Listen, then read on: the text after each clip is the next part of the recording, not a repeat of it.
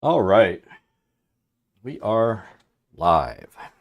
Trying to get comfortable here. We have everything set up the way we want it now. Um I am gonna say I ordered a 36-inch mouse pad today because now I've got a pen tablet instead of the graphics tablet down here. So I wanted to be able to have everything here so that it. Oh, look at that shit. Now it's working. Really? That's what I had to do, was set it to scroll? You son of a bitch. That's funny. Um, all right. I had I spent like hours this weekend, and the only thing I didn't try doing was setting this to scroll. Well, actually, we're inside of Dungeondraft, so that should work. My issue was this is Foundry. My issue was Dungeondraft. I feel like whatever the new drivers I had to put in for this new pen tablet that I got, they really don't like.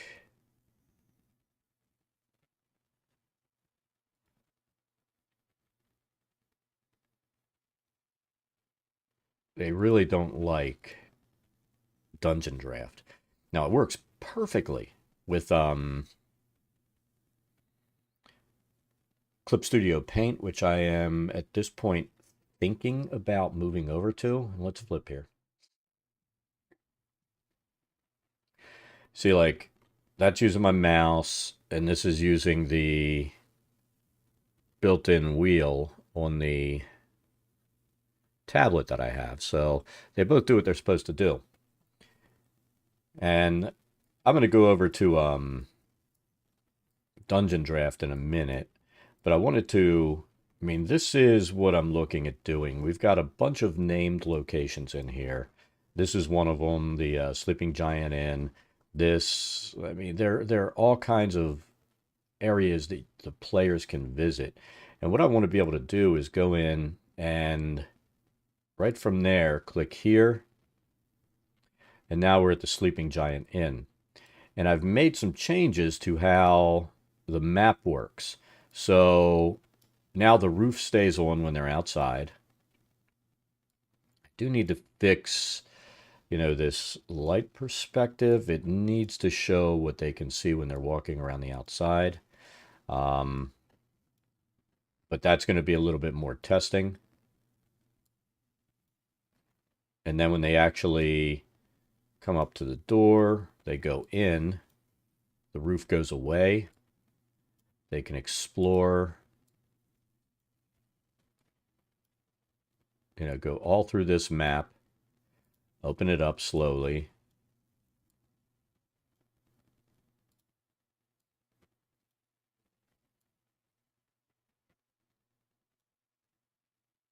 And the map will be much more immersive. So what I want is to have the entire town of Phandelver mapped out like this. And, when they get done in the Sleeping Giant doing whatever they're going to do, which should be a combat, they'll pop back out. It'll bring them back to where they were. And I'm going to actually, when we're on this, what I'll probably do is, because this is not to scale, obviously we'd be super giants if it was. And when I'm running it, I'm probably going to, so everybody can see it, stack all of their tokens on top and I'll move them around. I know it's not immersive for the players, but I don't want them running around all over Hell's Half Acre like a chicken with their head cut off. But that's how I plan to set this whole thing up so that it works well for for how I envision it working. If there was some way that I could have an image pop and then still have these map notes show up? I don't think there is. Otherwise, I would bring this in just as a JPEG image and place map notes all over this, but I don't think you can do that. Or as a WebP, because it'll be a little bit smaller. But this is the completed map brought in, and I experimented with setting up a single building, which I feel like I need to... Well, really, I'm not going to worry about putting anything else on the outside there. But that's what we're going to do for every one of these named buildings, is set up the entire scene so that you can pop between scenes and have the players run around and do what they're going to do. Now, I am contemplating, and I'm not sure how much I like this idea. I'm going to have to really figure out scale. But I am contemplating chopping maybe like this zone out, you know, the town center, and remapping this so it's to scale, and then having those buildings pop in like that.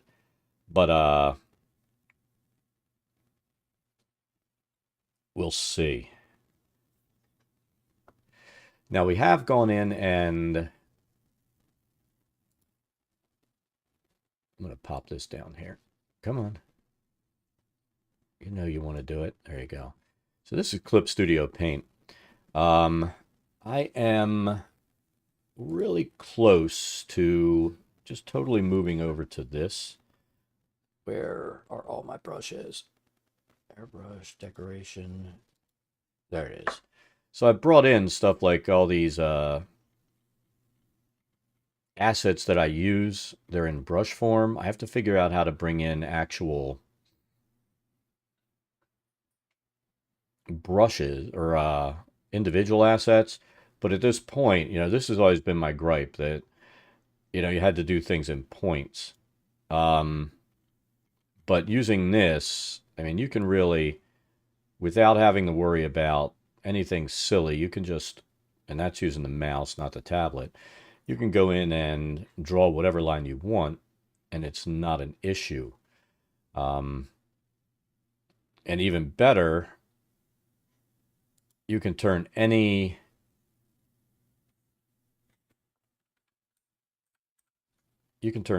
brush into a continuous curve, which is nice because then you can just, you know, do a straight line, go like this, move a little bit ahead, that creates your corner, and you go down. I mean, honestly,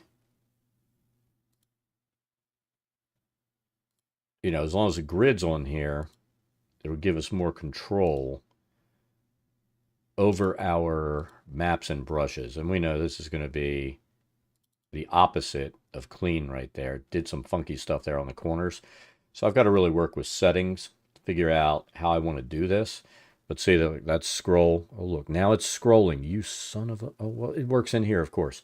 It's Dungeondraft that doesn't work.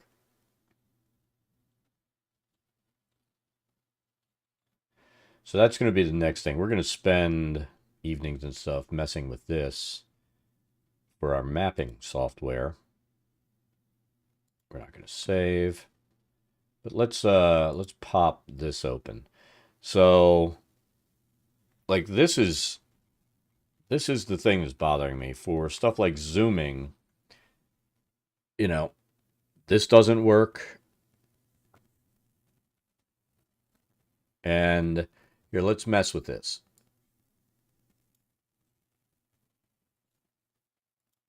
So this is where I'm thinking the driver on this is, see, that should be zooming in and out, and it's not. I think the only thing that does work is brush size. So like if you want to place an object, let's say we were putting this down there, right? So we can adjust the brush size using this, which is nice, but it doesn't let us, actually do some of the stuff that we would like to be able to do.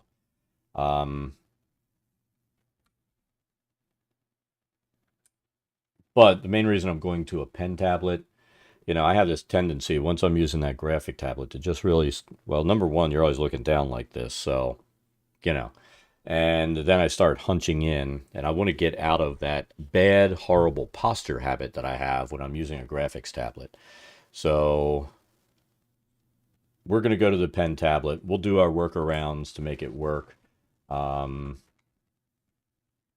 if you remember, I was using that old 2013 Wacom Pro that I had, and this thing was like really jittery. It was giving me serious problems. So the driver was conflicting with stuff in here. Now the zoom wheel was working, but it doesn't really matter if stuff is messed up.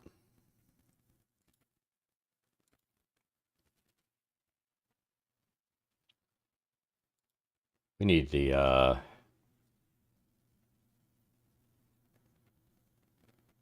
we need this gravel brush on here. Let's find it.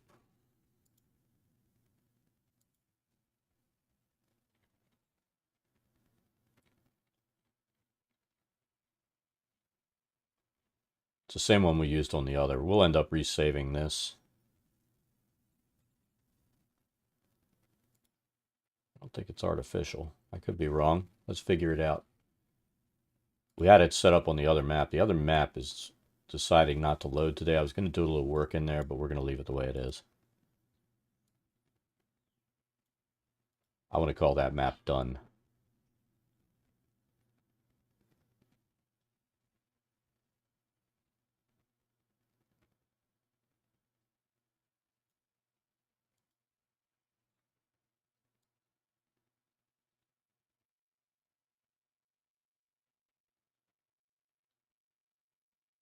And I don't even think it's, the title of that one is gravel. It's something else. Cobblestone, maybe?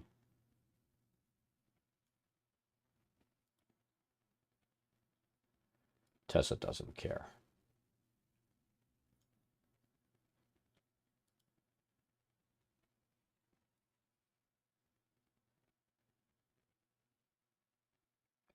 It's like dirt, cobblestone, cobblestone, dirt. Some weird combo, and I can't remember what the terrain is.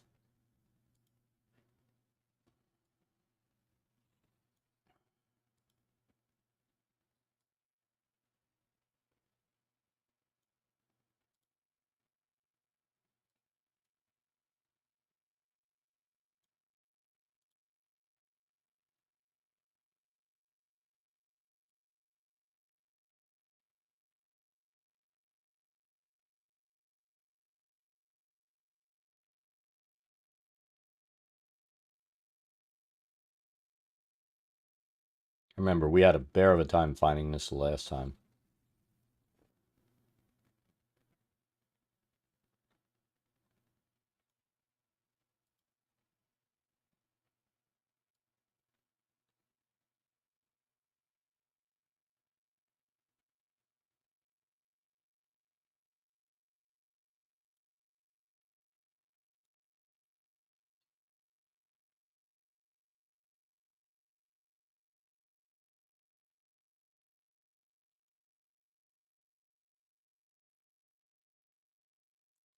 But I want this map to match up to what we had before. Rock texture, rocky floor.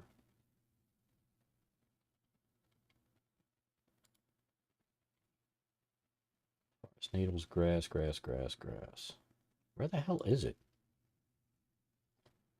Maybe it's possible I don't have the assets on this map.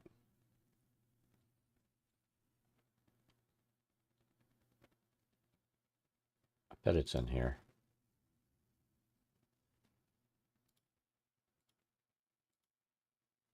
Except...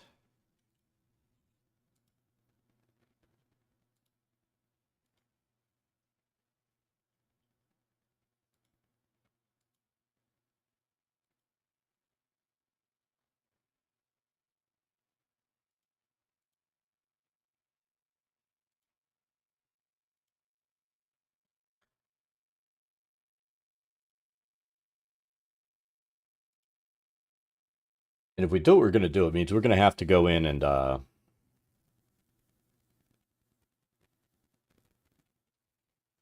make sure we create the levels for every one of these buildings, which isn't going to be difficult. It's just going to be, how do we want to put it? A little bit of a pain in the ass?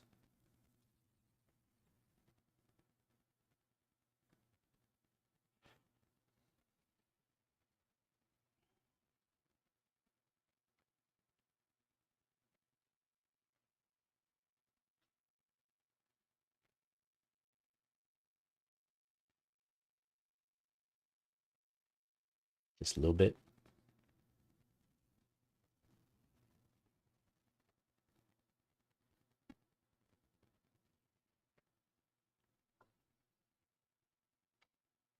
And we had to do a few workarounds. It was kind of dumb because to get stuff like, let's say we drop this crown here, right? It would normally be what? Control Z on the keyboard. But setting that up in the software, where I was able to do it on the Artist 15 Pro, the graphic display tablet, on this, I had to set up so that one of the keys here is Z, and then one of them is Control. So I think to undo that, I'd have to Control Z, then it comes off. It's kind of weird, but you know, it's my workaround that made it work.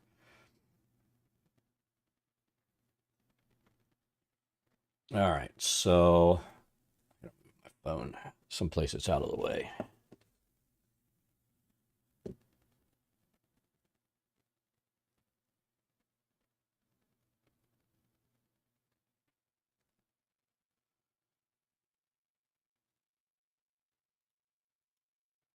Let's see if we can find that terrain brush.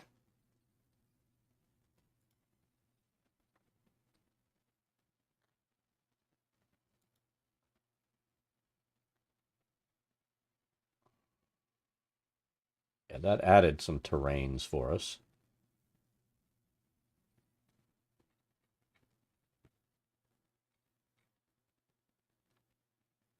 All right, so cobblestone square. It's got to be in here. Cobblestone dirt. Does that look like it?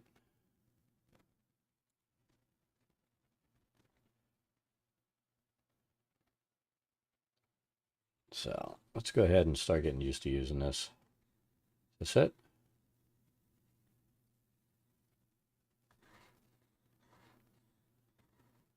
I don't think that's it. Oh, we wouldn't even know because we're on the wrong one. Let's see.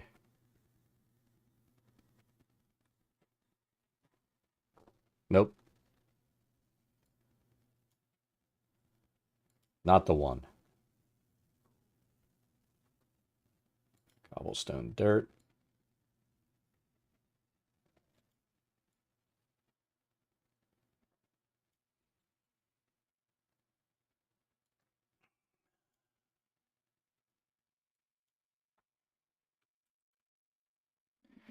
Not the one. I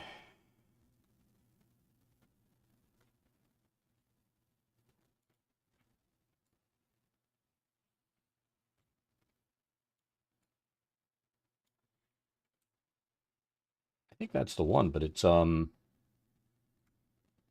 going over top. It should be going over top of this, and it's not.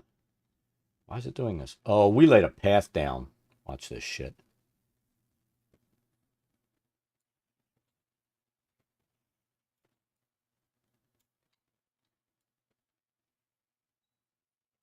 Here we go. I know why. Watch this.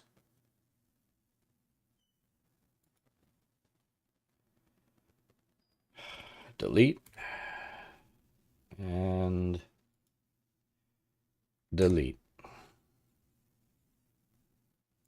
I forgot we laid those down as a path. And that was, you know, not necessarily the intent. At the time it was.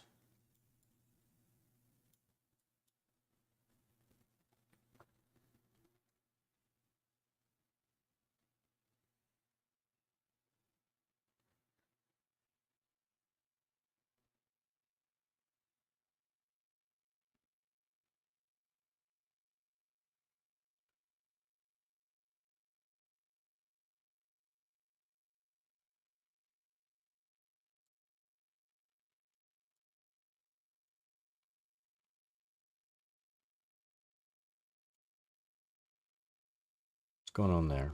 Pen settings.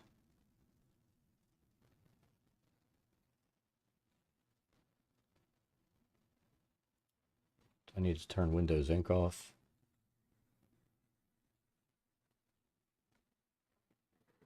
I think that's going to do it. Turn Windows Ink on.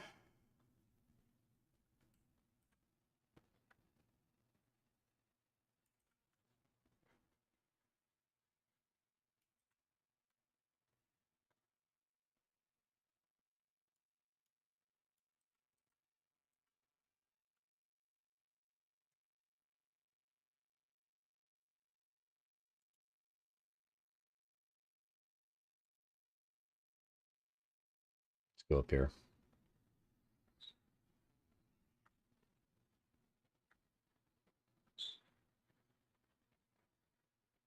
There you go. Yeah, Windows Ink needs to be off. That's always the thing you have to remember with this crap. Turn Windows Ink off inside of Dungeondraft. All right, so that's our cobblestone street. Let's get the brush a little smaller.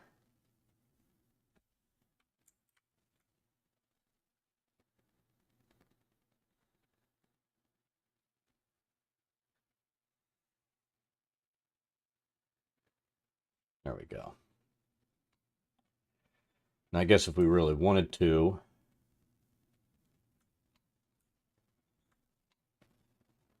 we could put the building up here. Let's pull my reference image. Now we've got this thing working, right?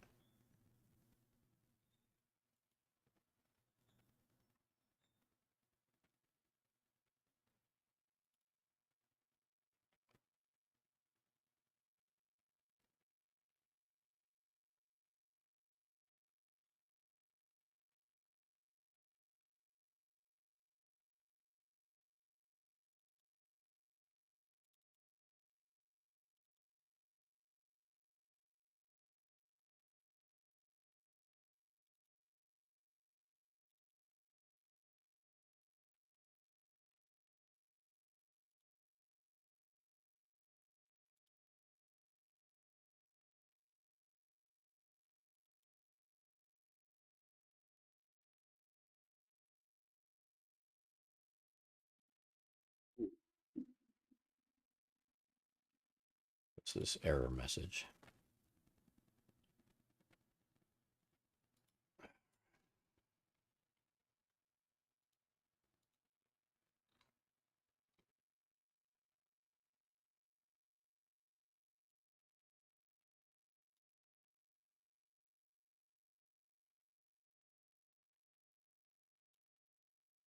We're going to keep this here.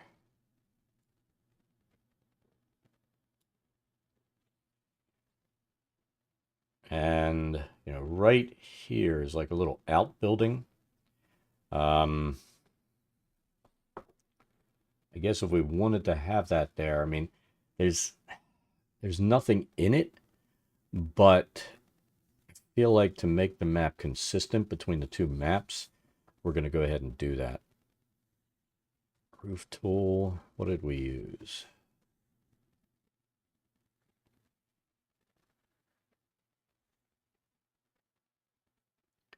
Oh, crap.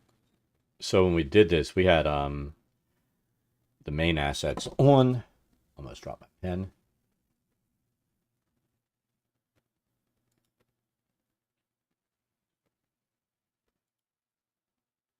I hate having the default assets on. But you know what?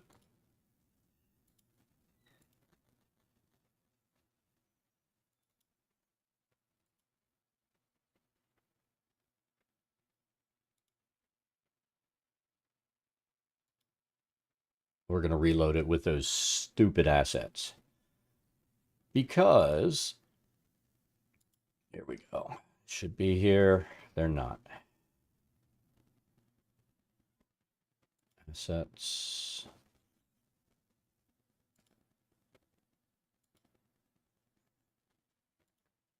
We're going to do it one more time. We might have to reload this map.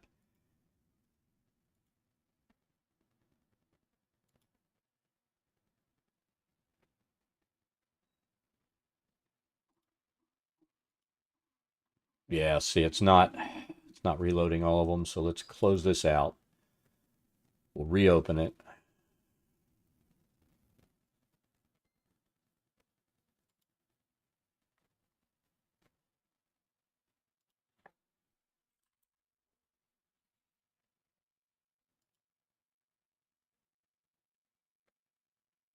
I think on some of these quick keys, I might set this up just so that I can open some of the software. Let's see if we can do that.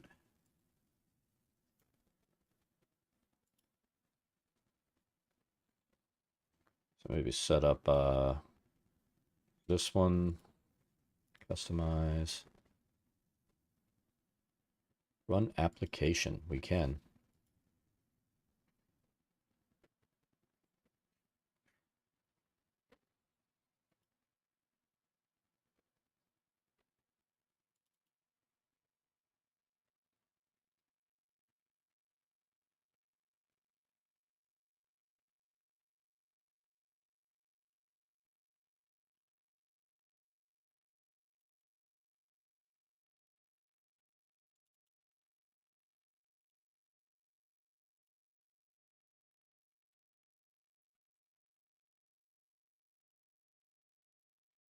I think that'll work.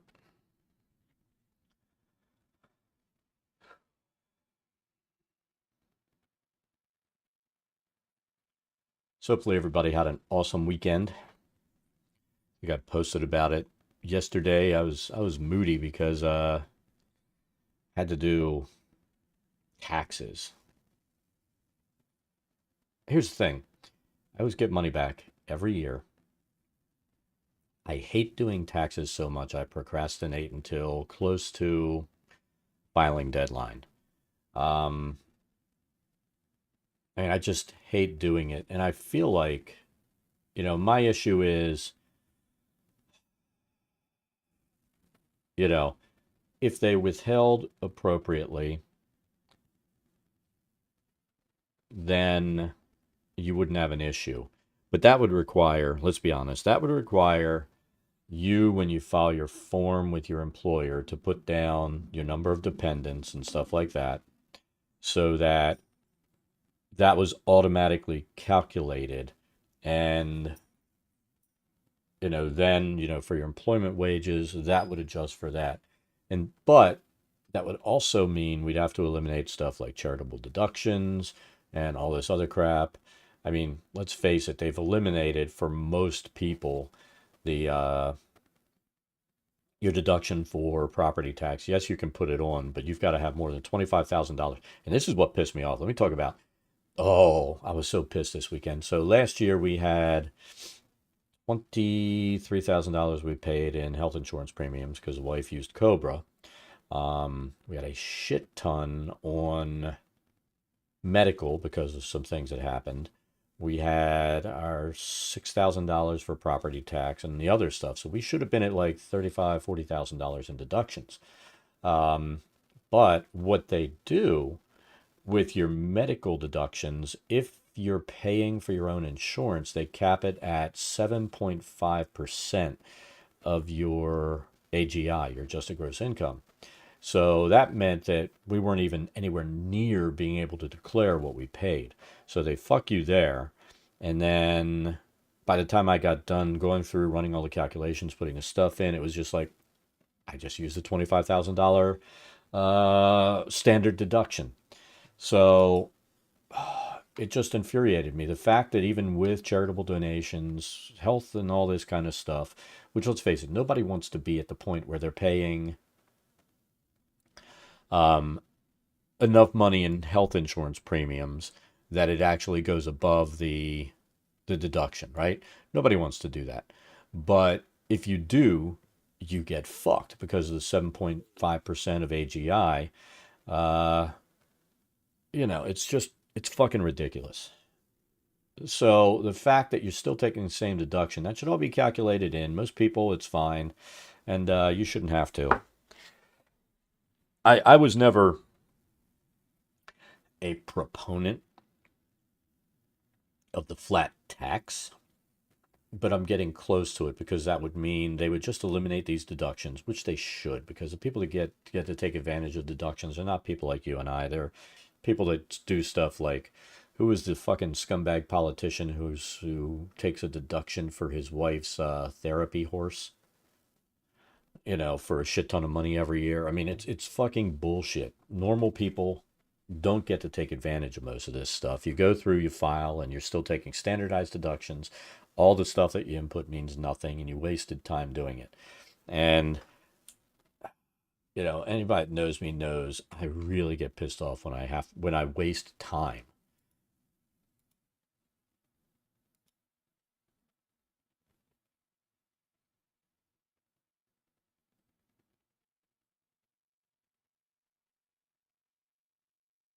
Through no fault of my own. And, bogus tax code is through no fault of my own. The time got wasted. All right, so let's see if that asset came in. Tile, there we go, baby. All right. So I think that one is it this one? I think it is. So we're going to go up here. I'm going to place this, and then we're going to mess with the terrain around this, and then we're going to leave it alone because other than this one outbuilding, we really don't have a lot of stuff here. And we did that just as a normal gable roof. Looks like it's going to come down to, let's give it a snap.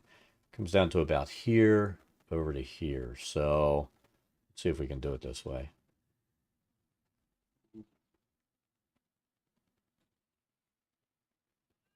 Yeah, there we go. So that's the outbuilding. It's outside there. If I can select that, I can. I'm going to move it up a little so it matches what we're seeing here. It kind of is in line with that. I don't really care if that goes outside of it. And then kind of over this way. So that's the outbuilding that we have on the large map. There we go. We're cooking with gas.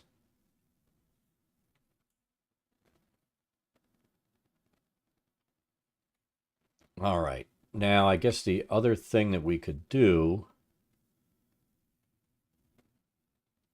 I know over here there's like a decrepit building. I'm not going to place that there.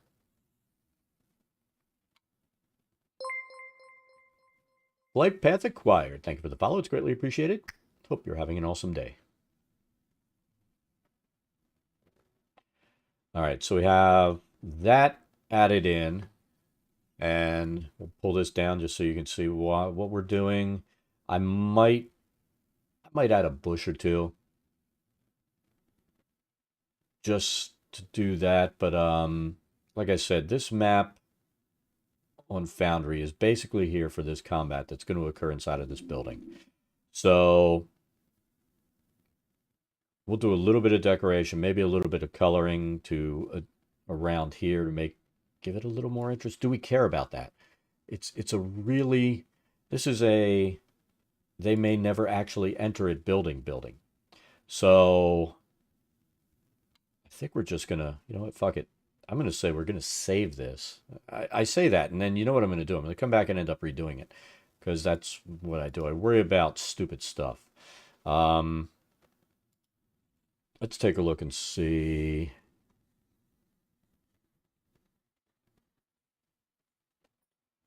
Let's zoom in a little. Just not seeing this grass coloring in. So let's see what this does. See the sparse, I think that's really what I want to start using is this sparse, especially if I move over to Clip Studio Paint altogether, I think I'm positive we're going to end up adjusting our background there and making a few changes to how we do this. So let's see.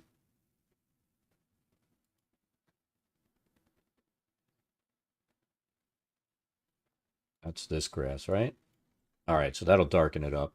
Let me take a look up here. I mean, we've got a few dark spots kind of in here.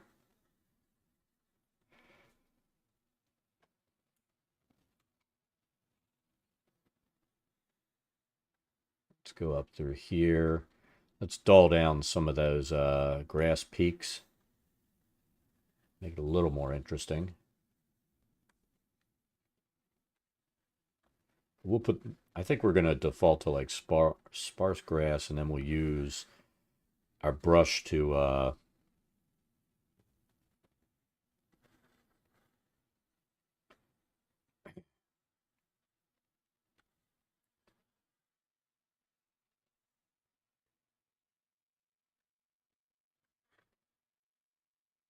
give the terrain a little more texture.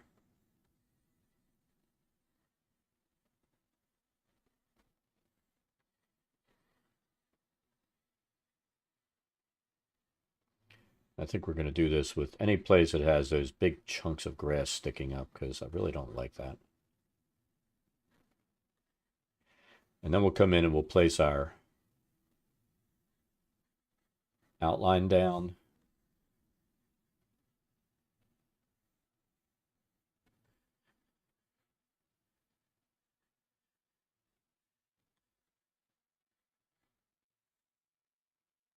Take the intensity down just a little bit.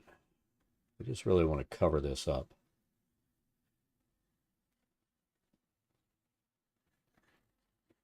You can have some stuff sticking out.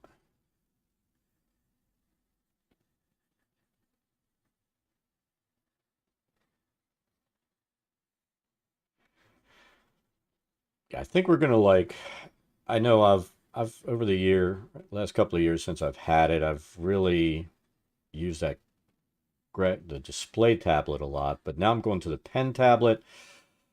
I can sit up, I can be comfortable. I don't know what it is with pen tablets. It's like it drives you down. I mean, instead of being up here, it's down here, and you couldn't put it there and draw. Let's face it, nobody's going to sit here and you're not going to draw like this on a tablet. You're not. So it makes sense if you want to have decent posture, not have your shoulders and neck hurting at the end of the day, to use a pen tablet. Now, yeah, you've got a little bit of disconnect there, but it really doesn't take that. It's not that difficult to get used to. I mean, there's no more disconnect with this than there is with a mouse, if we're being honest. And we can be really exact doing it with this. Hey, that Scotsman, how's it going? So I'm going to show you what I'm making. Let me pull, do I still have that program up? Yes, I do.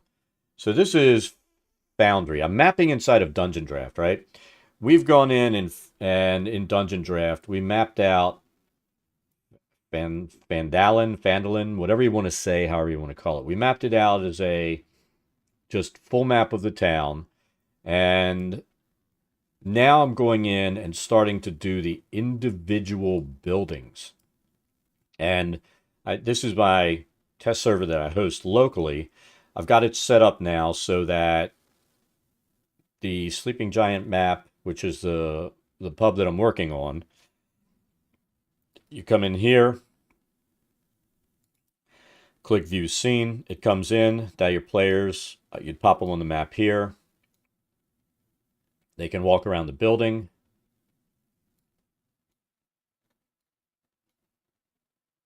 The roof remains. Let's do this so they don't go inside while we're moving it. All right, then the doors open. They go inside. The roof goes away. So we're mapping out the entire town so that it has this interaction with it. This is utilizing the levels module and a few other modules inside of Foundry. I may back off on doing it this way if I do what I'm thinking about doing and move over to doing the maps totally with Clip Studio Paint.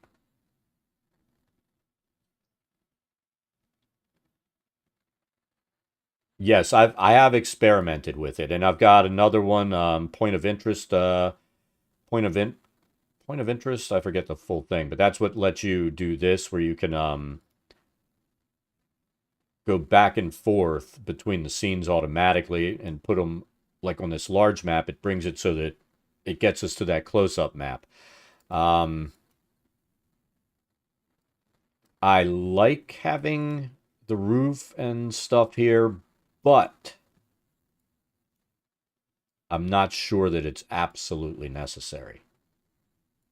And we'll end up pulling in the other map once we finish with that and have it fully set. Like I said, we just repaired the path so it matches the large map on this.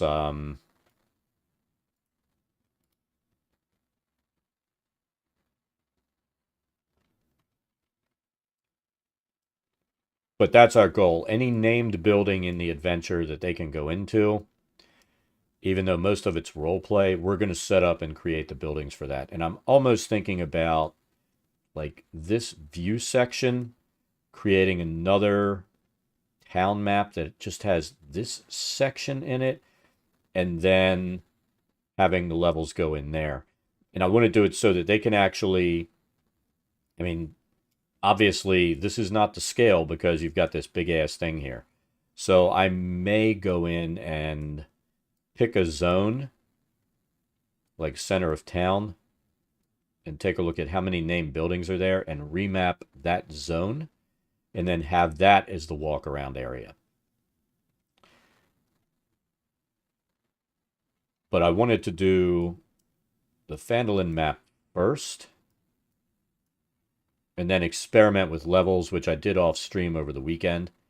And then we'll go ahead and see how that all works.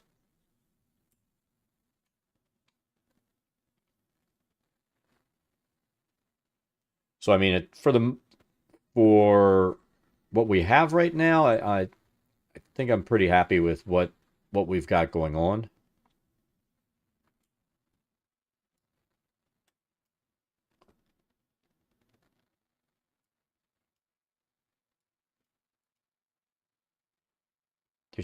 There's got to be a happy point here.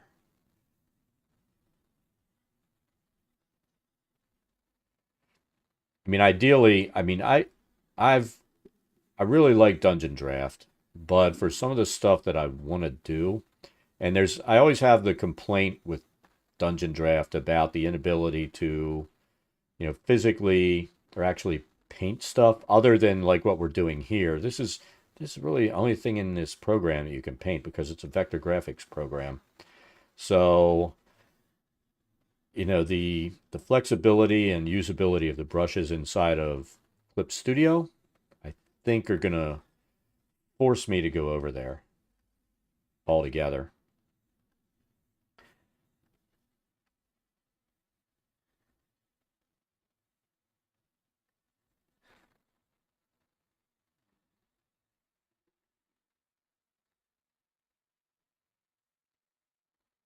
Not having to do like shift click to make your curves. That's one of the true benefits of that. All right, let's get our pathing tool. And we need to find grass. I'm pretty sure this is what I used. Yeah, it is. It's what I used for everything else. Let me check something here. I've been playing with the settings on this tablet. All right, so 8 is shift on this program. All right, so first let's see.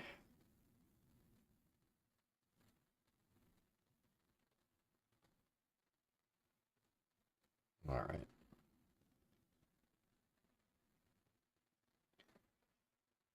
We need to take our brush size down a little bit. I think that's where we had it. Let's check. Actually, for this map, we don't need it that small, do we?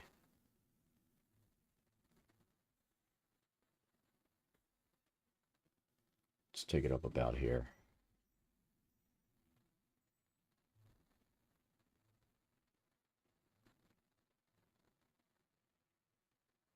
So yeah, that's another one of my complaints with this. I mean, I would like to be able to just, go like this and make my path, but it doesn't do it.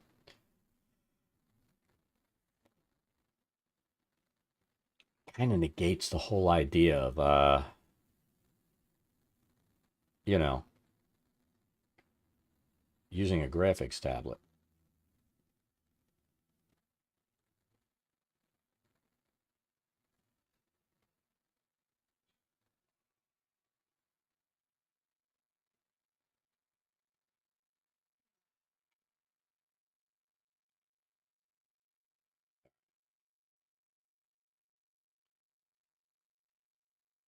Let's start here, go kind of to here.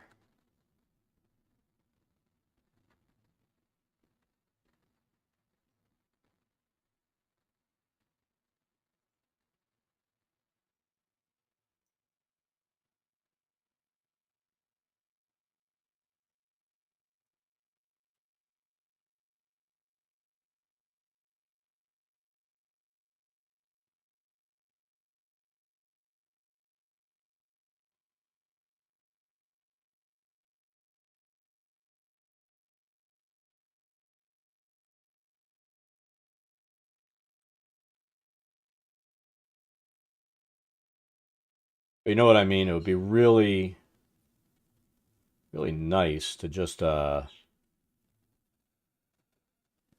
able to draw out the path that you want to draw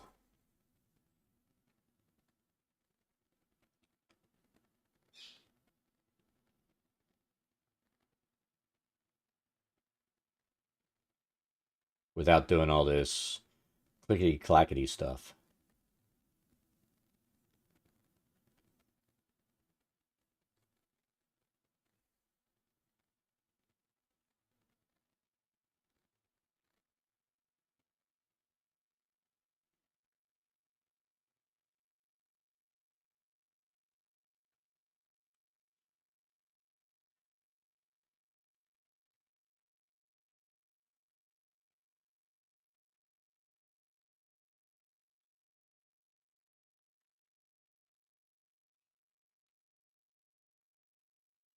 All right, now if we go the opposite direction, it should flip the way we want it to, and it did.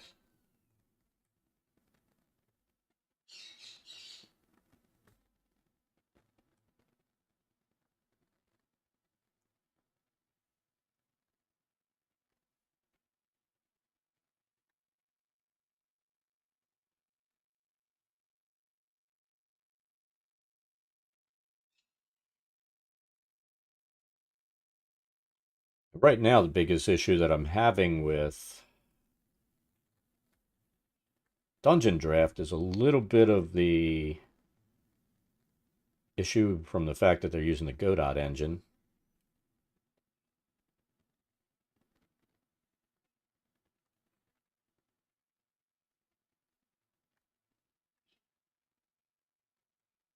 So they've got must be some memory issue in there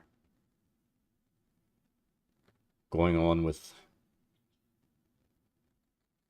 the program. is it does start bogging down if you do certain things that it wasn't doing before. So I actually went back to an older version of it.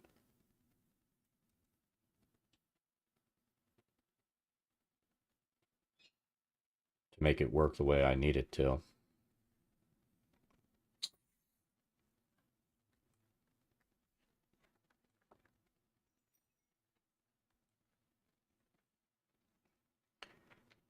I guess the other thing I'm thinking, if I flip over to Clip Studio, there's some brushes I'd like to have that don't exist that I can go in and make.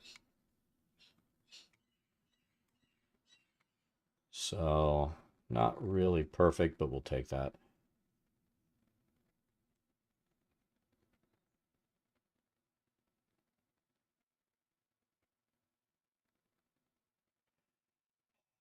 See, I like to be able to just, you know, draw my curves as I'm going, but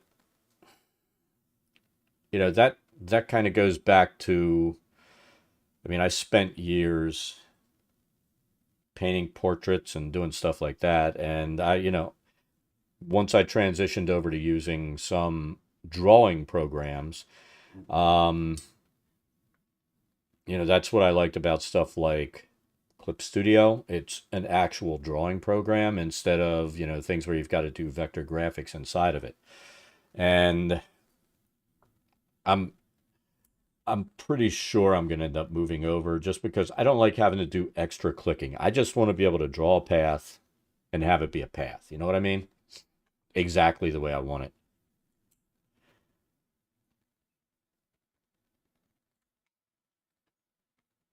All right.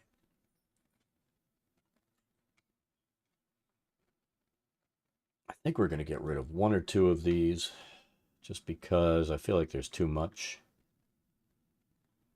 Let's see. Delete. Delete. Delete.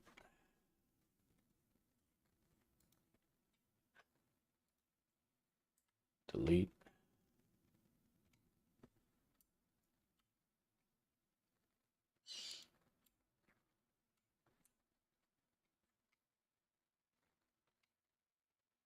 Maybe do a smaller path here. Let's see how it goes. Well, draw your pass. Turn off snap. Yeah, I never have snap on anyway. That's always off.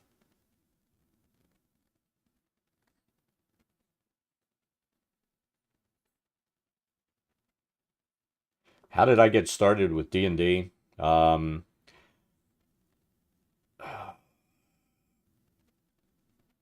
Back in school, you know, during the Stone Age, I had a friend that was like really into it, and it's like, oh, you should play. I'm like, okay, and that pretty much took care of it. This was like late 70s, 79.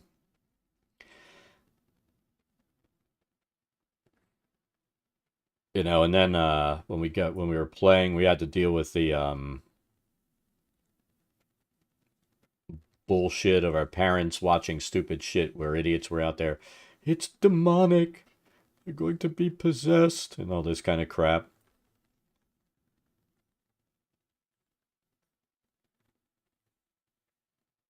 I mean, my dad didn't care. My mom, though, being the head case that she was, she bought into all that.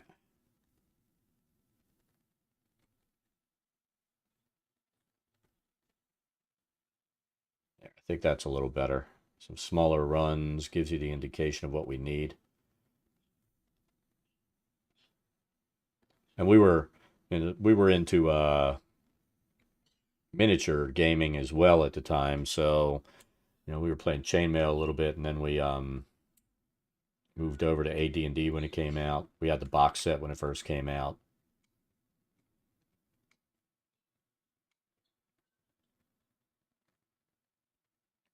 So I'm gonna say I'm gonna stop drawing this map.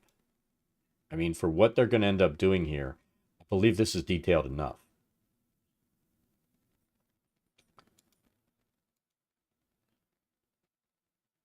How did you get started? And I mean, I've just stuck with it over the years. We played first edition, second edition came out. We bought the books, and we ended up kept playing first edition. Um, Around three, I started playing a little bit there. Took some time off after probably, I mean, a fair sized break. Started playing again, especially when my kids got older, and ended up playing with them. Flansois, thank you for the raid and the host.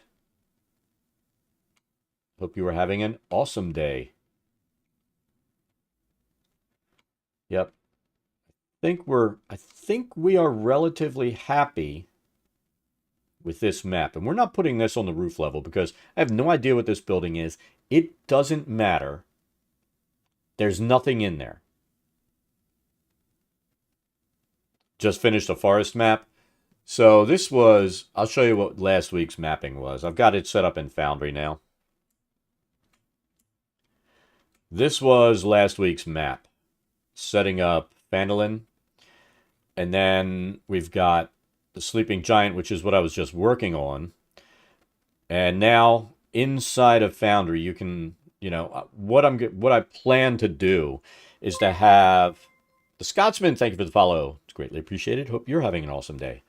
I plan to just stack all of their tokens in one, keep the game paused. I'll move them around on the map. I know it's not going to make them happy, but let's face it, they're not going to be this big. This is just the town map.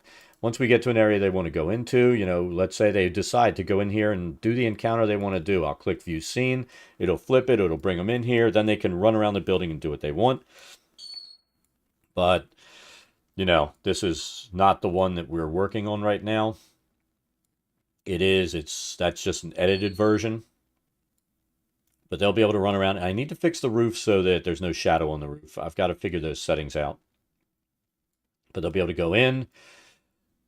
There's that. Here the ruffians will be in here. Hey, what are you doing here? Blah, blah, blah. Bam, bam, bam. Smash, smash, slash, slash. They have their fight, and then they move on. So, that's my plan with Phandelver, is to have everything set up so that we can transition from large overview map to individual scenes. And I was saying I'm almost leaning toward, I need to figure the scale out, and I need to see which ones of these are named buildings are going to visit, is find a zone maybe and have that scaled so the players can walk around, so that I don't have to do what I plan to do here.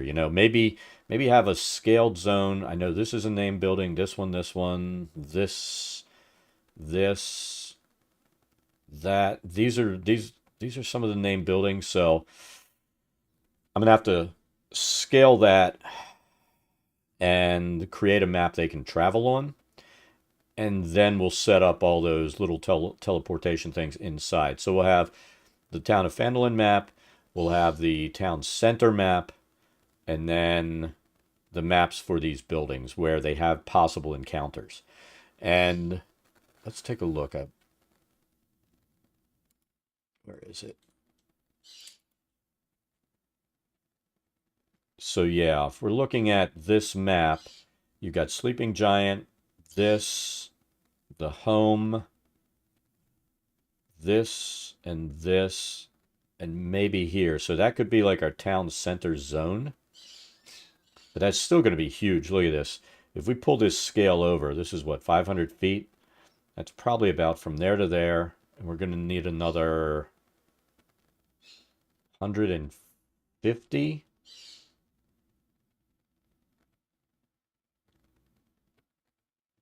And then a few other small maps for them to travel on the main map. I kind of want this town center done. So 600.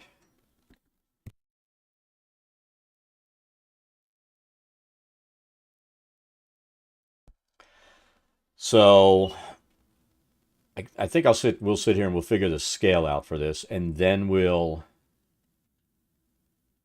it's not going to work. I was thinking to use it inside of here, but that scale's not going to work. Might be able to run the math on it though. But I'm I'm going to be gone for about 10 minutes. My daughter needs to be dropped somewhere. I'm going to drop her off, and then we're good until like 2:30. So I'm going to put the Be Right Back screen on. I'll be back in 10 minutes, and then we'll continue mapping.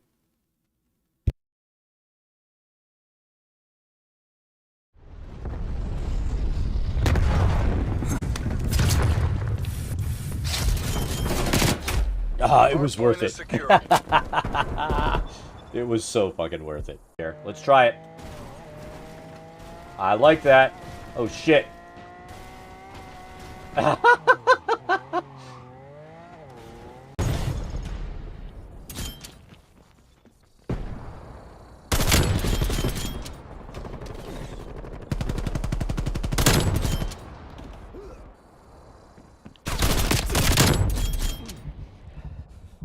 Spy plane available for tasking. Spy plane is there. Die, die, die, die, die!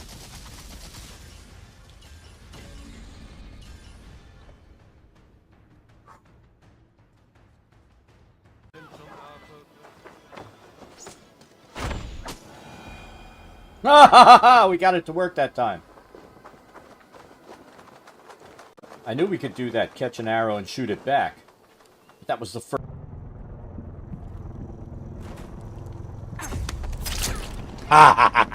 We're full ahead. How'd you fucking feel?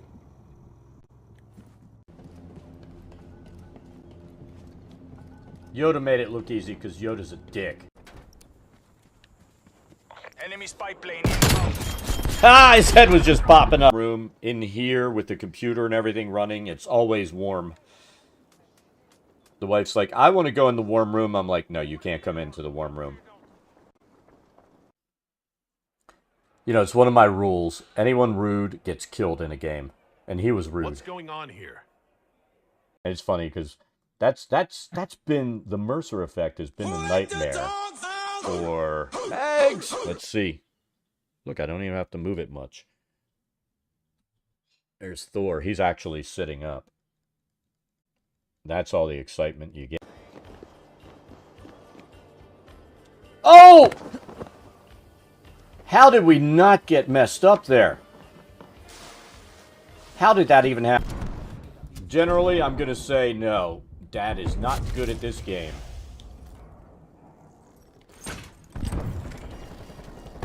But I still play it. Enemies destroyed. Napalm strike awaiting orders.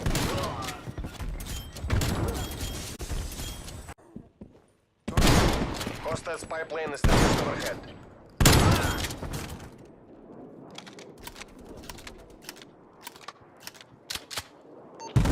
Spy plane commencing surveillance operation.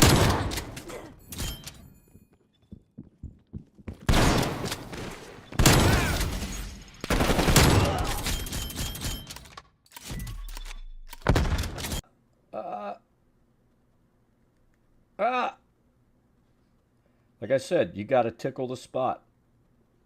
It's like finding the map's G-spot. God damn it.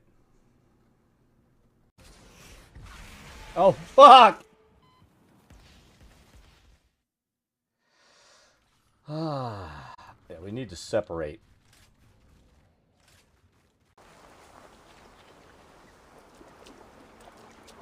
I've always thought Shannon. Hold on. You're mine! Oh! Oh! Ah. Bastards! Die! God's justice away!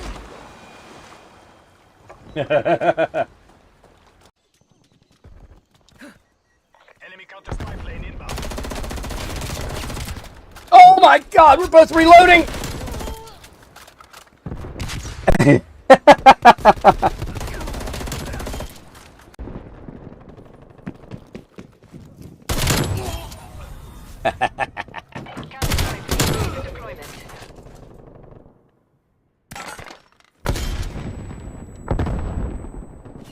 They're pissed right now. Counter spy plane is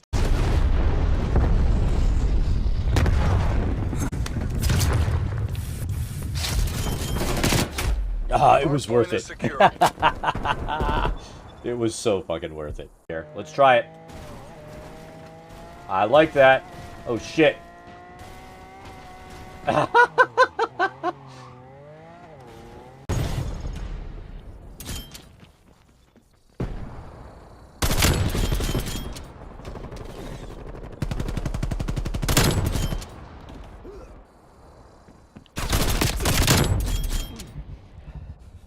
Spy plane available for tasking. Spy plane is there overhead. Die, die, die, die, die!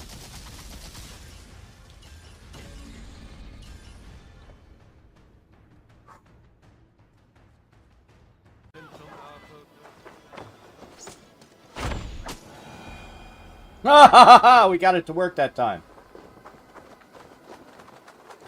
I knew we could do that, catch an arrow and shoot it back. That was the first.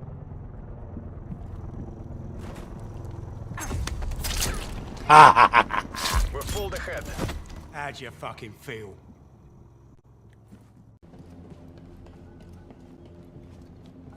Yoda made it look easy because Yoda's a dick. Enemy spy plane inbound.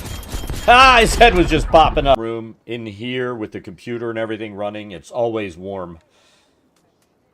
The wife's like, I want to go in the warm room. I'm like, no, you can't come into the warm room. You know, it's one of my rules. Anyone rude gets killed in a game. And he was rude. What's going on here? And it's funny because that's been the Mercer effect has been the nightmare for Eggs. Let's see. Look, I don't even have to move it much. There's Thor. He's actually sitting up. That's all the excitement you get. Oh! How did we not get messed up there? How did that even happen? Generally, I'm going to say no. Dad is not good at this game.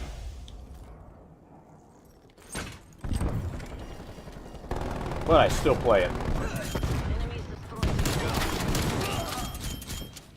Napalm strike awaiting orders.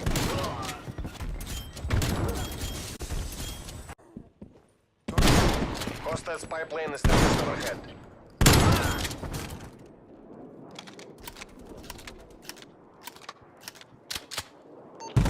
Spy plane commencing surveillance operation.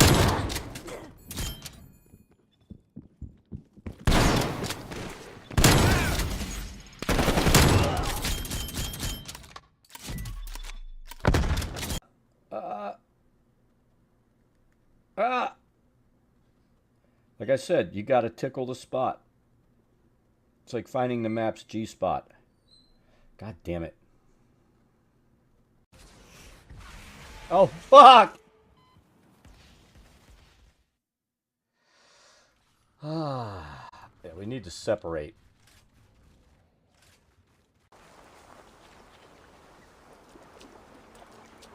I've always thought channel. Hold on. You're mine. Oh! Ah. That's it. Die! God's justice away!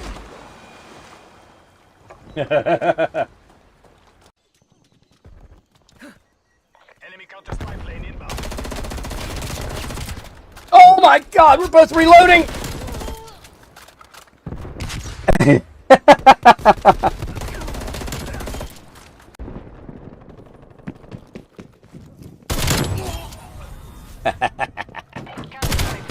Deployment.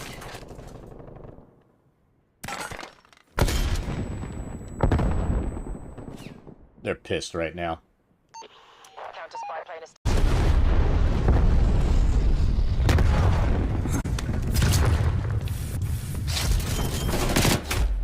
It was worth it. It was so fucking worth it. Here, let's try it. I like that. Oh shit.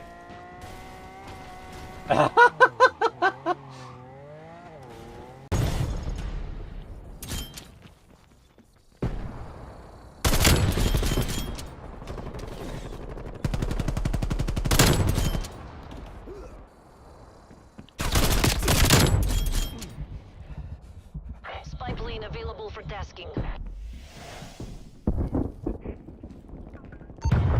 Spy plane is landing overhead. Die, die, die, die, die!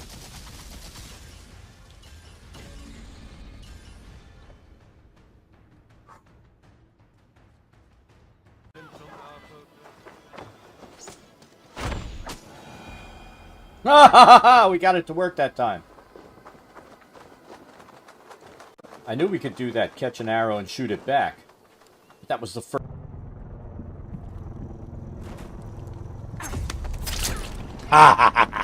We're full ahead. How'd you fucking feel?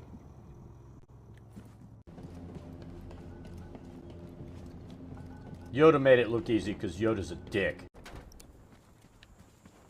Enemy spy plane inbound. Ah, his head was just popping up. Room in here with the computer and everything running, it's always warm. The wife's like, I want to go in the warm room. I'm like, no, you can't come into the warm room. You know, it's one of my rules. Anyone rude gets killed in a game. And he was rude. What's going on here? And it's funny because that's been the Mercer effect has been the nightmare for Megs. Let's see. Look, I don't even have to move it much. There's Thor. He's actually sitting up. That's all the excitement you get. Oh! How did we not get messed up there? How did that even happen? Generally, I'm going to say no. Dad is not good at this game.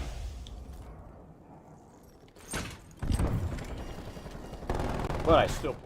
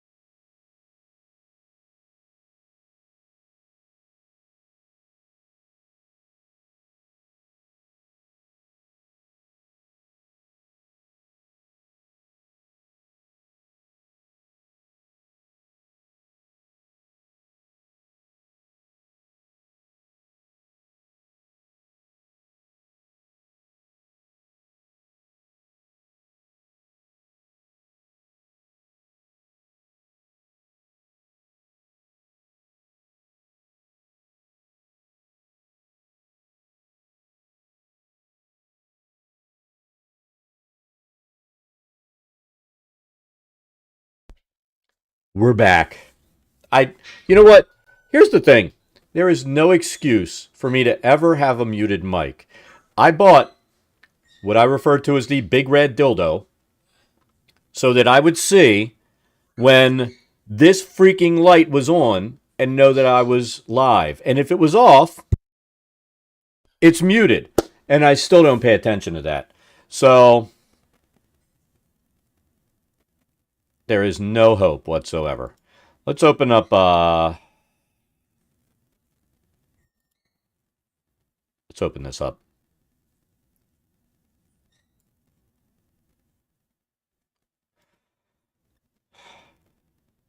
Thank you, Scotsman.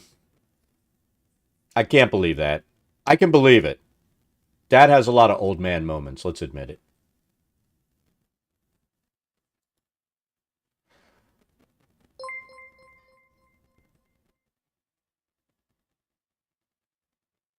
We're just going to say, well, what? Drag? Dr. Four, drag. One of those. Thank you for the follow. It's greatly appreciated. Oh, my goodness. So, like I said, let's pull Draglide. Okay. Or Draglide. I always do a lot of this stuff inside of, did I even open the right program? Let's make sure.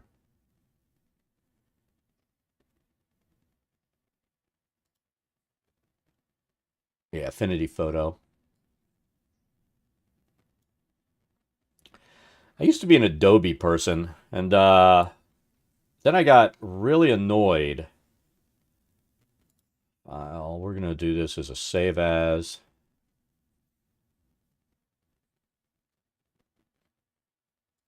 We're going to, no, we are.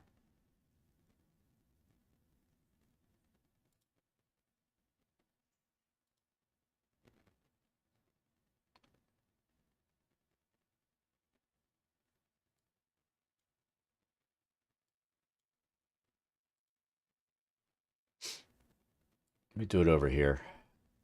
That's the problem with the 4K screen versus, you know, all the 1080s. Stuff comes up really small. And I have it set to go at 200% on these programs, and it doesn't always do it.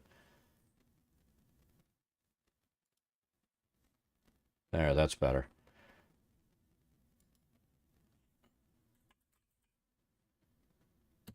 All right, so that's going to be our town map edit.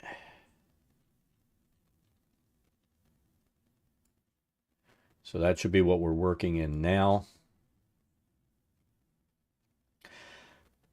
We are going to put some notations on here. And then we're going to crop this. So this is Sleeping Giant.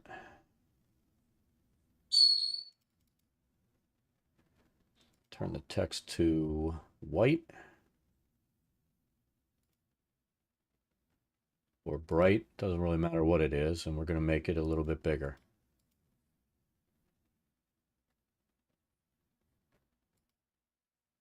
This doesn't matter because this is just going to be a chopping up map, but that bothers me. So there we go. Sleeping Giant. We know that needs to be in there. Town Master's Hall is right here.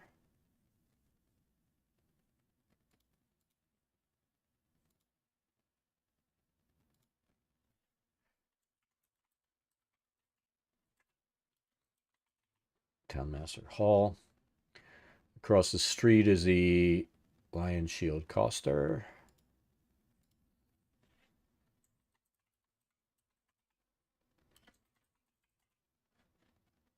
I'm seeing how many of these we can put in.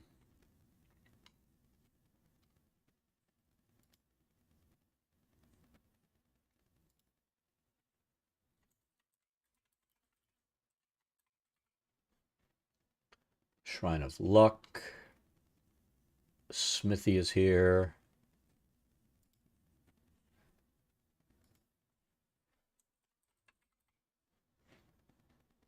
And see, none of this matters because the players will never see this. This is just for us to create a trace image.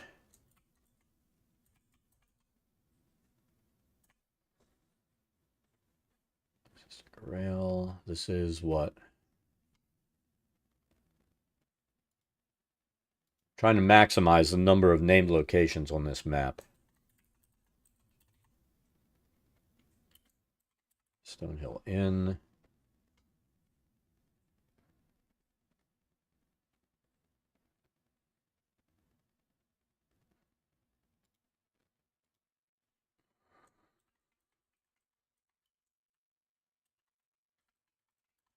Barthen's Provisions.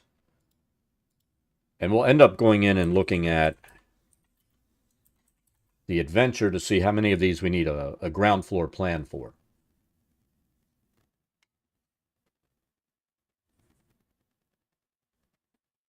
All right, so there's nothing up north that needs to go in. I'm going to say,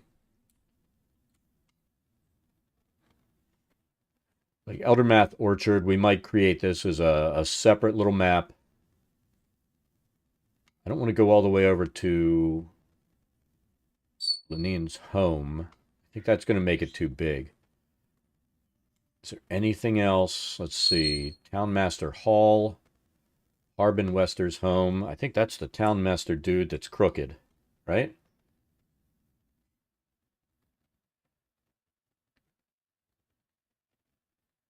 Build, how's it going? So let's do this. Harbin Wester.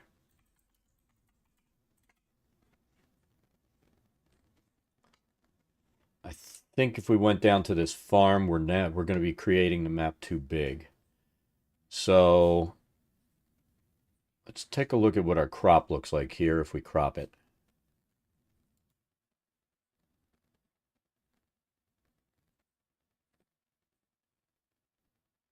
Maybe like, so we go down there.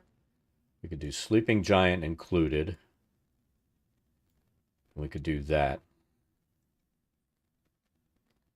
Right? I feel like Harbin Wester's home is unimportant on this map because we're trying to keep, well, we need it for the long, you know what, we can do that. Don't think I'm going to be real happy with that, but let's see. Because the map is huge as it is. Mild, thank you for the follow. It's greatly appreciated. Hope you're having an awesome day. So yeah, that gets us, we don't have Lenine's home because that's like over there.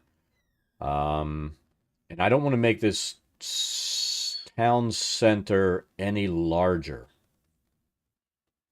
And then we can do a submap on the bottom for the Miners Exchange and Halia's house and the woodworker, right?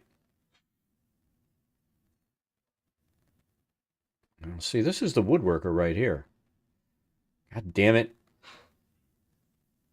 We're going to ignore the woodworker. I'm getting squirreled. You know, when a dog walks down the street and yells squirrel because, you know, they see a squirrel and they want to go kill it. I'm getting squirreled. I keep seeing something. I'm like, squirrel!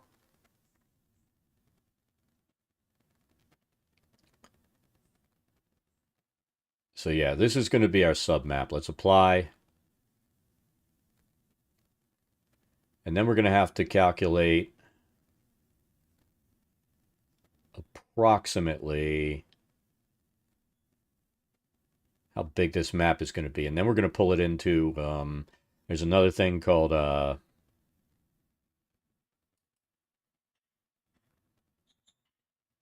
map align, and we'll grid this map out in 5-foot squares. And we'll see if it takes it. I still have a feeling this is going to be really, really big. And I don't know that's what I want to do. I'll be right back. I'm going to let the dogs inside.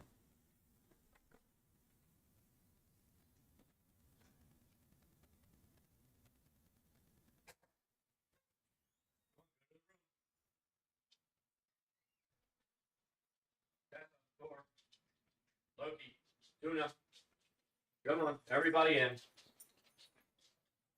Everybody. There we go. All right, the gang's all here. And let's see, we should be able to puppy cam today.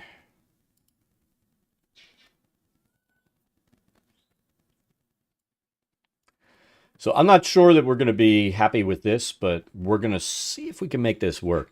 And if we can, then we might end up doing Sleeping Giant on this.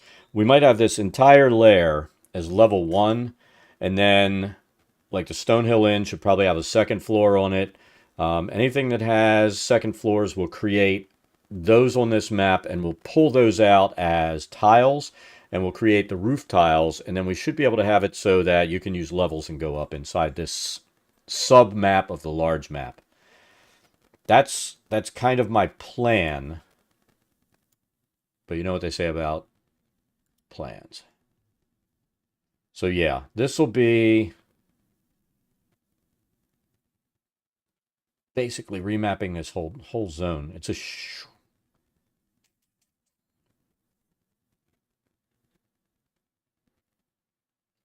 I'm curious if inside, well, even if I did it inside Dungeondraft, it's not going to work.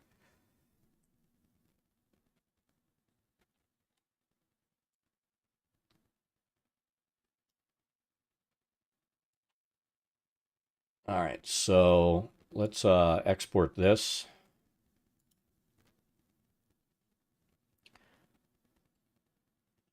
Let's see, that's going to be fucking huge.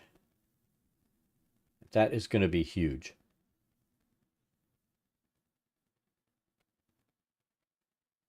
I think we're looking at it's going to be too big, but we'll find out.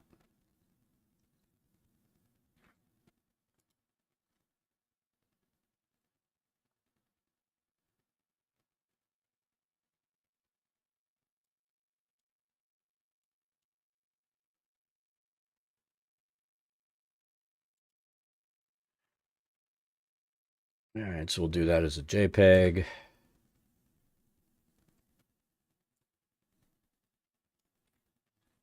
All right.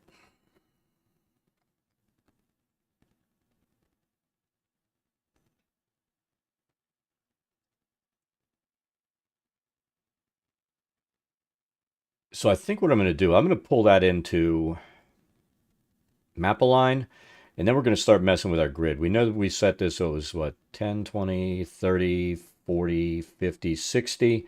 60 by 30, 40, 50. 60 by 50 for the scale on the sleeping giant. Let's see if we can scale it based off of that.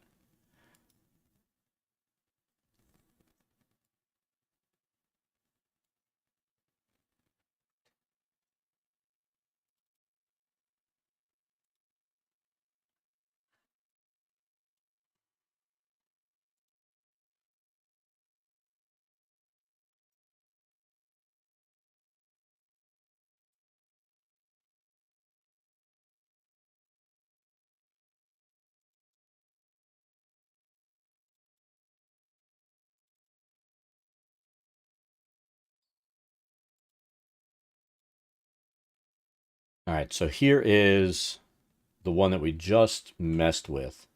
So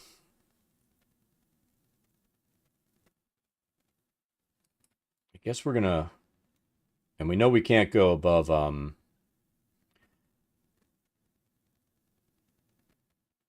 see, normally what I'll do is I'll do these grids at 50. I'm curious what 100 is gonna do. Let's see. It's gonna be awful.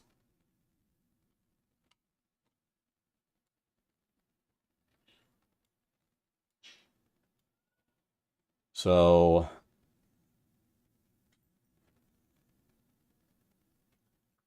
10, 20, 30, 40, let's see. Let's see if the grid, like right about there. 10, 5, 10, 15, 20, 25, 30, 35. We're going to redraw that.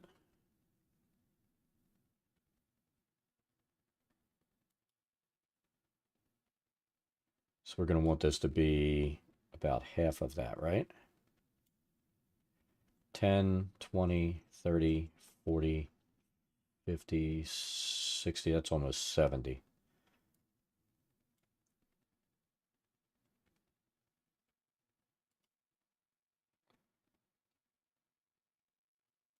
We're just trying to random draw this to where we can get it 10, 20, 30, 40, 50. That's close.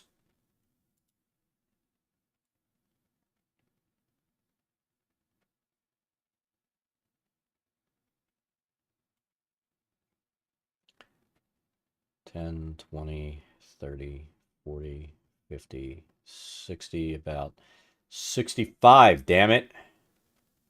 All right, let's start bumping this thing up.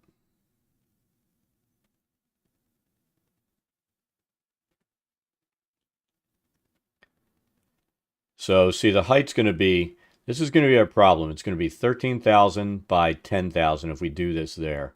If we do it this way at 50, now the map will be viewable. And this is something else that, I talk about this a lot. You've got to worry about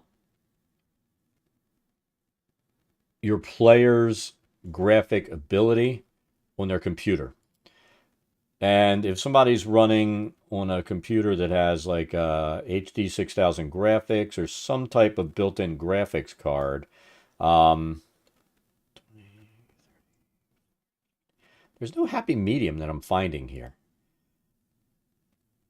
If they're running like something with not great graphics, then you're looking at the possibility of them not being able to view the map. They'll get like this error. They'll come up, exceeded 8,192 pixel limit, because that's relatively common with like Macs and a lot of laptops where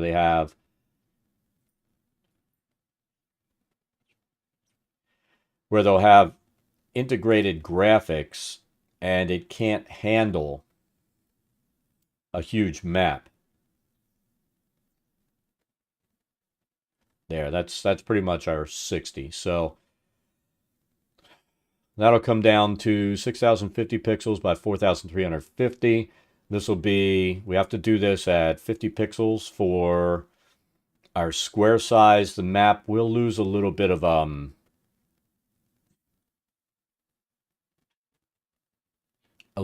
definition. So I think what we'll do is create this as our street map, and then we'll build individual maps for each of these buildings, which we already have Sleeping Giant done.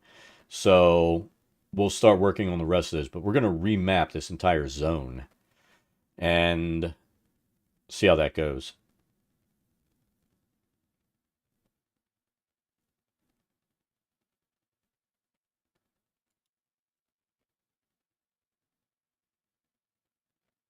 And I know these aren't perfect squares. They'll be off a little bit, but I don't care. That's fine. This is just for reference. We'll get it as close as possible to this, and then we'll be good. So 50 pixels.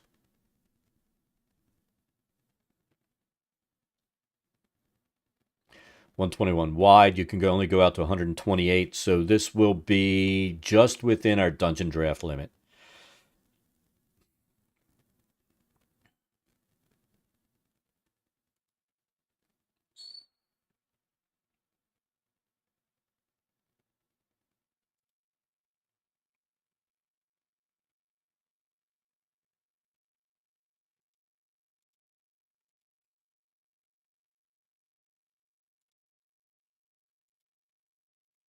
There, we'll still be able to use this Sleeping Giant map, and we'll be able to go in and create the rest of those.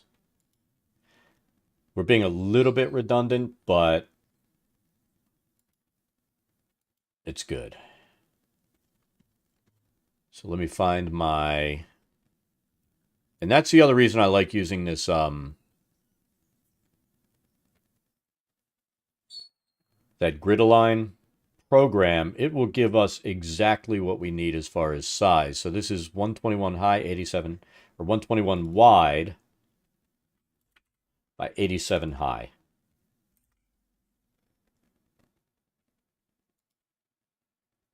And I think we want to keep what we have. We don't need winter. We need the statues. We need map bits, and I'm not using anything down there. So, this is my take on playing on Foundry. Here's the thing. Even, before the pandemic, right? I've talked about this before. I used to run Adventures League at a local gaming store. And massive store, so we had 20 tables, 170 people a week. I'd sit down and play with my regular group. I'd fit in who I could, and we'd do it.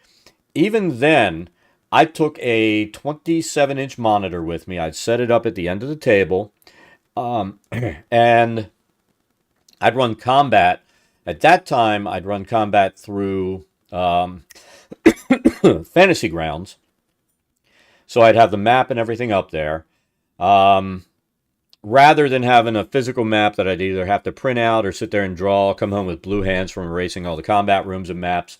This way I would just, and I would do it the old school way where I'd have Fog of War down, and I would just block open up as they went through. Kind of like you would if you had a map that you drew and you'd cover over places with paper and pull stuff off as they went along. So I used that for my map and combat in the store, and I started doing it with my Sunday group that we played here at home, except I'd have my stuff set up and I'd have the map up there on the monitor, and I'd have a tablet that would just go around as each person's turn came up, and they'd use that to move their individual guys. Now, when they were moving around on the map, I'd just move them as a group, and then once they got someplace, then we'd go ahead and worry about doing combat and stuff. The dream game tabletop would be to build one that has like a 48-inch TV in there, physical TV, and then you could put your miniatures, painted miniatures on top of that, and I'd still be running through, tracking my combat through Foundry or whatever I was using, but that was always the dream setup that I never did. But I as far as running through Foundry, here are advantages of using a virtual tabletop.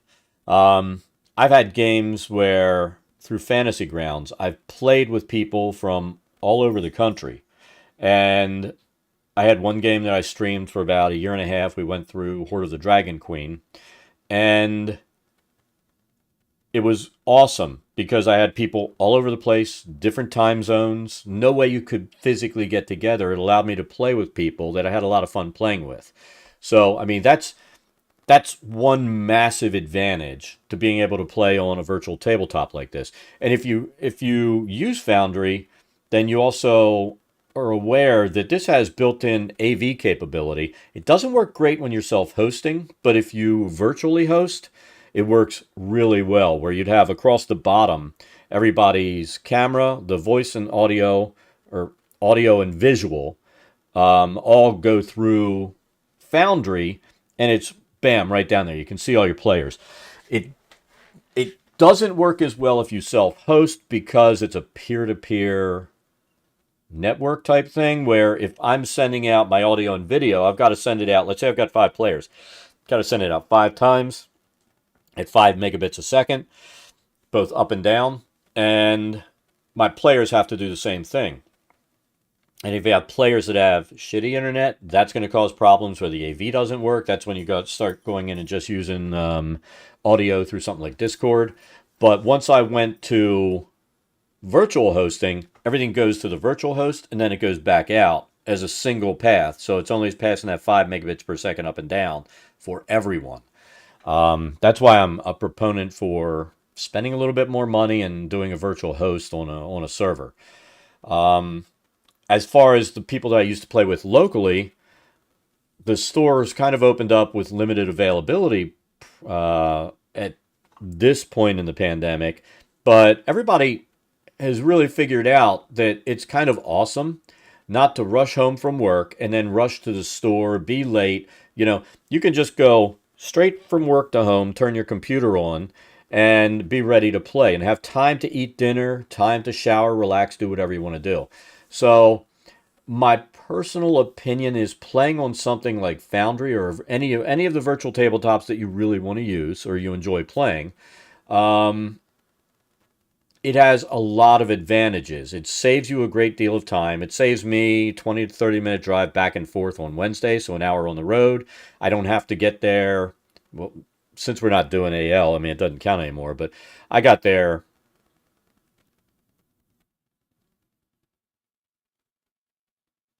an hour and a half early so I could prep and start getting people in order lined up for to see what openings I have at my tables and stuff like that. It saves me time. I just don't have to drive back and forth or have people, when we had a Friday game, people would come home, get done. I had somebody that drove like 35, 40 minutes to come up and play at the house. And if we were to kick that game back in again, then he would just be able to sit down, like I say, not worry about putting pants on to go to somebody's house or a store. You can just sit there however you want and play a damn game. For me, it's more convenient, and I do enjoy playing that way. And I don't know if I'll ever play in person again, just because I'm setting up games that have people that aren't local, and just playing in person doesn't make sense for me anymore. You know what I mean?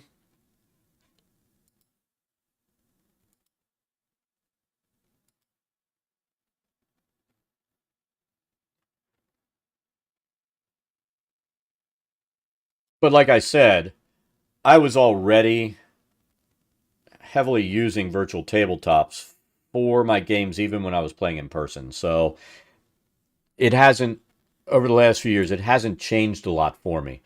So see, this is what I mean. This is going to be a big map anyway. It's just not touching the limits, and we're going to have, there will be quality issues because of the size of the map, but we'll live with that. I mean, Scotsman, do you use any virtual tabletops? Are you playing in person? Are you playing online? What are you doing right now? I can kill the Phandelver map. Let's do this. And I'm going to see. Sometimes this works, sometimes it doesn't.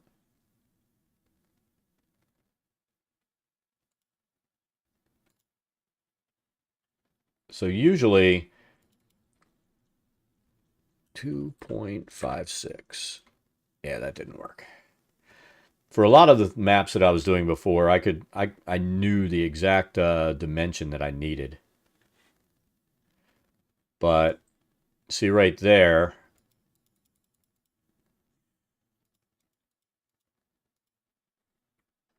there's our map. I didn't export that with a grid. I need to do that. Oh, you son of a bitch. Did I close that out? Oh, I didn't. Thank you.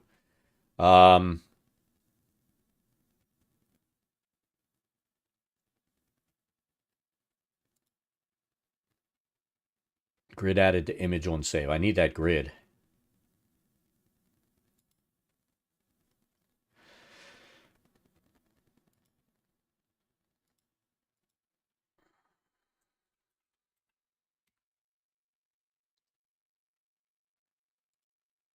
After we did multiple attempts to do that without the grid on there, that would have really annoyed the crap out of me. All right, so it should be right, but I'm going to double check. And if it's right, we'll bring the non-gridded version in.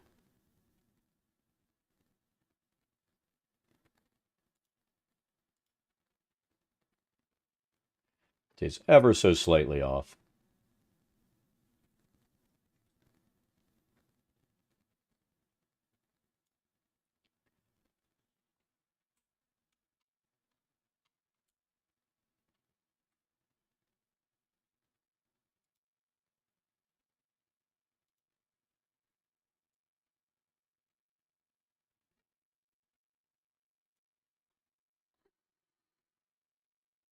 You've only ever known virtual?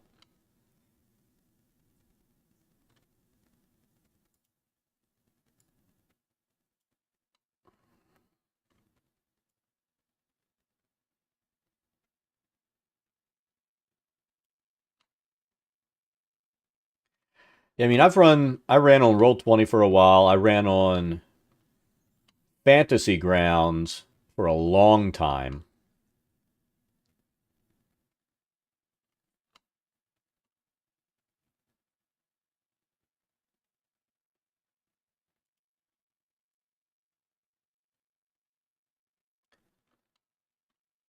And then I found Foundry when Fantasy Grounds had its Unity release, which I had done the Kickstarter on that. Unity came out and it was buggy as crap. So, yeah, it's just about perfect. We're going to call that good. So it ended up, you know, I got so annoyed with Fantasy Grounds that I ended up looking for another tabletop. Then when I found Foundry, I started looking for a new mapping program. The one I used to use was what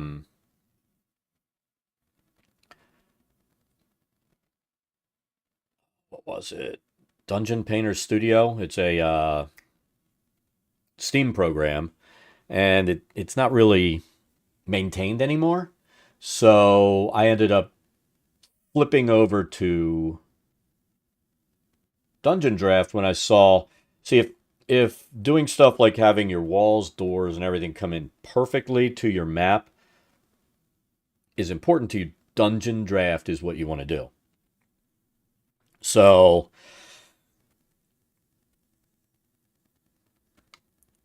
I really started, yeah, we're going to do this. And this map shouldn't take us too long.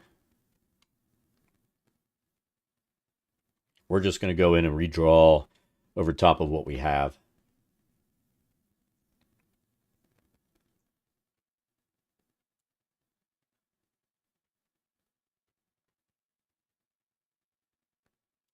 And then we'll end up doing these. I tell you what, we can probably crop some of these buildings, pull them out because they'll be the right size, and just have their orientation the way it is. We'll see if we can do that. And we'll create separate files that way.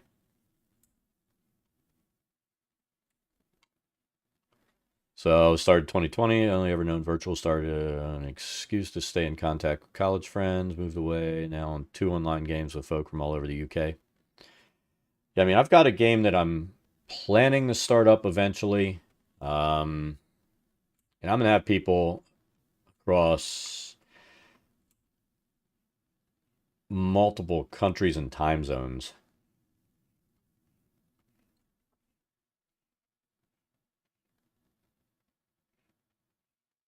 All right, so first let's do this. Let's set up our terrain. So do you run or is somebody else running? Who's the DM? Is it a perma DM? I've been stuck in perma DM mode forever. It's kind of funny. I complain about it all the time.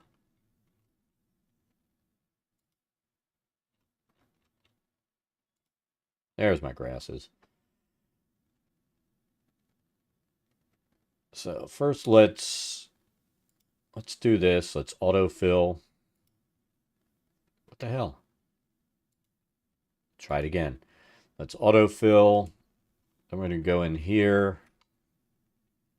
And we'll start cleaning this up.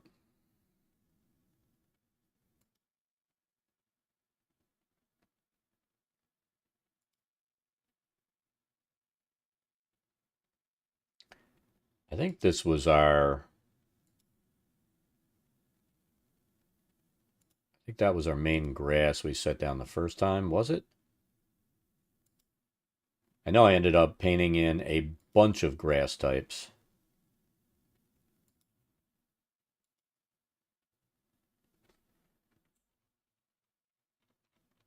I know this is one of them. I just don't remember what I used for my main background grass. You know what? That doesn't look bad. So let's do that. And then we'll start bringing stuff in.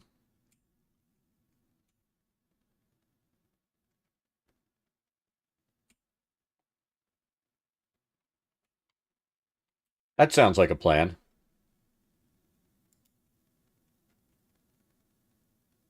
All right. Let's take this brush down a wee bit. Let's start painting a little bit in here.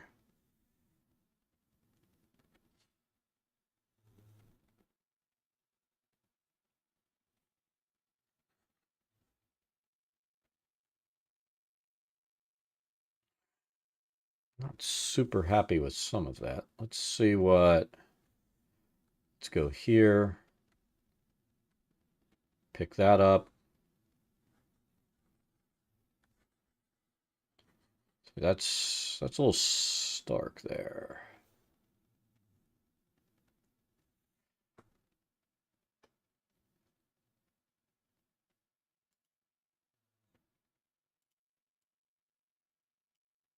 There we go.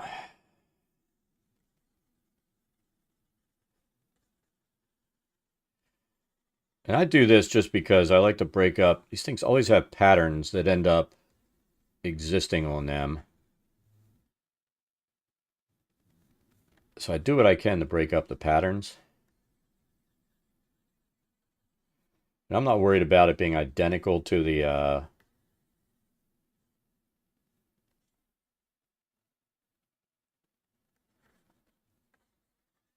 main map. All I'm really worried about is breaking the patterns and giving it you know, a little bit more texture.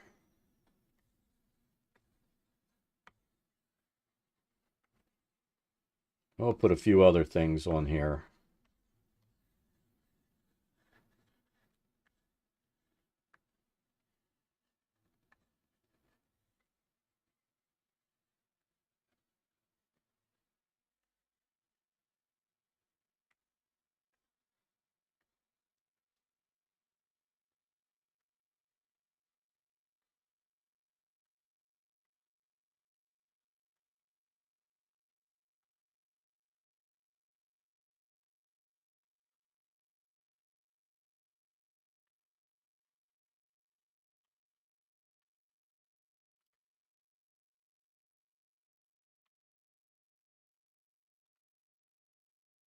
Used to be when we went to Adventures League, used to be myself and my son and daughter. We all went, we all had our tables.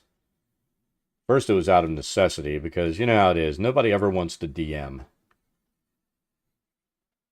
It's kind of funny. You know, nobody wants to be the DM. Everybody wants to play.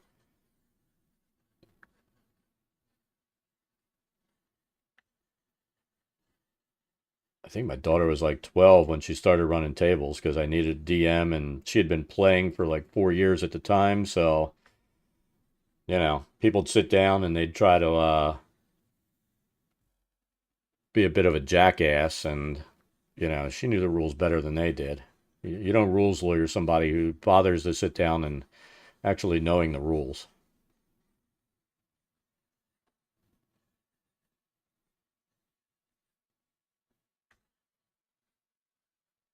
And my son got tired of DMing. So I don't think he even runs a game anymore.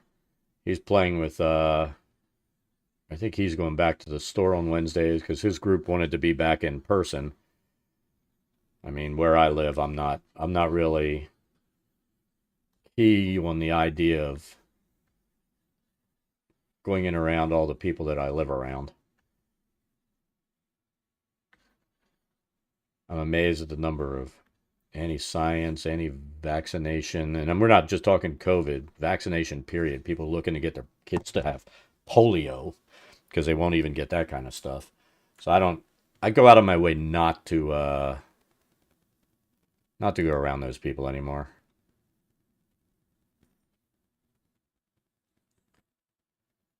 So we've got A06. Got that. Let's see how this mixes in.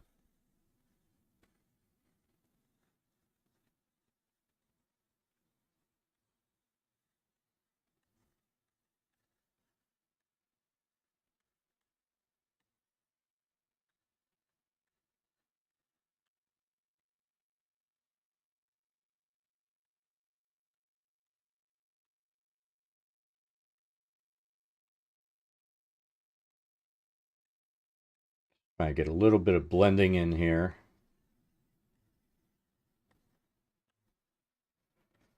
I think with something like Dungeondraft, people forget you can use multiple textures and blend this map in to make it look better than, you know, just throwing a texture down, seeing a pattern.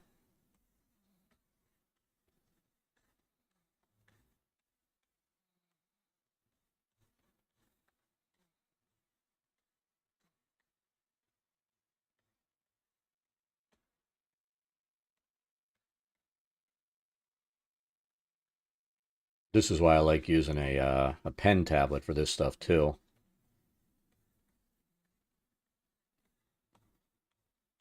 It's almost like you can come in and do a dry brush effect to get this stuff working.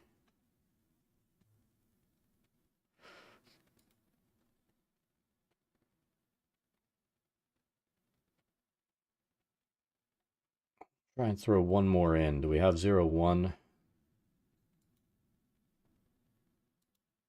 Let's see what this does.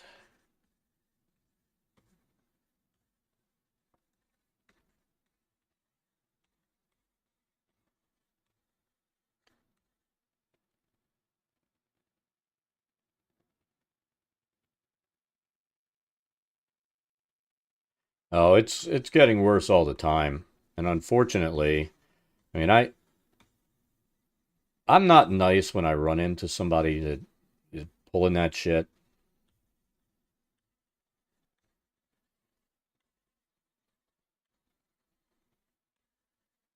You know, it's generally people who failed remedial science in high school and now they think they're the equivalent of a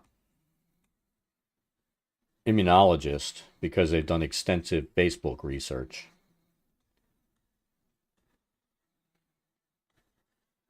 Let's see how that looks. See, that looks much better than the base. Just throw it down. So we're gonna stick with that. I think that doesn't look bad. It's not identical to what we had on the original, the overview map, but it's all good.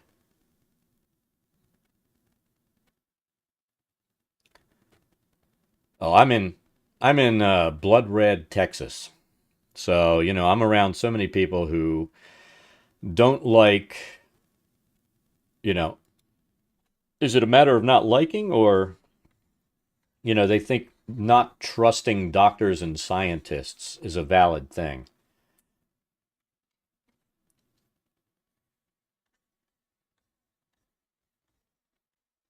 You know, and carrying a gun solves all their problems. There were a few lines I didn't like. Did that take care of those? See, look, now you see no patterns where if we just did a single layer of terrain, my personal opinion is a single terrain layer looks like crap. So, you know, this definitely looks much better, a little bit more natural because it's random, spread out. So we're good.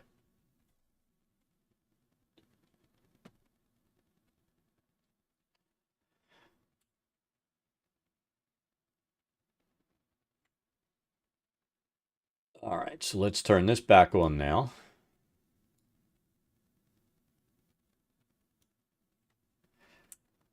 And then this is where we'll have an entirely another section that'll have terrain layer, and that's our walkway.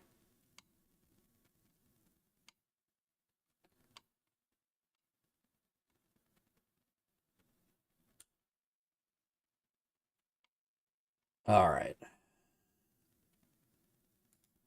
So I think what we'll do, we're going to start just laying down our roofs all over the place.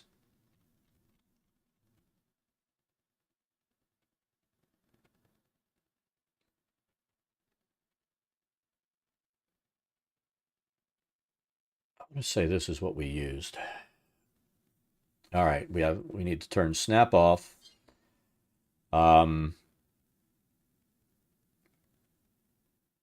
We'll do this as a quick box.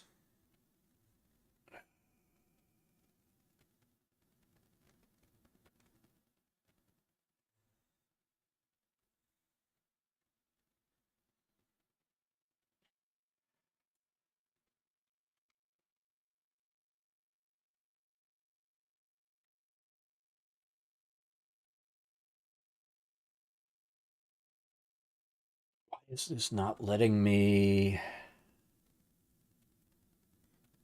rotate? What is going on here? There we go.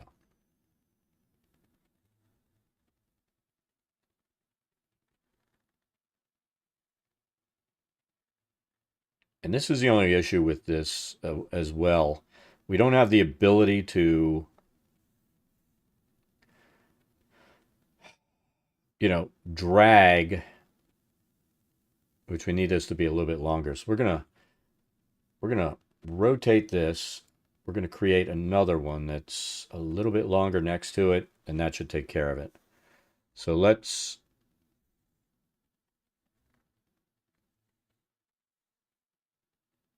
so what we need is for it to be like that much longer.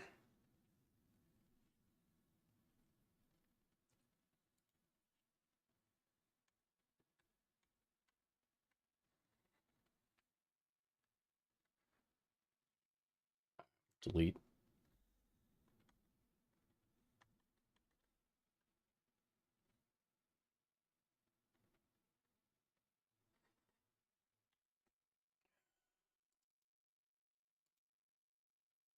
Delete this one. Let's get this to rotate. Set it there. There we go. So, perfect.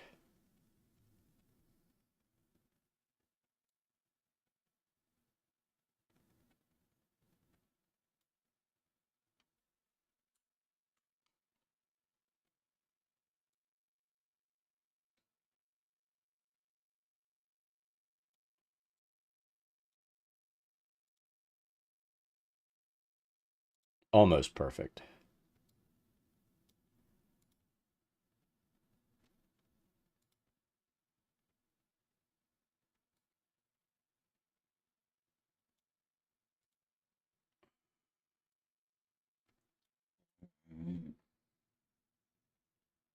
Yeah, it's amazing the silliness that you run into.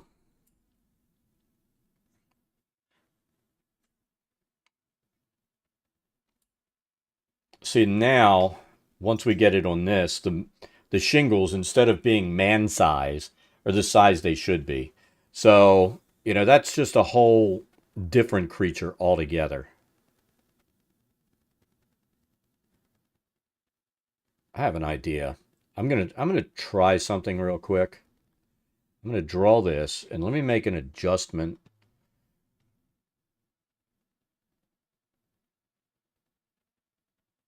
Let me make an adjustment in this pen tablet software. It's dumb that I have to do this, but so let's see. We'll do 5 as shift.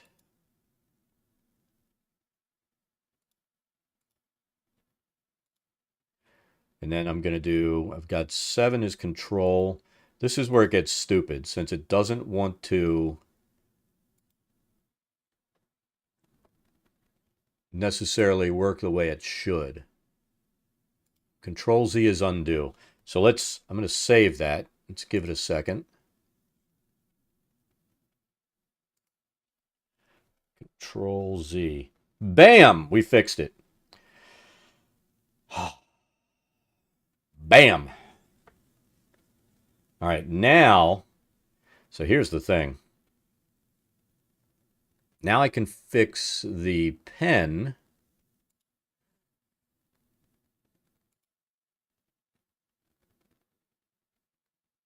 Customize. What I want is double click. And done.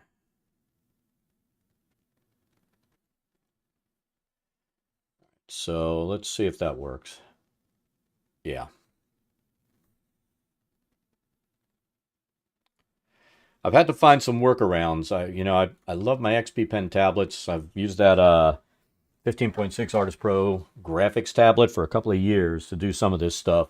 Like I said, that 15.6 just keeps getting smaller and smaller every year with my eyes. But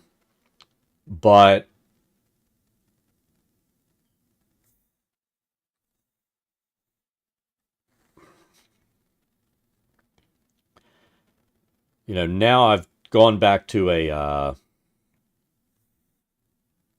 pen tablet. Oh, shoot. This is where I screwed up right here. See that right there? We need to get rid of it.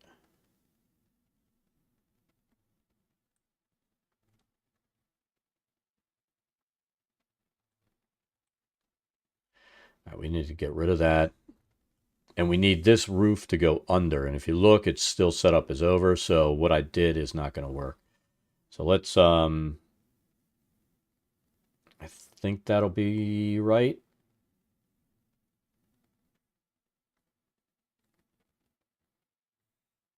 So let's select. See if we can get this there.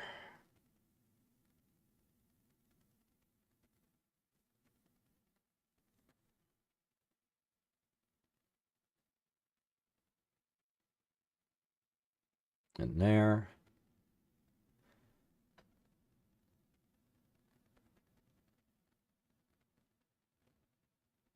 This is the Stonehill Inn, right? Or is it?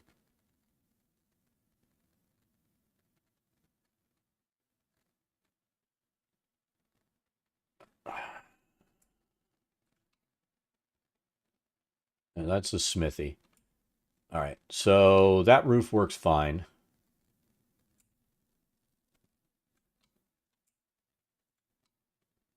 Yeah, we need to make sure we put this roof on properly here. All right, so that's one. It's going to take a while to get these done at this rate.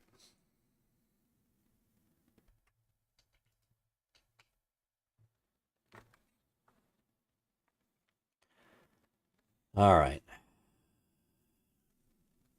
I'll tell you what, it doesn't matter if it's a named house or not. Let's just go ahead and get everything done in each chute, in each one of these zones.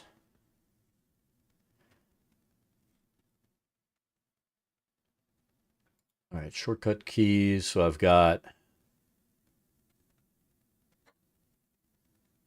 Okay. Why is it doing that?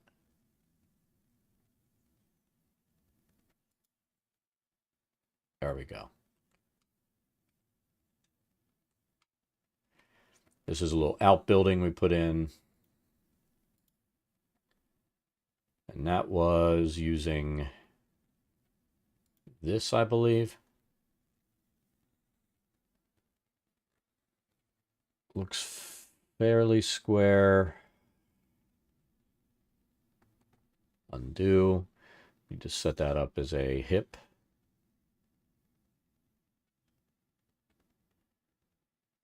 Do that.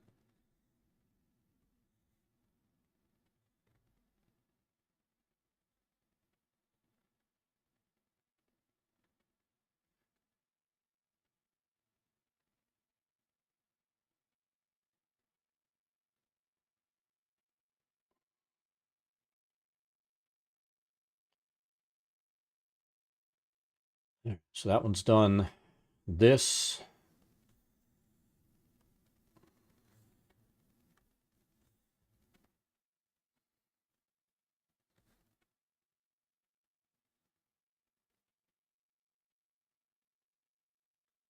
Look the same.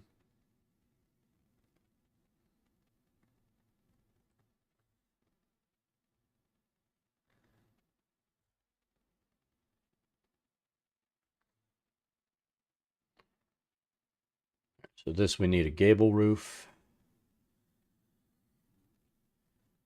I think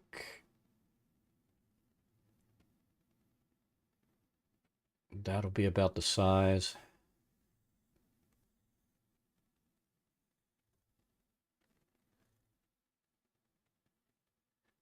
Might be a little off. You know what? It doesn't matter that much. And then we need this one to go under. So that'll be just like a long piece like that.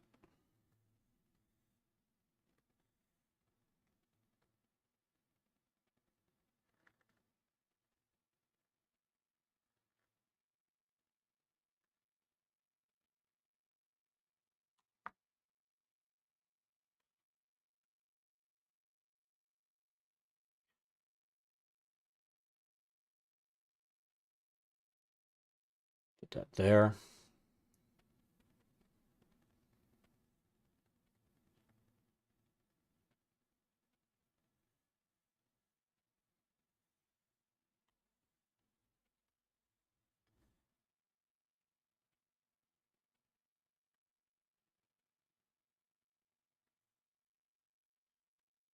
This one should work just about perfectly. And then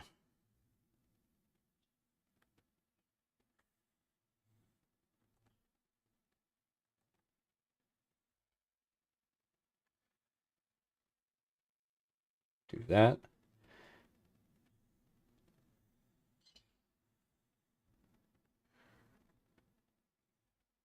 Pretty sure this is what we had there. It's a hip.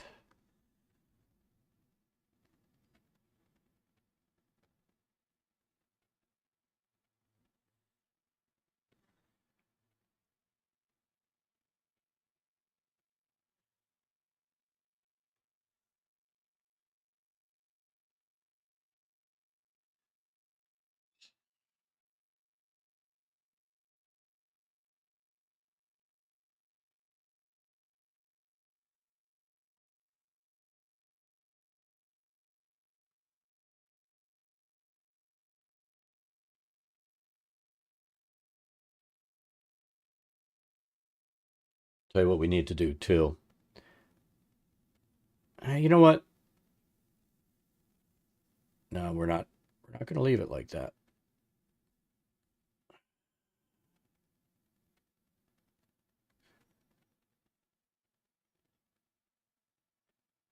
Well, the roof tool won't let me take the shade off. That sucks.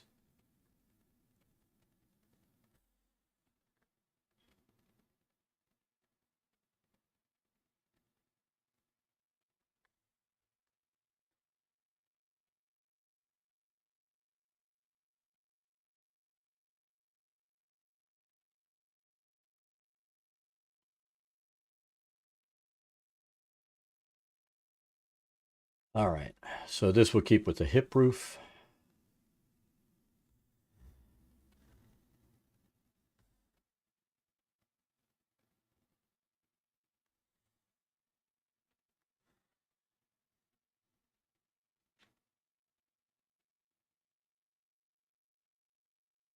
Say that might be correct. Might.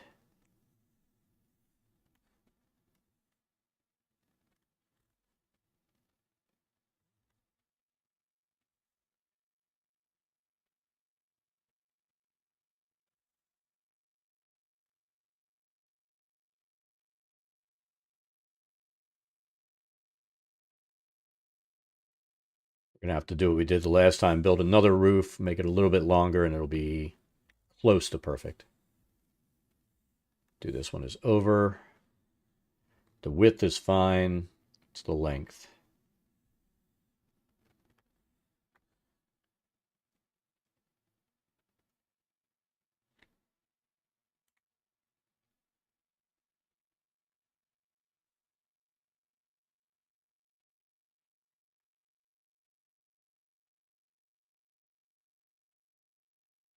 It could be a little longer. That's fine. Now we need another roof piece. This will just be a gable roof.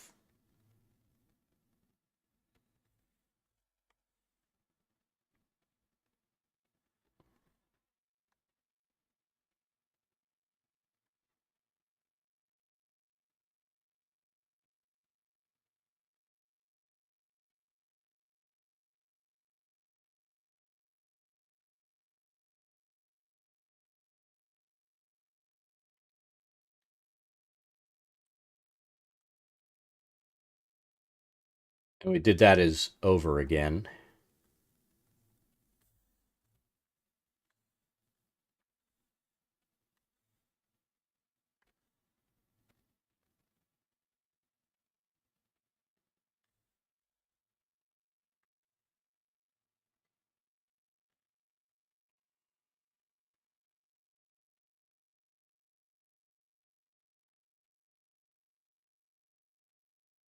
I want to say that's good.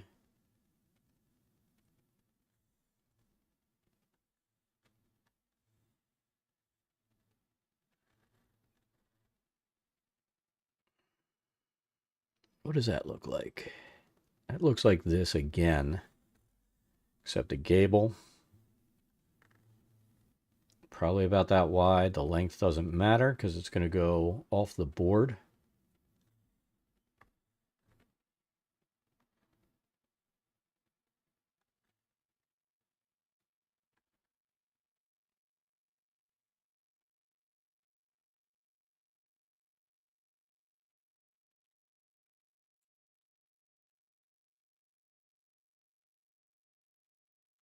And that black line is just the trace image showing through.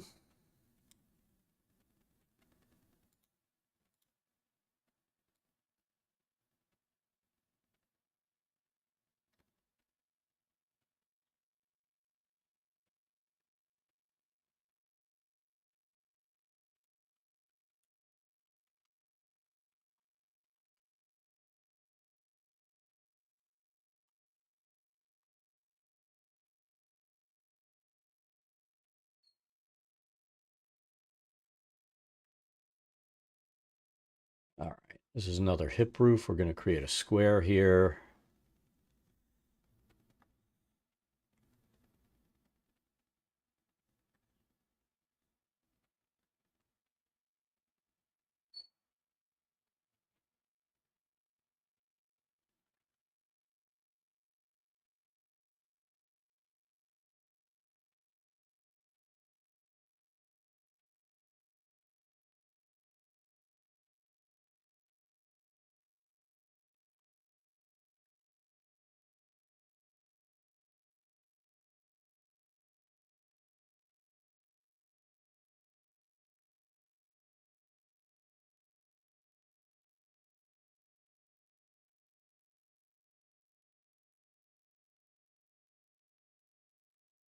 I'm going to say that should be about right.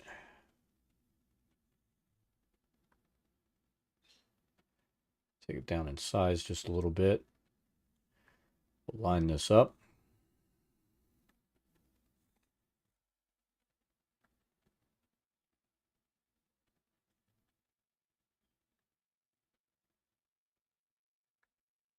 It's a little bigger, it doesn't matter. All right. Do another one under.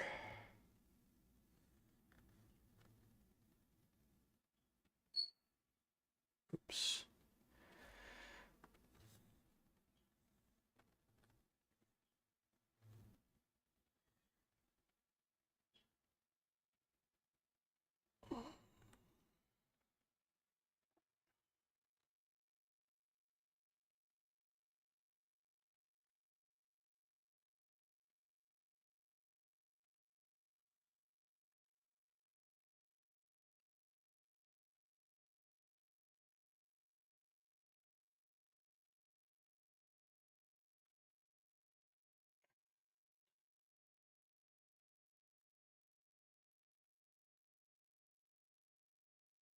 All right.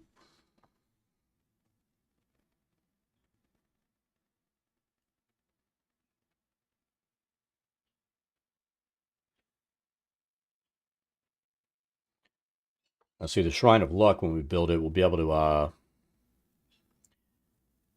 I think the size is reasonable because it's still stones that they brought in from all of that destroyed rubble around the outside of the settlement.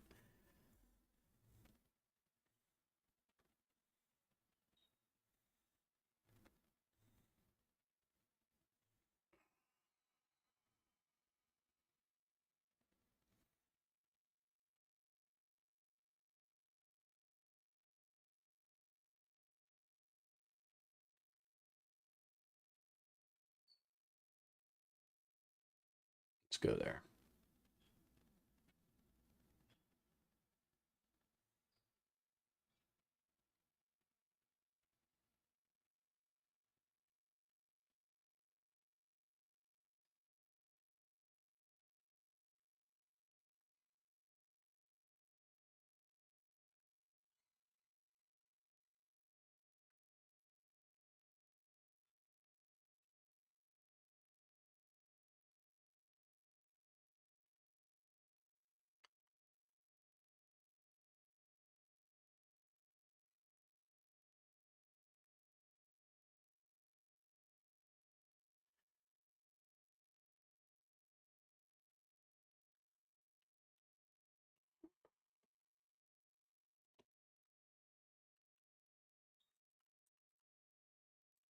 God damn it.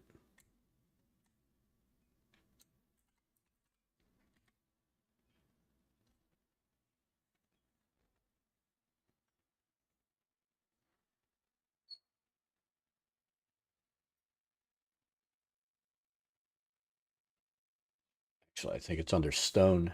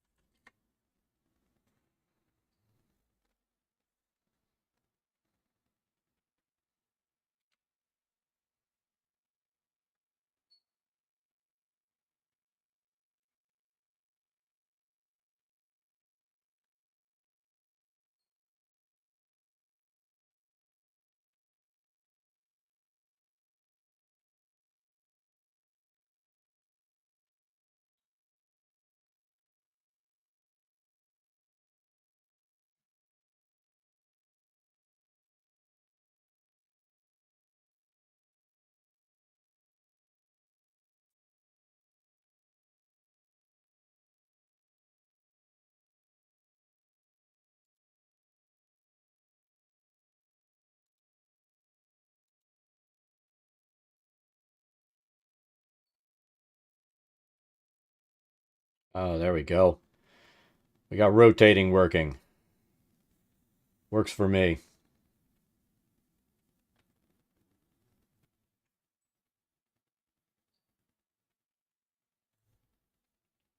This is what we used. I think it is. I think we had some stone down here. Yeah, this is what we used. This crap.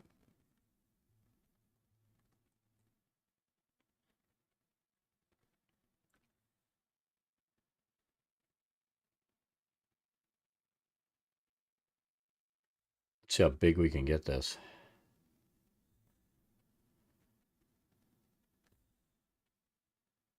Where's the max?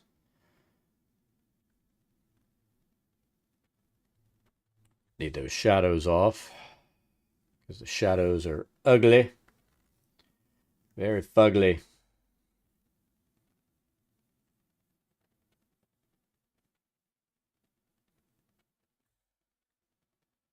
I think I'm going to make a change on that. So let's do, this is rotate and the roller as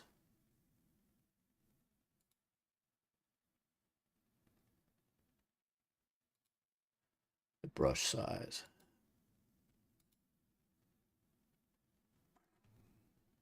Let's see what that does.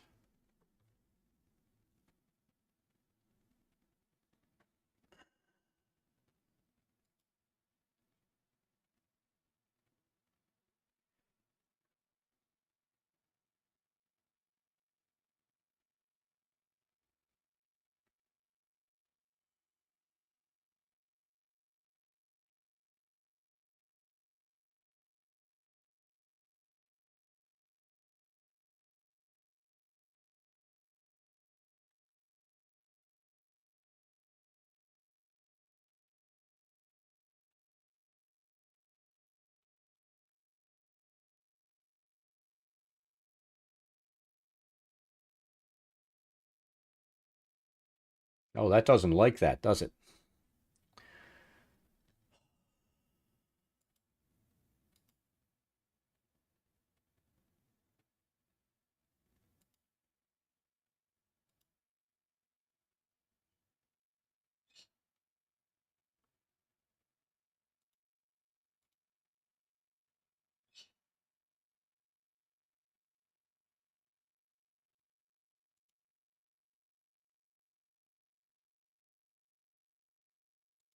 Tell you what, I'm gonna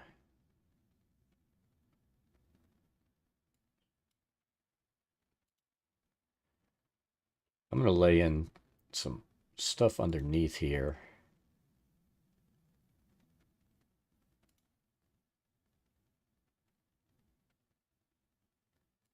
And it won't matter that much what's on the bottom side.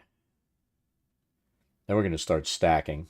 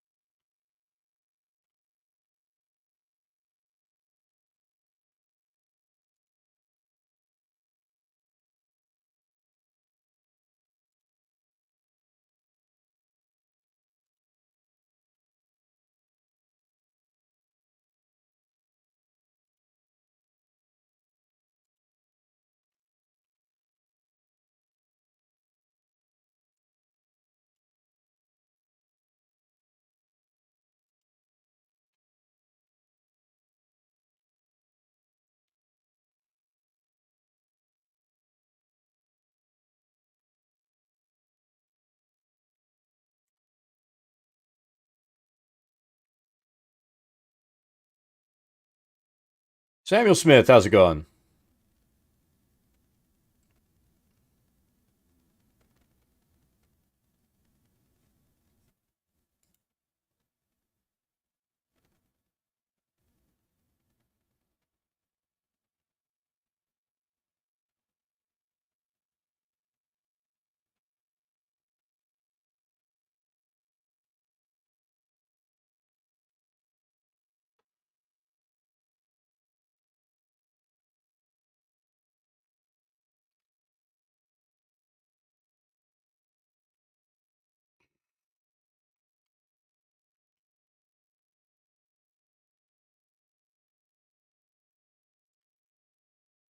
Trying to see what I want to all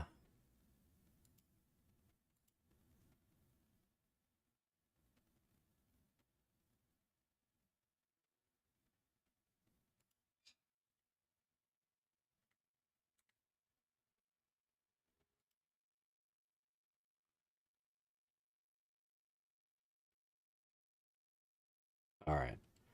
So let's select something and see if that works. Good. You're not going to let me move closer, are you? The pups are all underneath. Because that's their job. To always be underneath.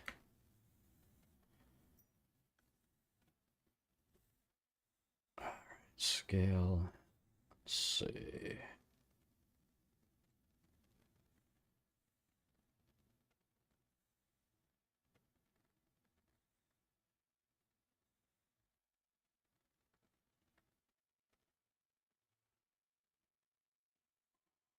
All right, now we'll start laying some stuff around the top there.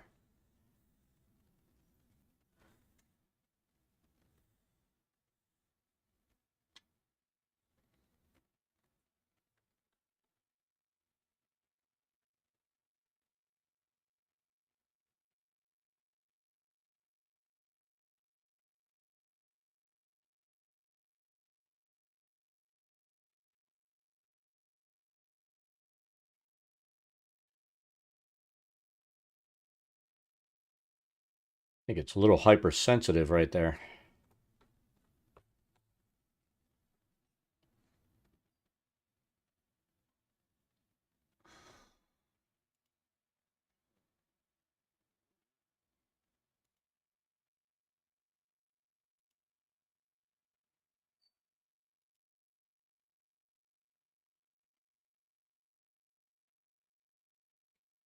There we go.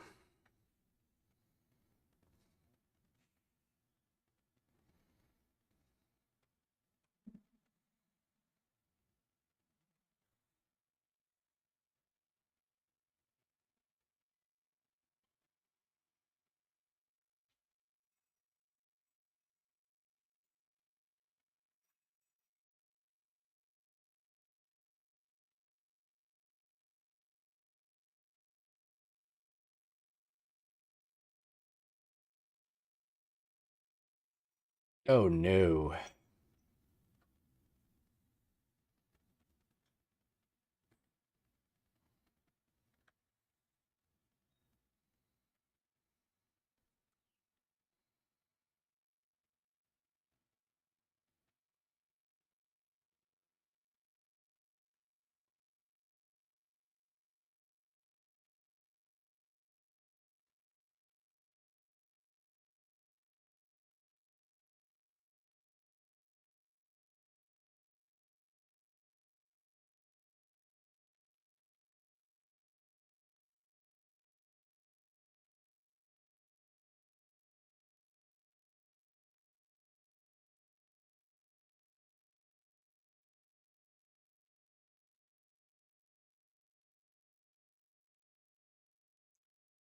Very sloppy shrine.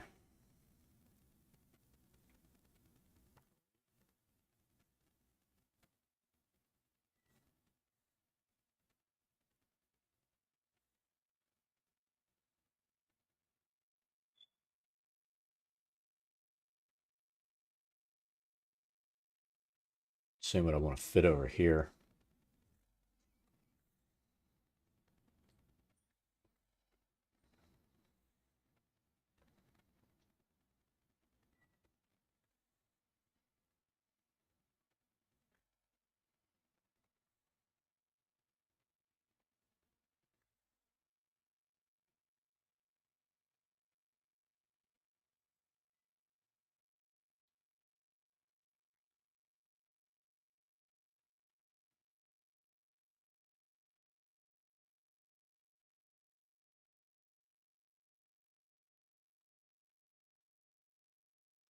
We need some stuff to stack there.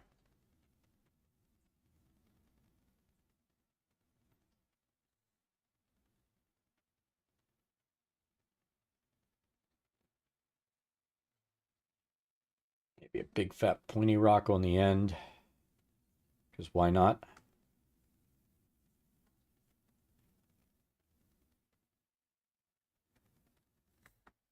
We'll leave that one tilted.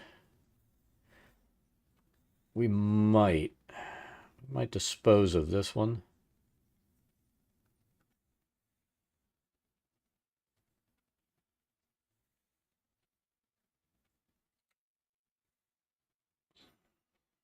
We need something right here that fits nicely. Nice and snug. I have a feeling we can sneak this one in. Let's see.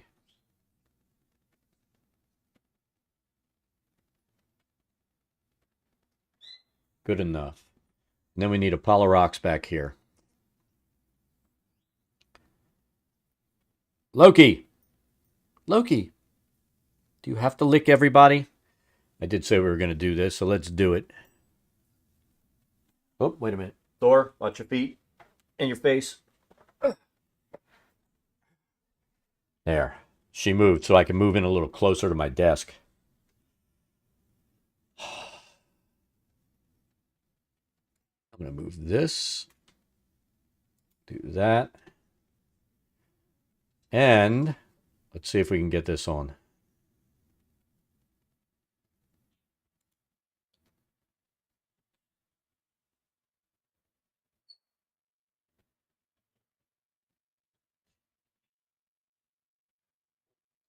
Why is that not working? Why?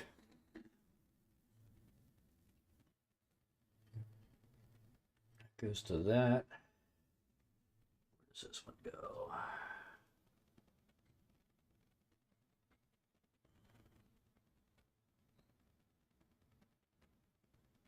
It's on. At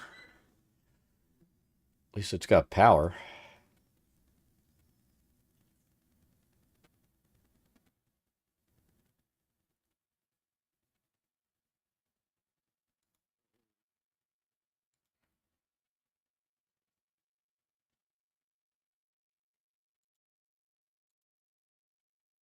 There we go.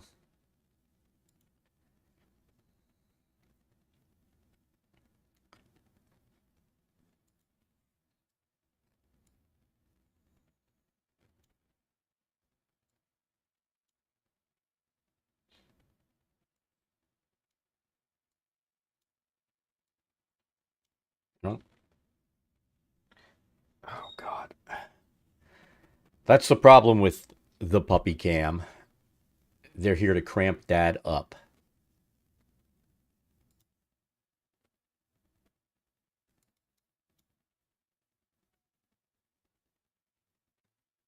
And I know he's going to move.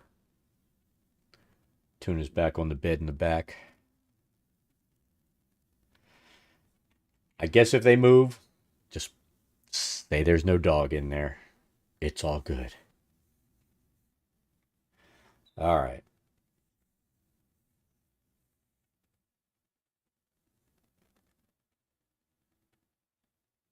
So I feel like we need some stuff back here.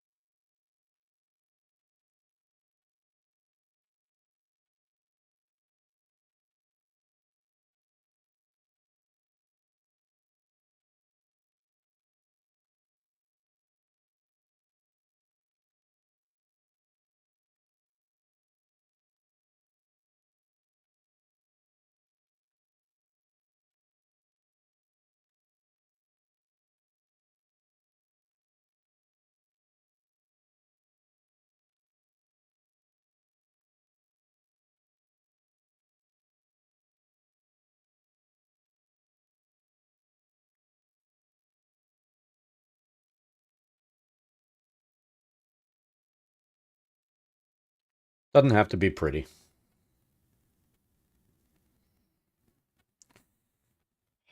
Now, so I'm not going to pull in the other asset that had this statue.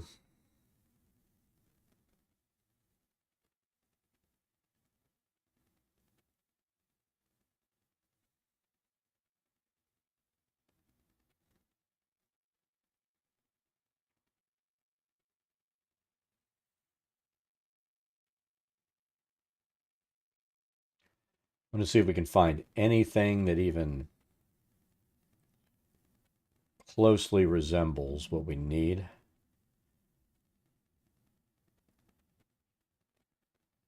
Pretty sure we don't.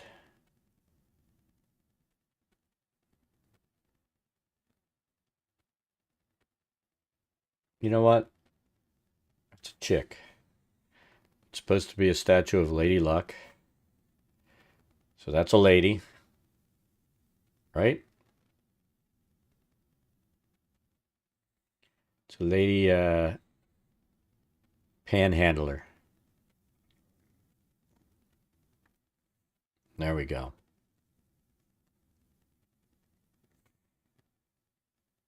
I mean, that's the only thing that's even remotely close to the lady statue. So there we go. It'll work.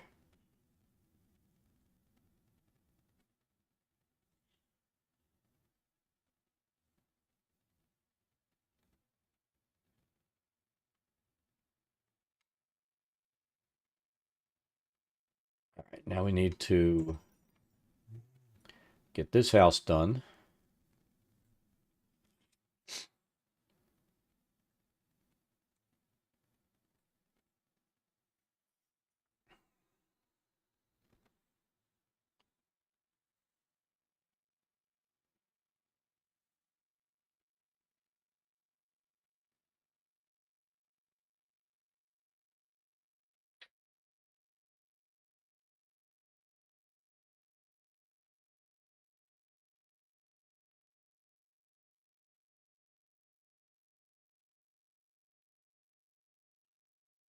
We're going to guess on this one.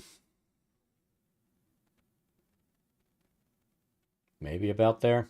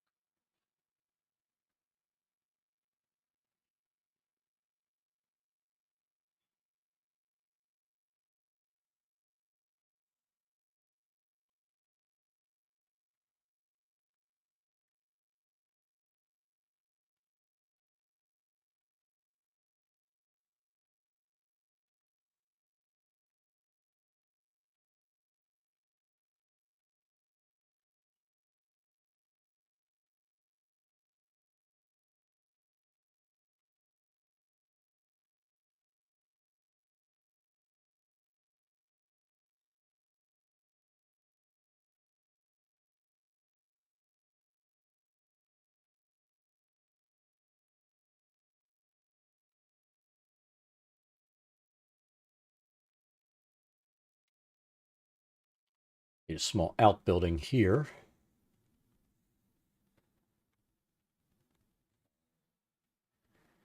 I built this one as a hip roof. What does it look like we used?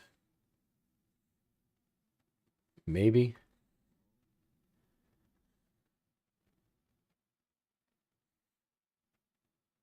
We don't like that.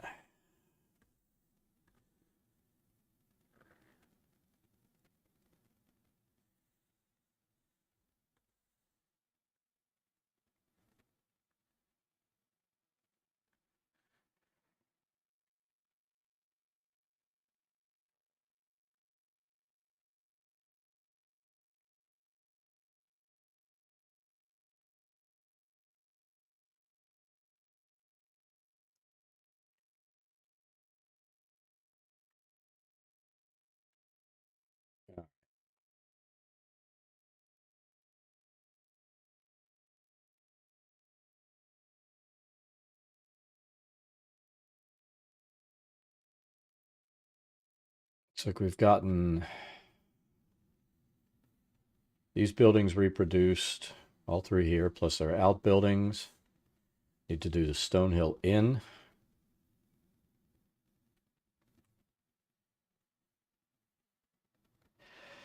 So let's go and do this cluster here.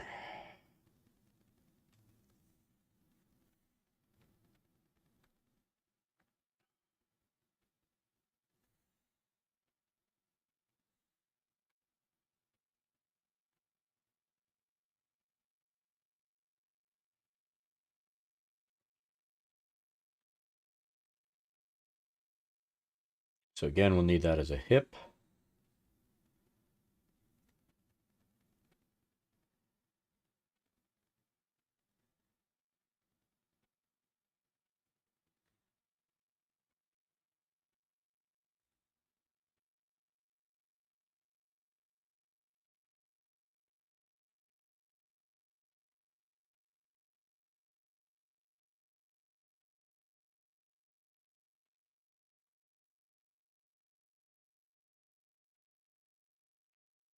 This one's kind of a square.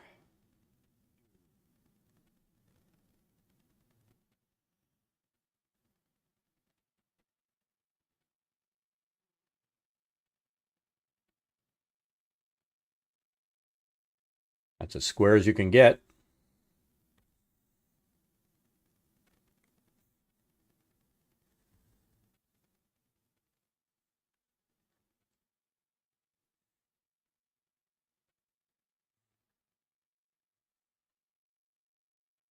All right, so do that.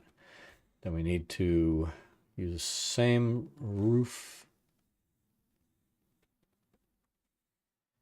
but this needs to be a gable. Say like that.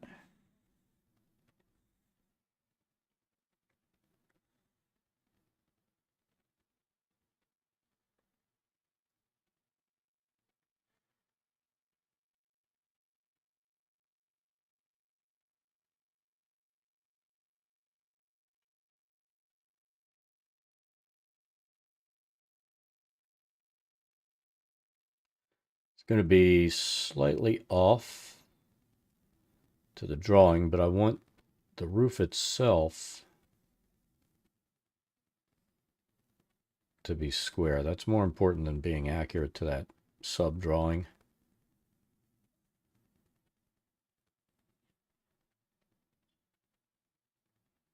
So there's that one. We need this building.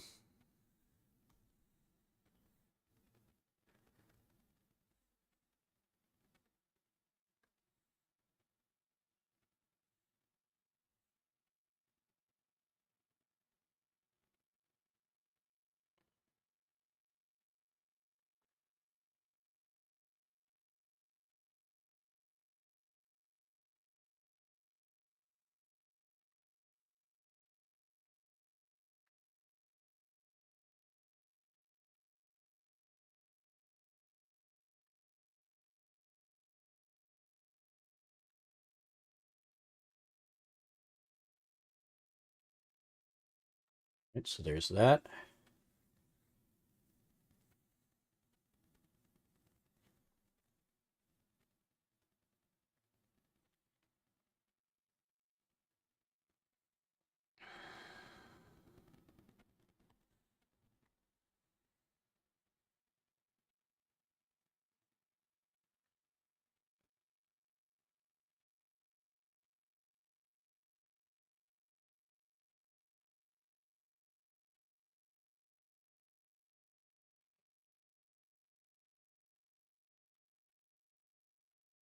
So we need a square first. So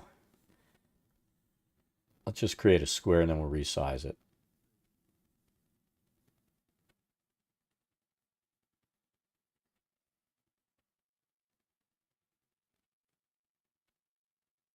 Ooh, it's pretty close. Shit.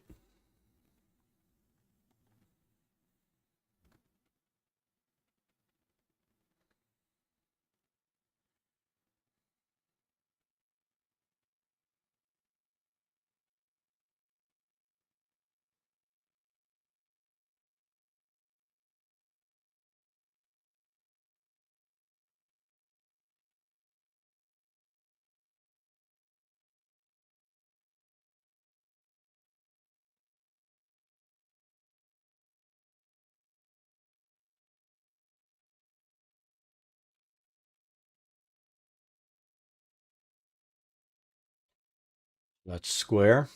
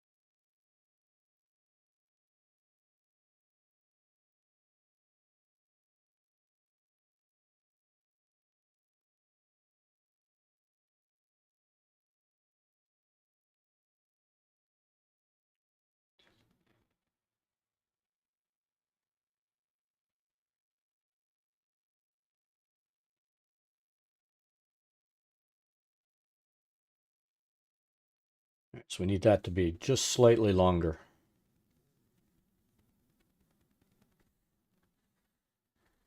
So we're going to do another one right next to it.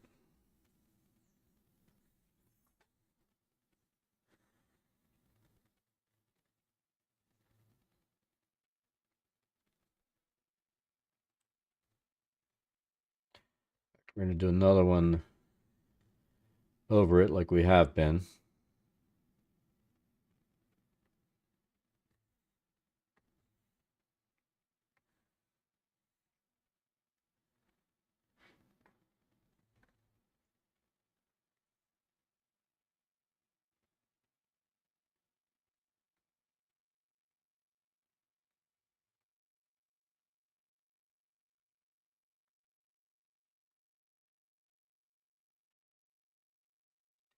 So we got 1, 2, 3, 4, 5.5. Half.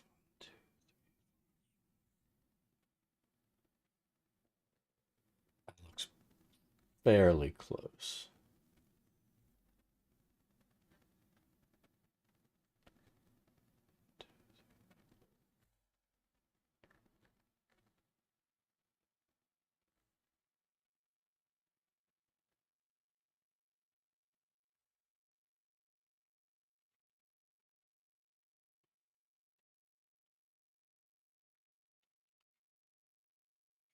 Only thing that bothers me is when you do the hip roof like that versus a gable, these things don't match out size-wise. But I guess we'll have to live with that.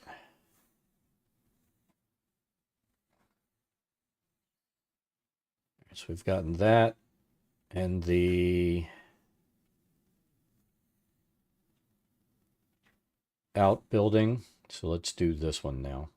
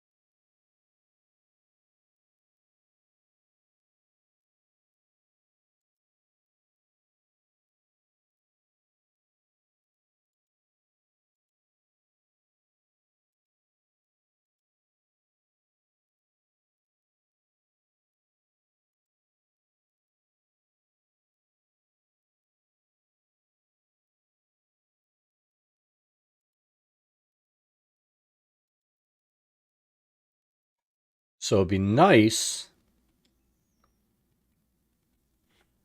Let's see.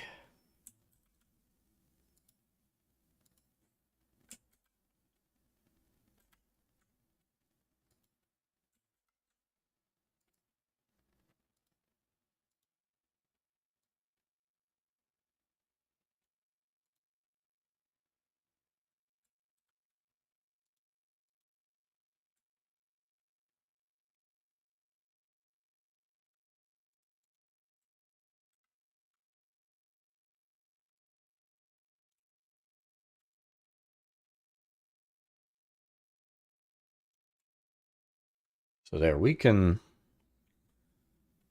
come in and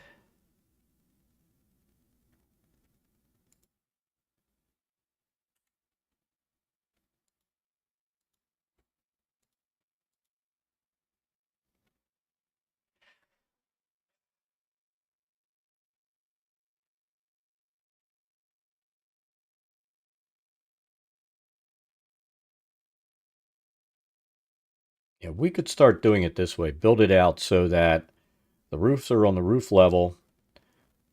We build the ground floor. I think that's what we're gonna do. We're gonna make our life easy peasy.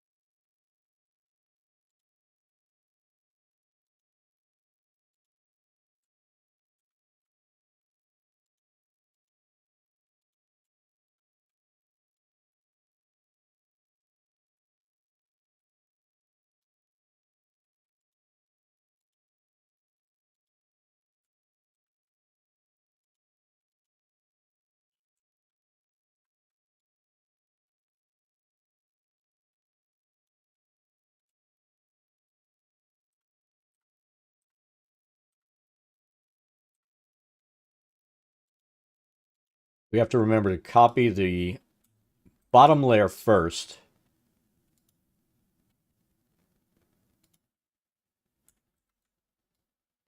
Place that.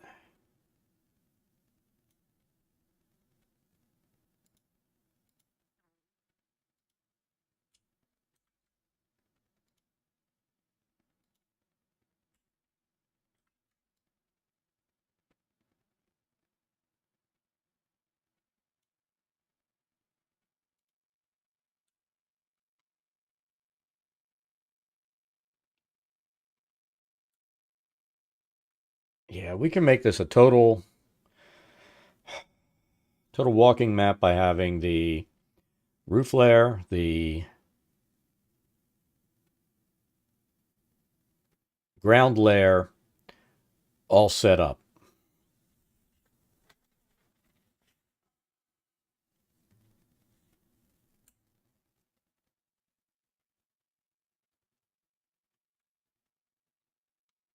I think this is going to work.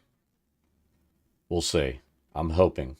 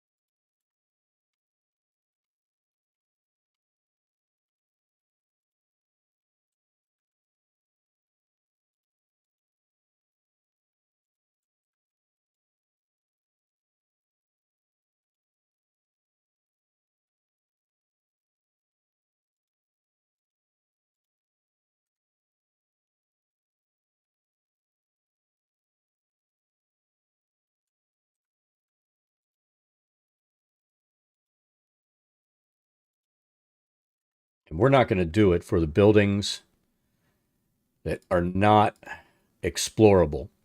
So we're only going to do it for like this. We're going to need to do multiple layers here.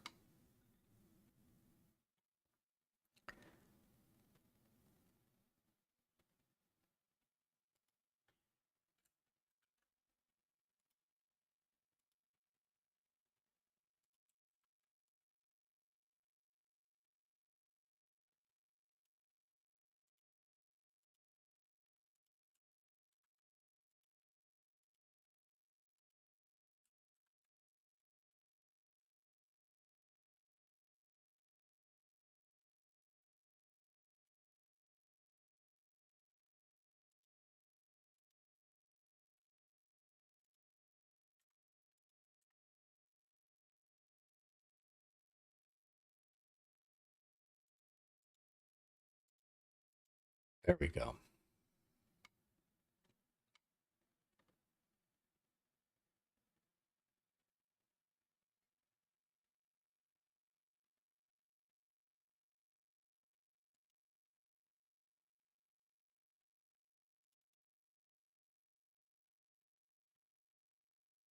So directly across the street, this one can stay like that as a ground floor map. This one needs to be set up with a roof.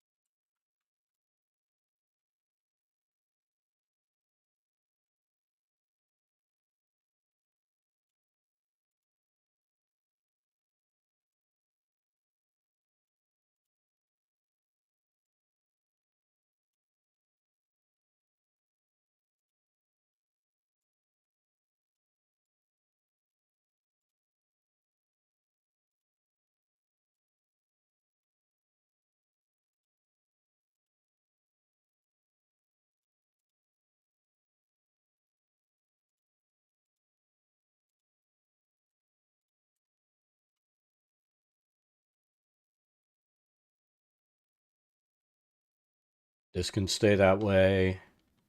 This. These can stay. This is the smithy.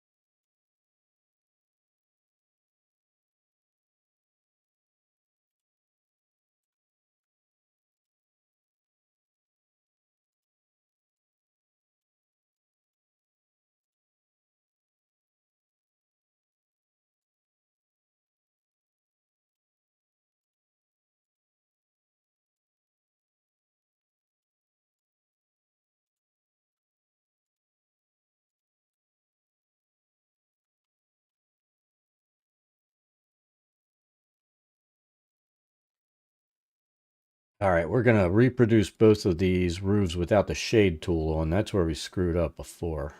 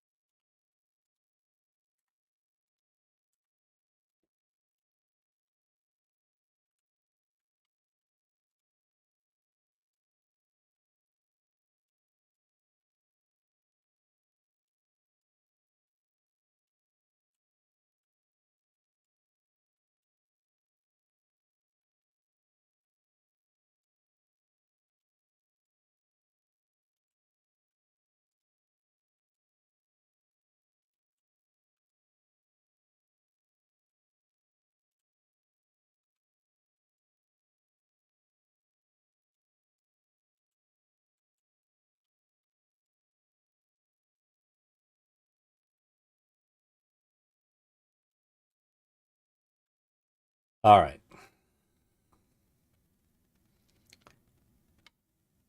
And then these houses up here, we said we don't need to worry about those.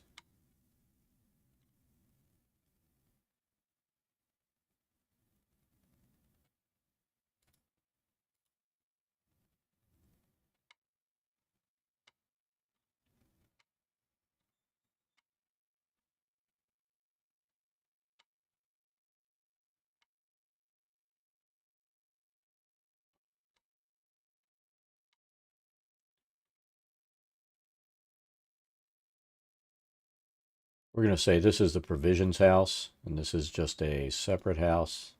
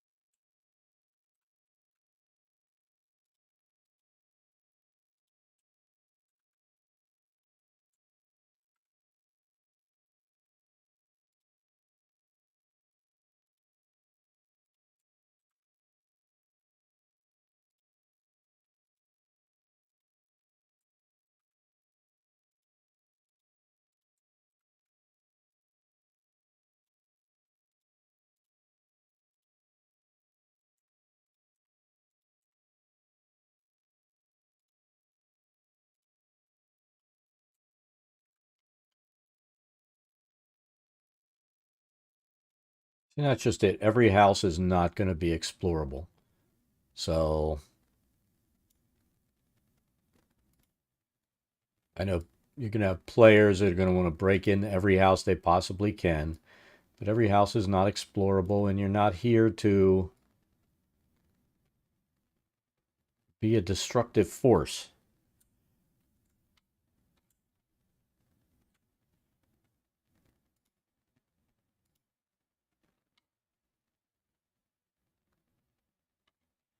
So we're going to leave it like that. I don't want them exploring in there, so we're going to just create that as our ground. So anything that's not explorable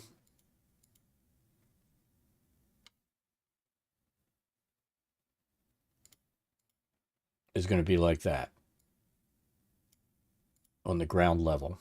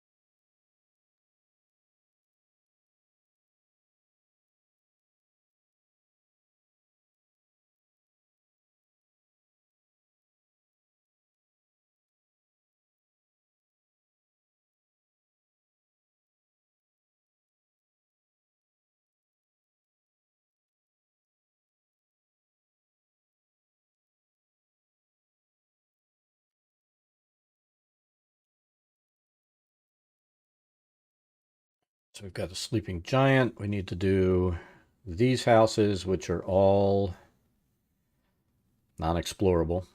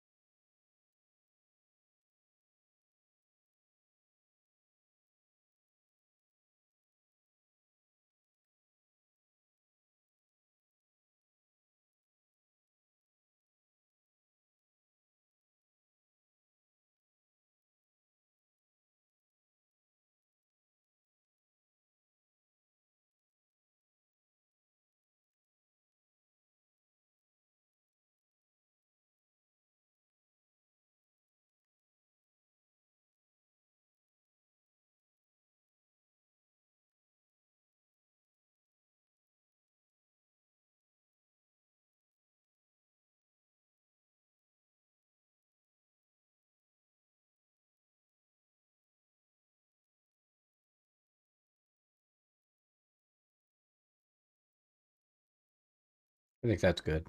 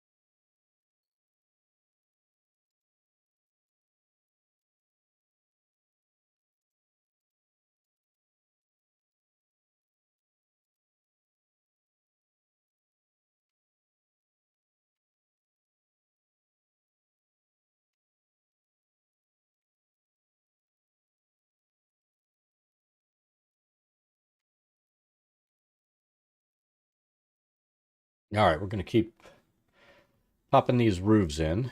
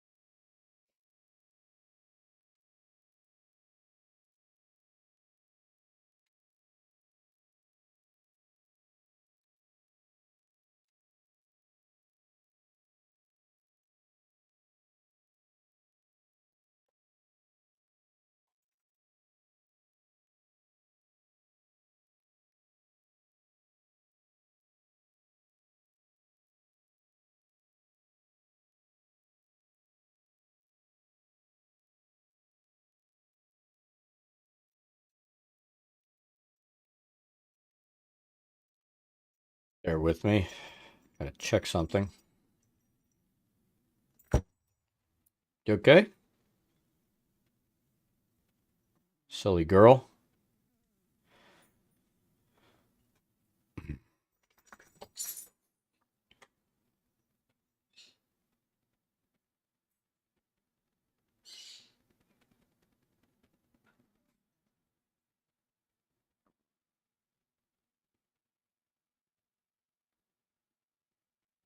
All right.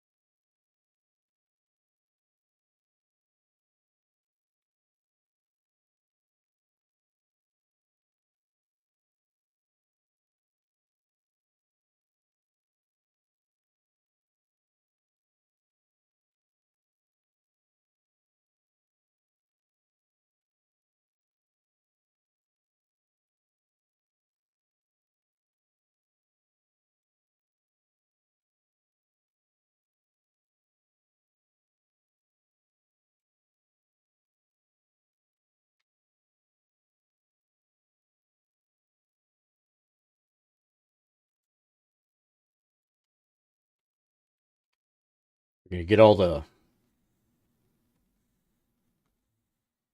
unexplorable ground floor roofs done.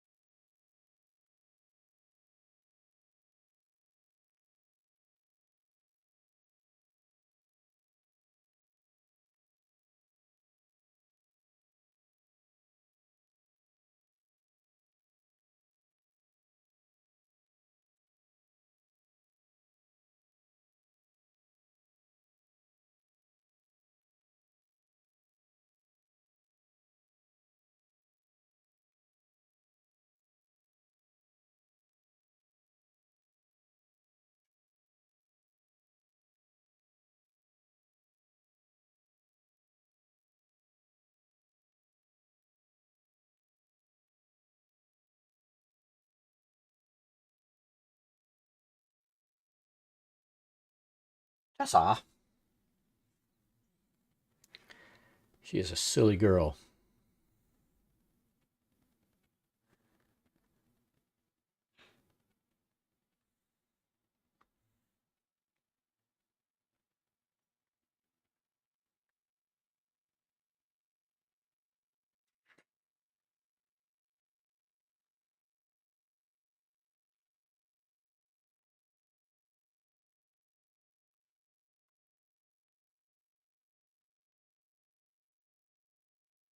So I believe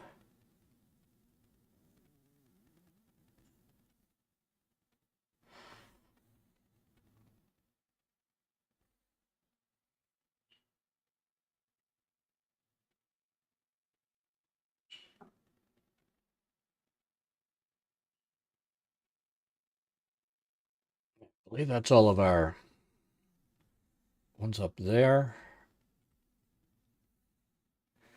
Now we need to do this and this with our roof level, and we'll be done with the houses again. Then we're going to come in and start laying down all the other stuff. We'll look at the descriptions of these ground floor buildings that you'll be able to walk into. Start doing the layout for that. I think we'll have to do, for the Stonehill Inn, we'll have to do a second floor.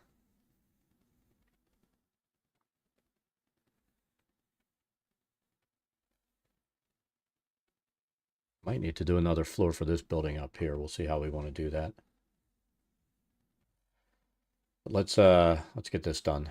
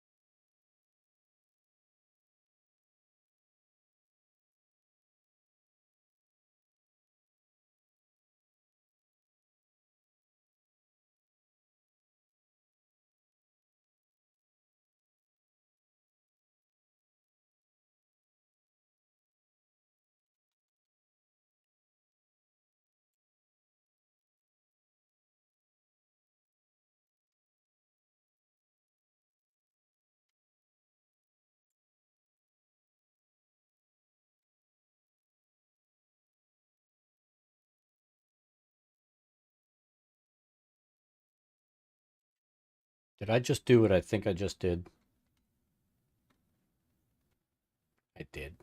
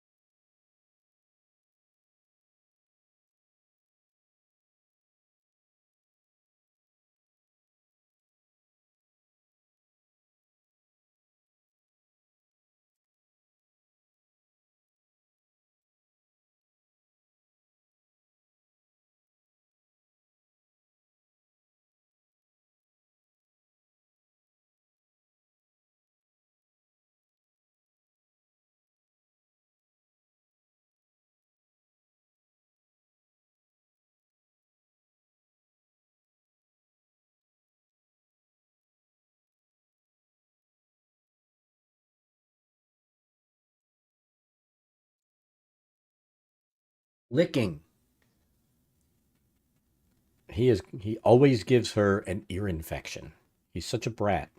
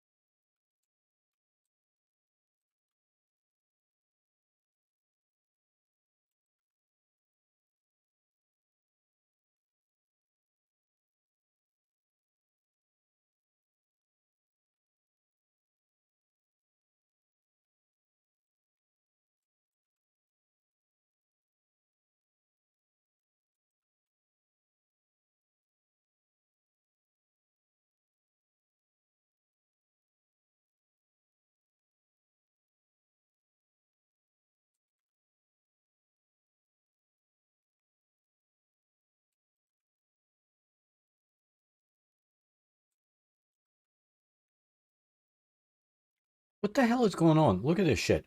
It's copying the roof, but it's copying it with a fucking shadow.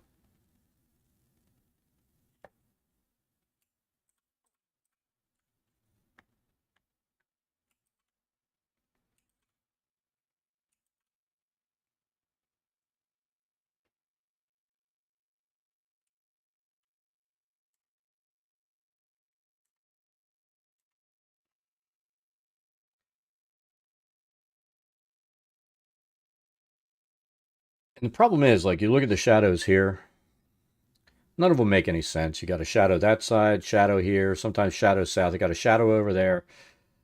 There's no consistency to the freaking shadows on this. So that's why we're dropping these things without shadows, because it makes no freaking sense.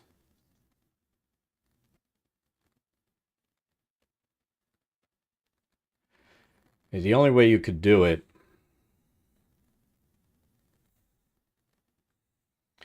let's start here. Here, let's make one with the shadow just for the fuck of it. So we're going to do a gable roof. Needs to be about like that. Or shade, I should say. Sun's going to be coming from that direction.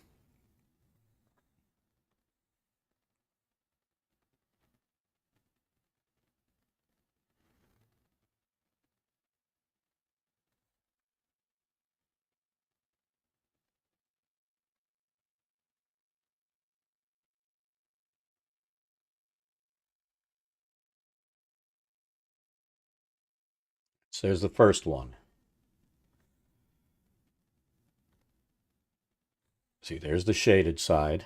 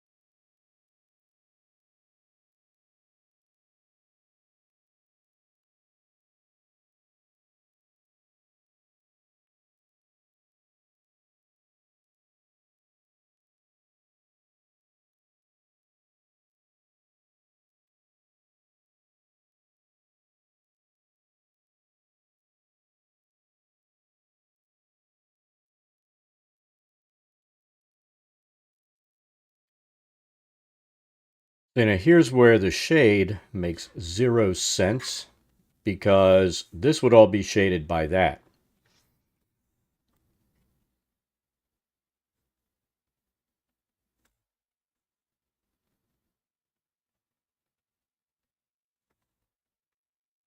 And then the issue here is if, once we've done this, most other items, we can come in and make adjustments to them.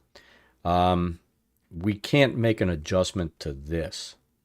So it becomes problematic.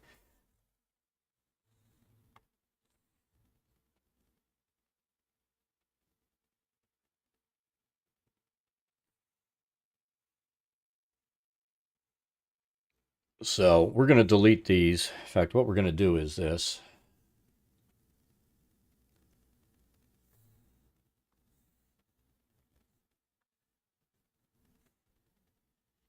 We're going to turn these so that they are up and down.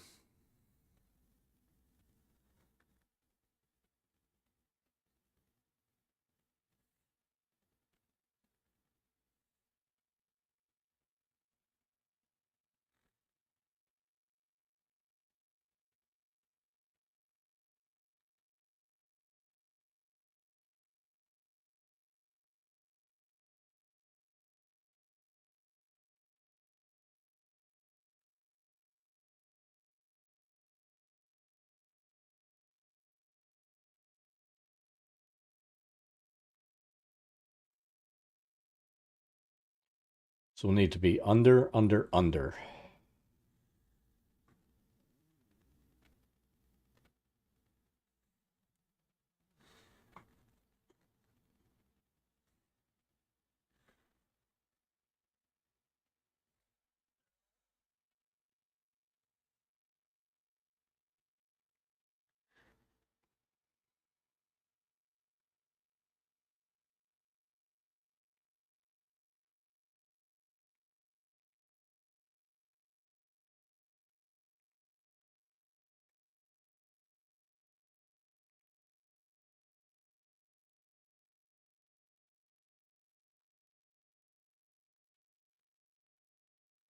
Did we do it again?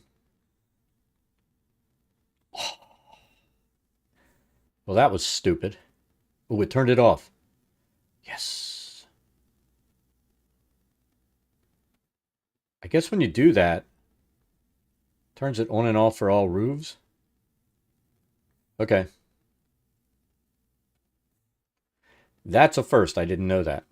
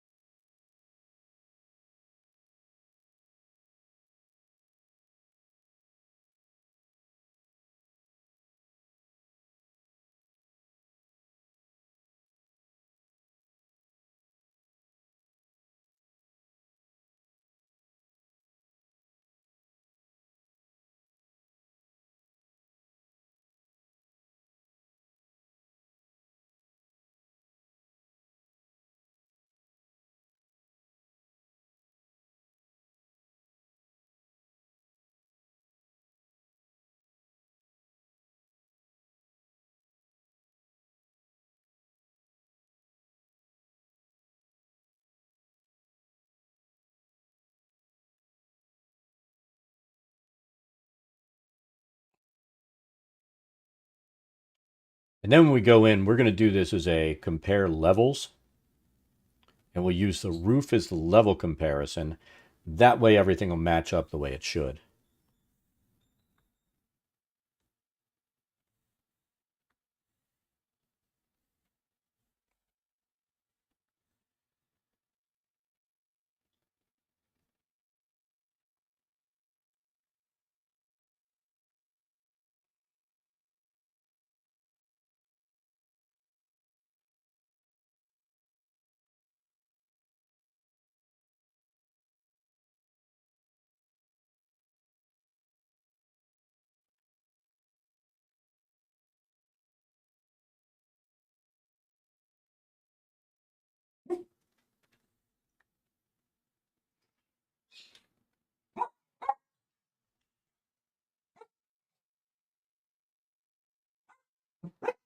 Stop.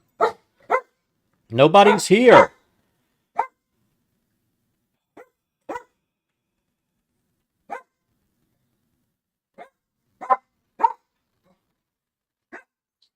Come here. Nobody's here. Nobody. All right, give me a minute. I'm going to let everybody out because Tuna's going to drive me crazy.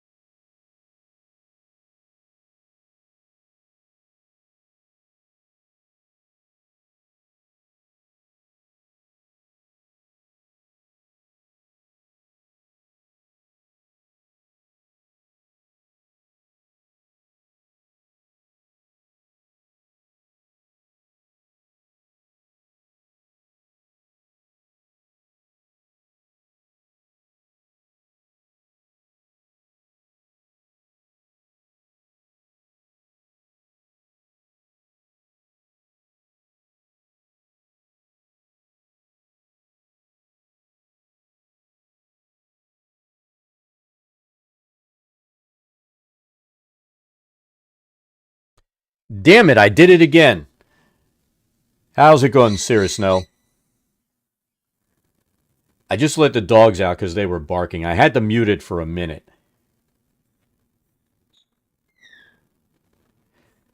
All right, so the roofs, we want these to be like that.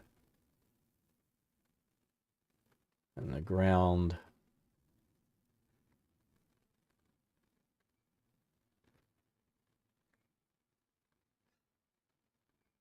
Like that. What happened here?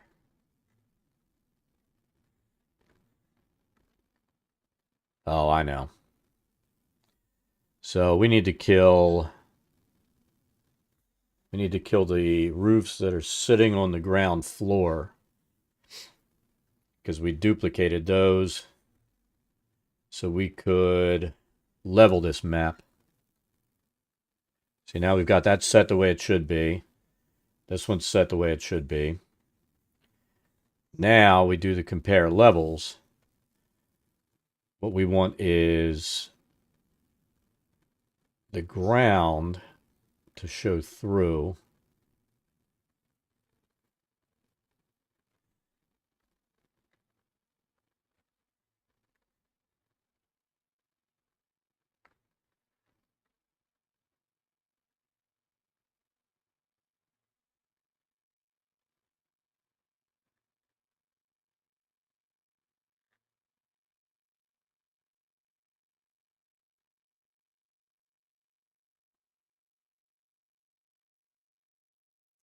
Why?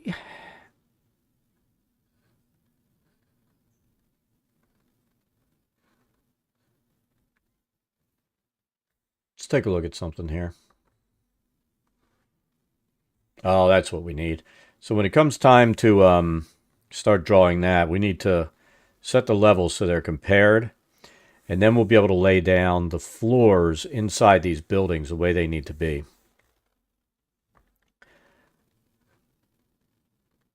So we only want the roof to show through a little bit.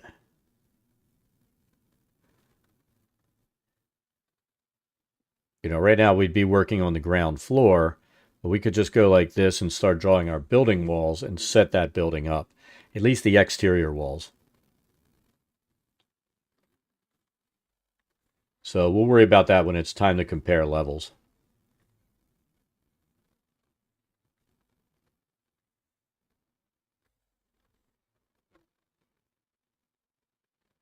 And the roof, we're going to leave it like this where there is no background because we're going to need this as, in fact, we're probably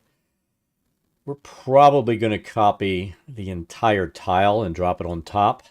We'll see how we decide to do this. But this will give us multiple levels on these buildings.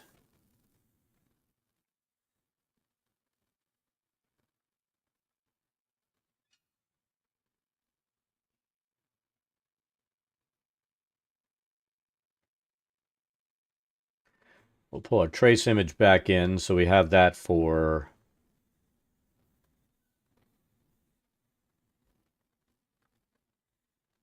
all of these other buildings.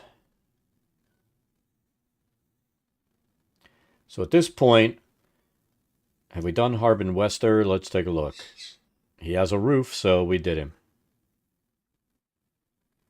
This is our ground. Let's zoom out on each of these named houses and see if we go to the roof layer. If we have our roof there, and if we do, then I think we're done with our buildings. So named houses, there. All these, they've got their roofs. And then the ground floor, non-explorable buildings, they have the roof there.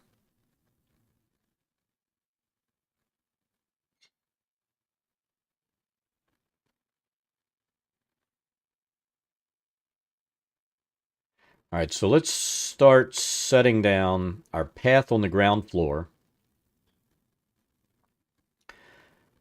Then we're going to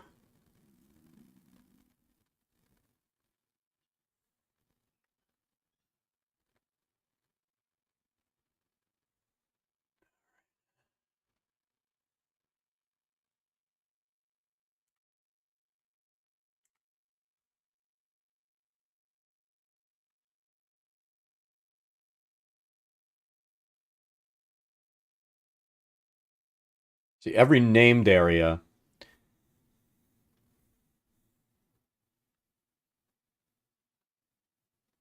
should have our roof on it. And then when you pop off of that, the named area should, you know, you should see the name and the underlying image from what we did the first time when we did this map much bigger. But this is our center town zone. This will be fully explorable because we are setting up so our 5x5 counters will be able to go in and actually explore. All right. So at this point,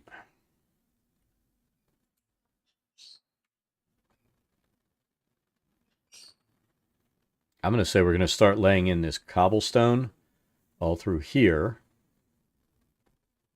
Terrain brush. All right.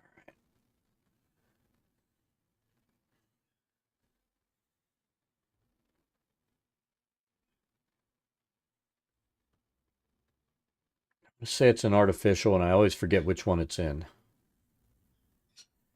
There is one that has just boatloads of cobble, and that's what we're looking for.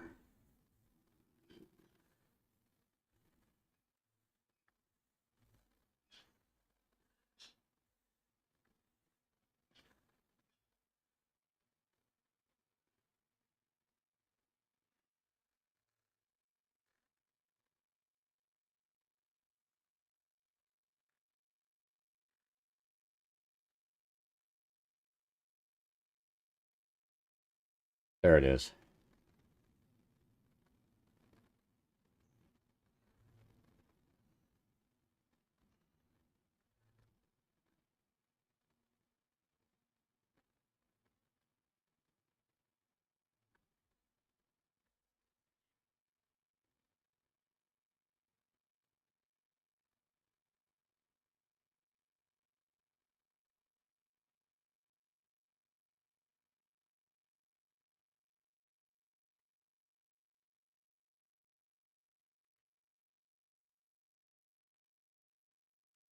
Set that at like 4.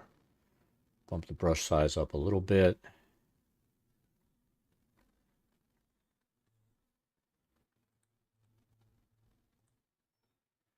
I feel like I want it to be slightly less intense.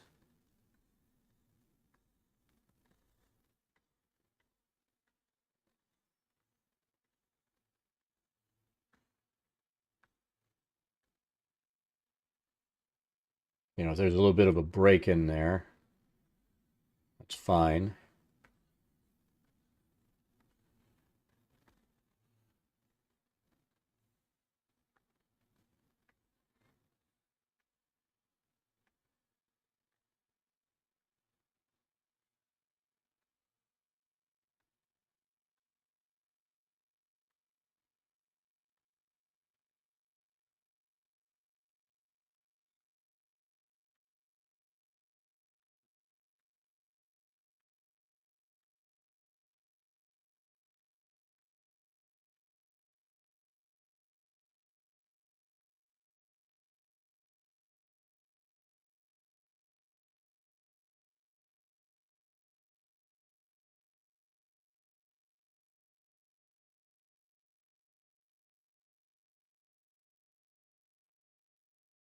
What is this?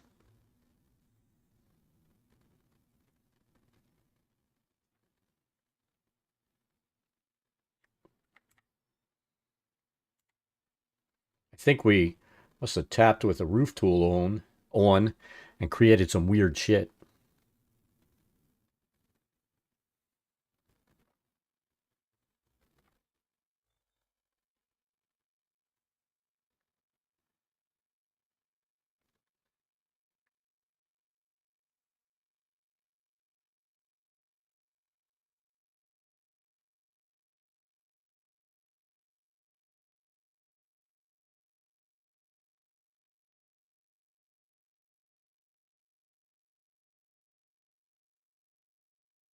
get that so it's just barely there.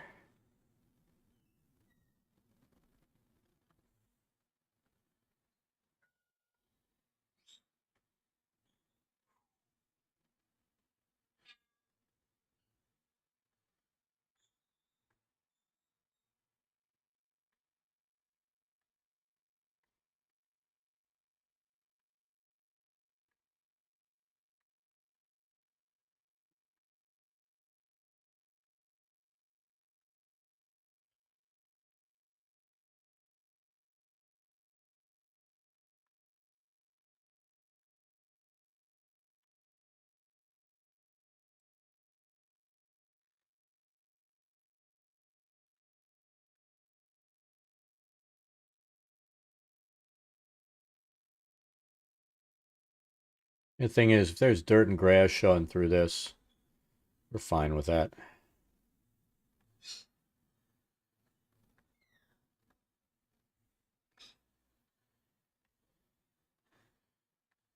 We'll go in after we have most of this, basic outlining done.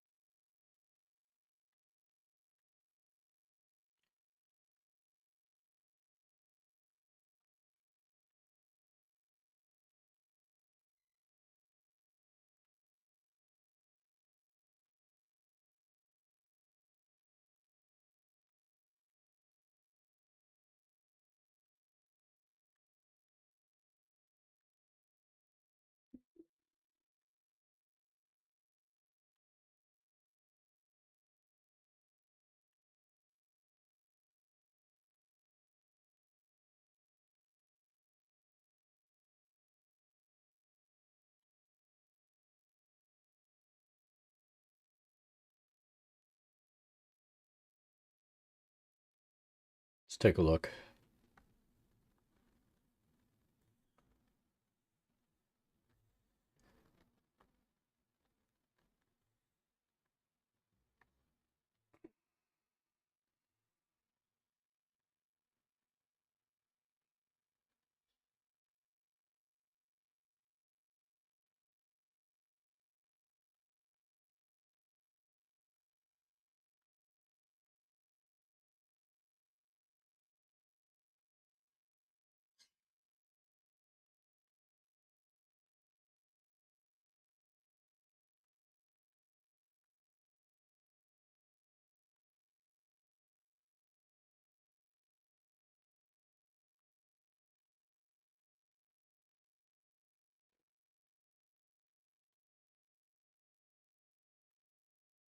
No! Oh, shit.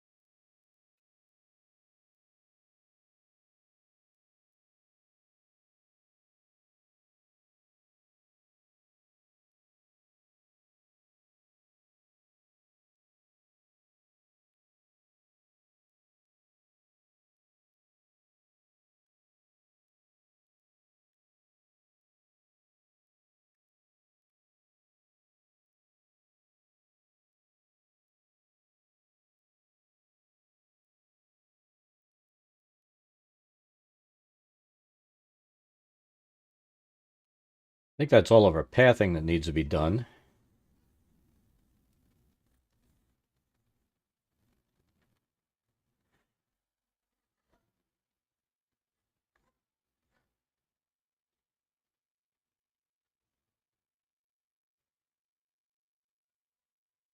Let's take a look again. Let's see if we can do this time without screwing with our...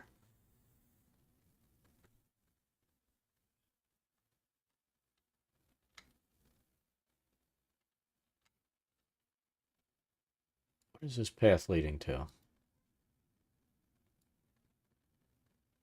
Yeah, that guy's house.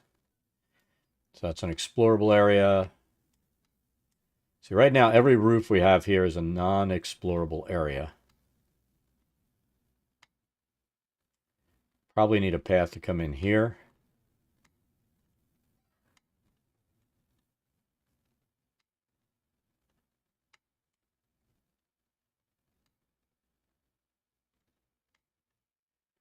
All right.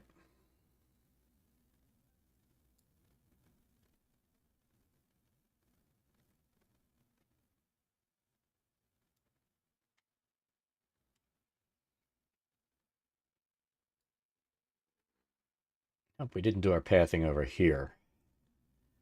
Good thing we checked, huh? I'm going to let the dogs in real quick. I'll be just a moment.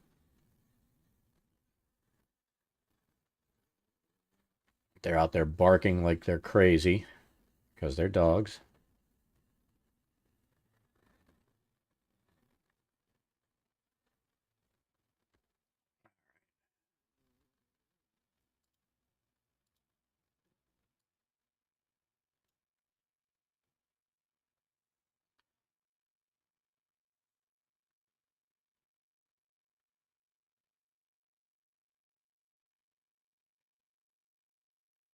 I think that's right.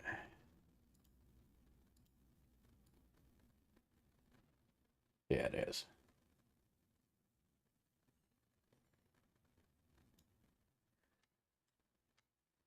Yep.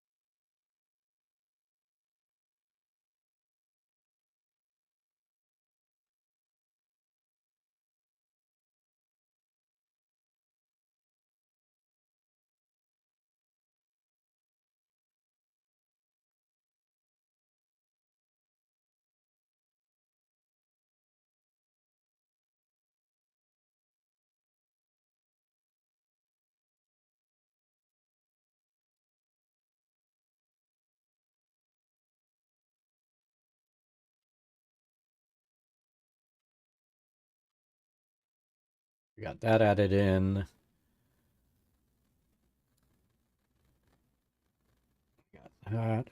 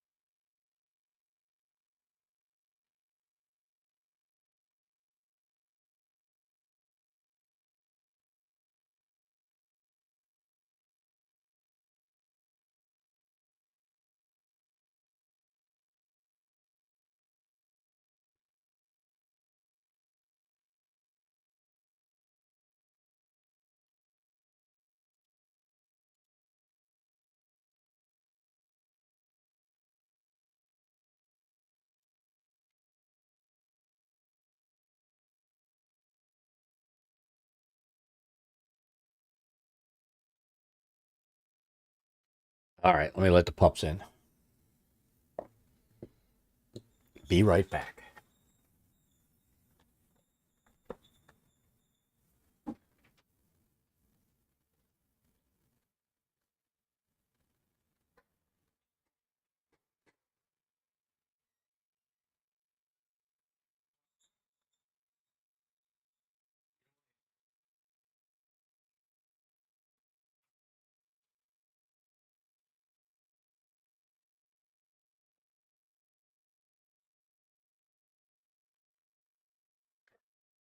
All right, everybody's in.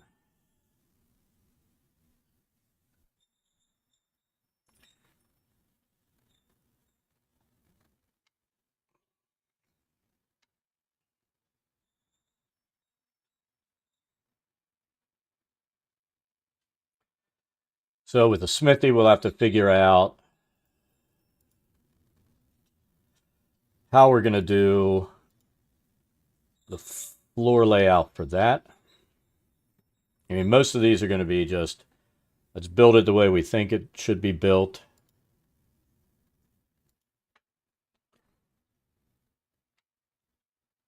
And take it from there.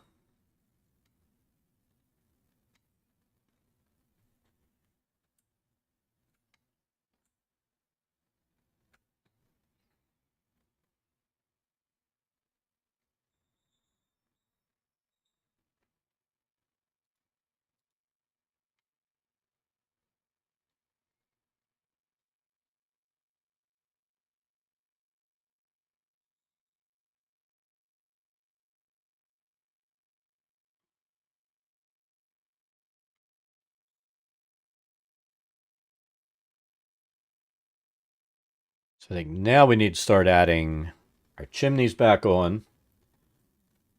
Get the details done.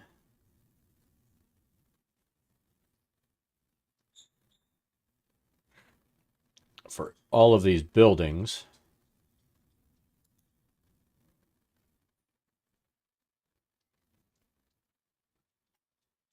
And the pups are not going to cooperate, so I'm going to kill the pup cam.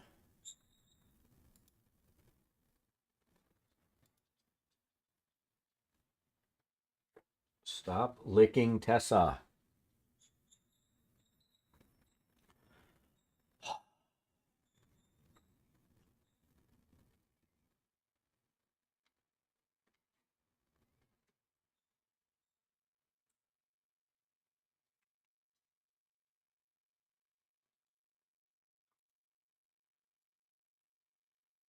right, so we know our roads are there. We're going to go ahead and start. We're going to leave the opacity on that at high. We're going to start laying in details. Stuff like chimneys and everything that needs to go on there. The chimneys need to go above the roof.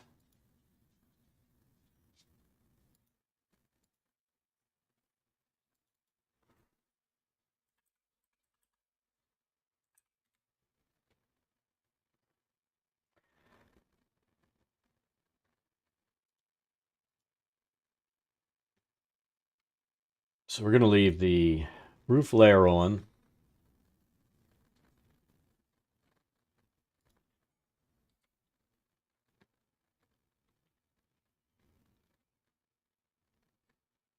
I have a feeling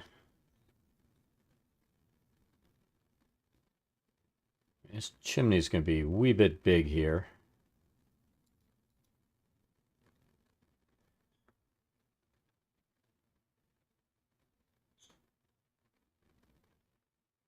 So that's kind of off kilter.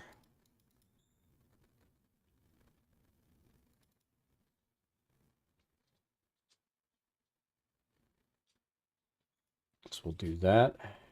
We'll do the related chimney for the double over here.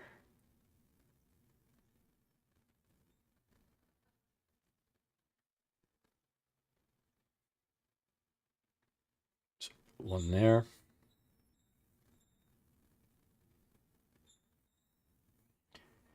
Here we're going to need this one. Is that going to match?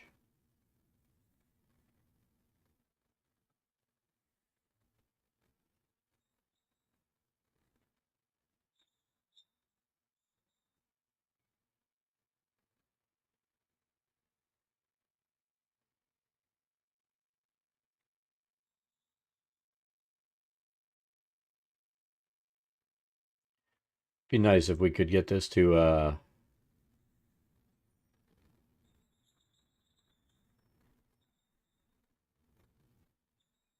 be a little more sensitive. But then it would take forever, I guess, to scale these things.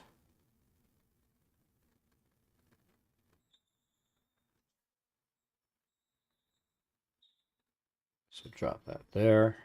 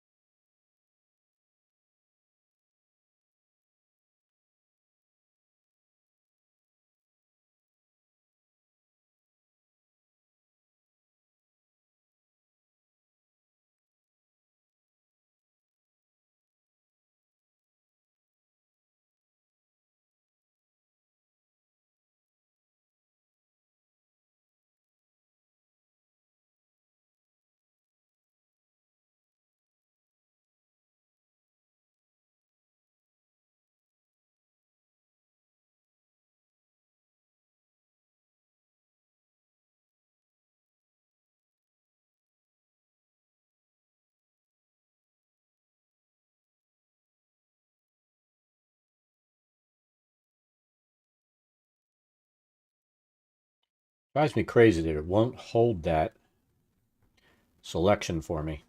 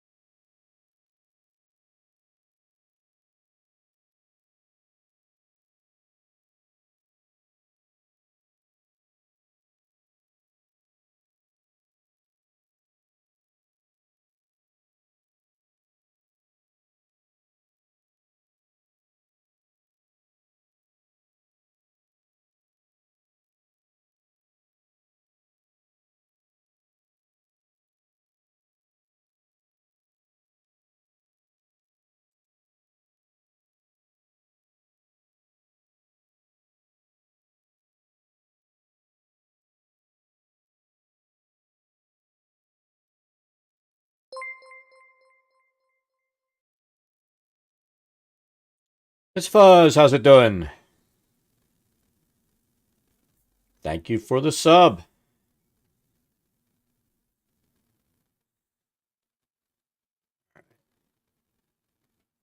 I think we need to kick it over one more.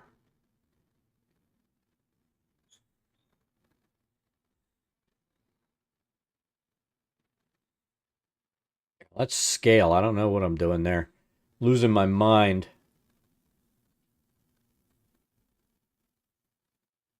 All right, so we need to go to roof level. We'll drop that right here.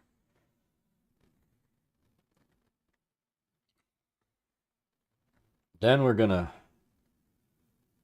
scale this up just a little bit. Put that right there.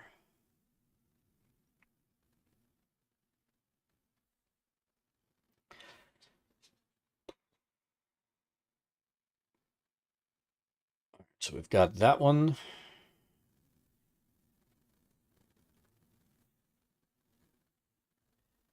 All right. So let's get the chimneys on these unexplorable buildings. Then we're going to cruise through and double check all of them again.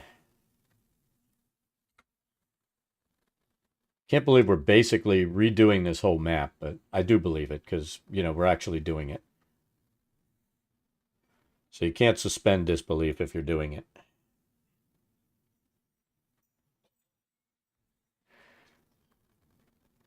All right. Will that do it? Nope. 40 degrees. We want to take it up a little bit in size, maybe. We're not going to make it as big as it was, and we are going to put it dead center there. And then this one, rotate down enough. We'll put that there. Go back to the roofs.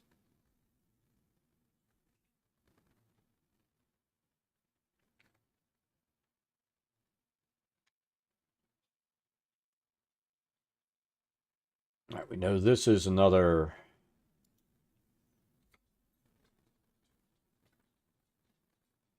ground chimney.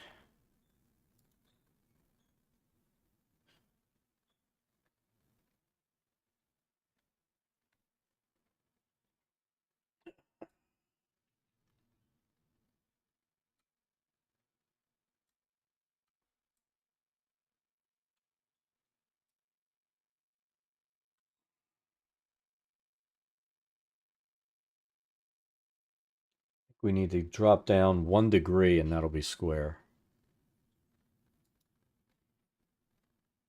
Is that right? Looks like it. This one actually has a roof, so we will put it on the roof.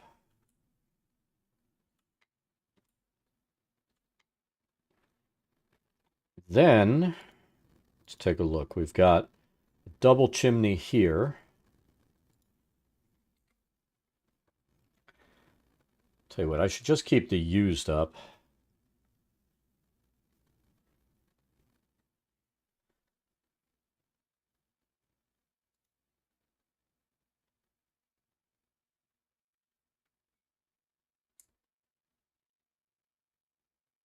We know it's going to go right here. Let's tilt it a little bit backwards. That did it. Let's go to the roof. Drop that there. Ground. This building doesn't have a chimney. Or does it? It does not. So we have the chimney at the roof level there.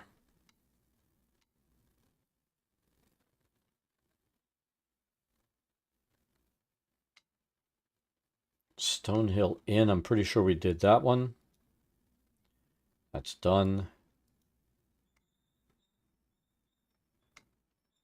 We did that one.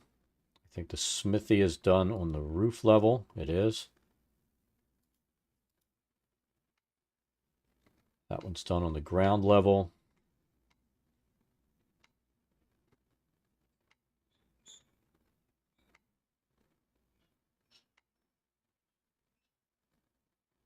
So we've got double chimney, single chimney. They're already there. Sleeping Giant should be on the roof level. It is.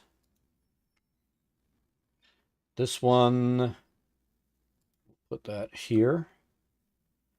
Because it's a wrecked, non-explorable home. Even though it's a derelict house, I can't stand that chimney being askew. That one done. That one done. What about Harbin Wester? Got that one done.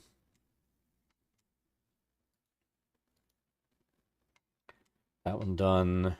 Townmaster's Hall.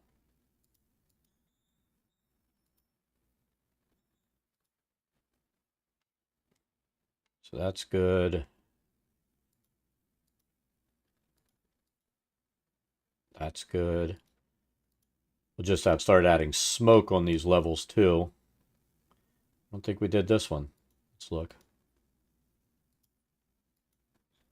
Yeah, we missed that one.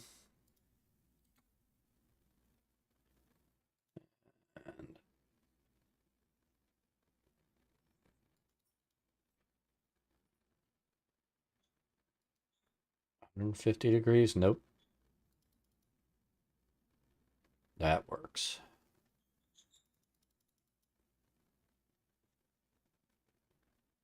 Put that there.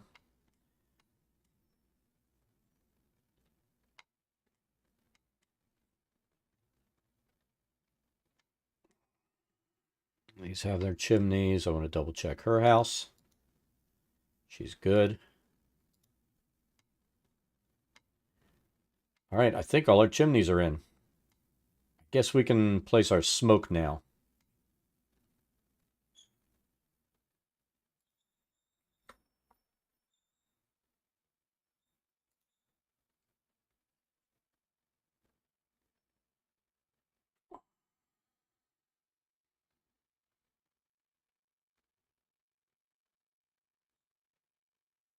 So we need the roof.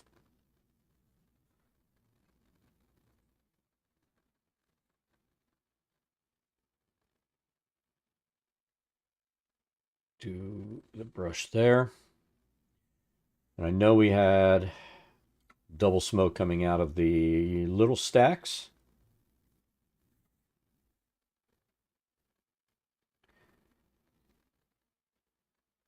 So we'll do one there. And one there. Let's go back to our ground floor. That'll show us where the smoke on our next chimney should be. This one needs it.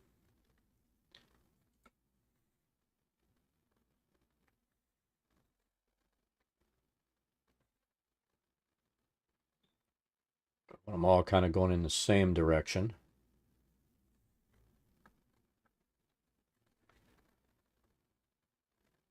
Zoom out just a little. All right, no smoke there. What about these? So I think Sister Grail was the only one that we had smoke in that corner, plus the chimney on the smithy, because that makes sense.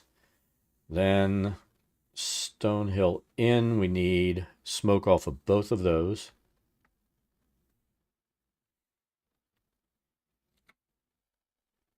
I wonder if we've used enough now that these smokes are holding. We've only used 2 of them.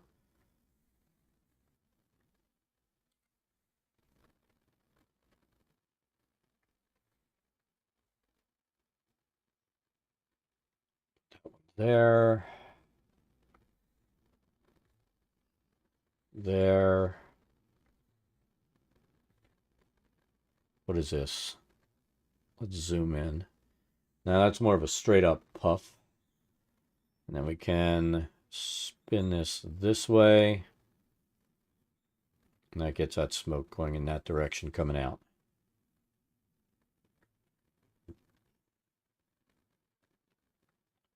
Let's go back to the ground floor. So Stonehill, the building directly below it, which somehow we didn't put our chimney on here.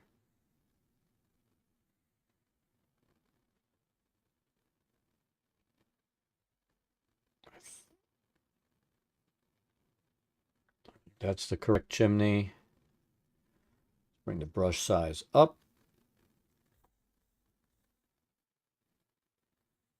And we need to kick it back. I'm going to say 2, and I'm going to say I was right. And that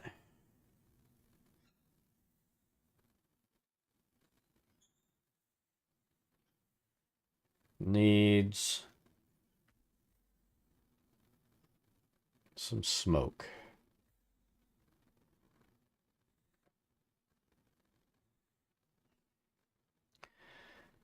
right. Then we got a couple we missed.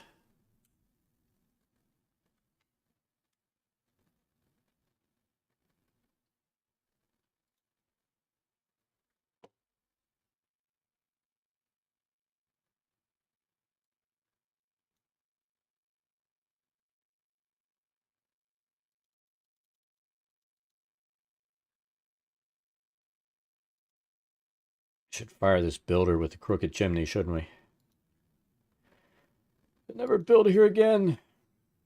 Crooked chimney man.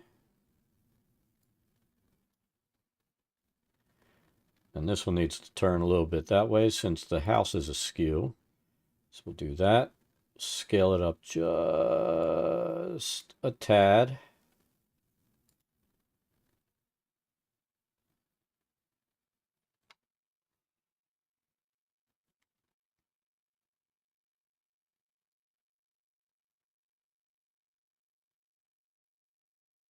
Need one there and one there.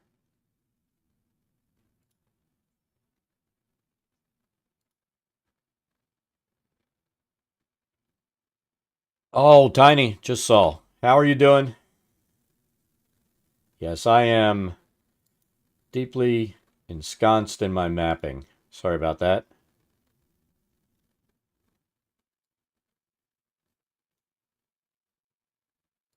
So we need that one and that one done.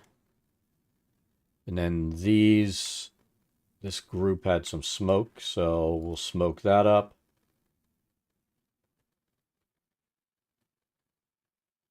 Scale this one a little bit.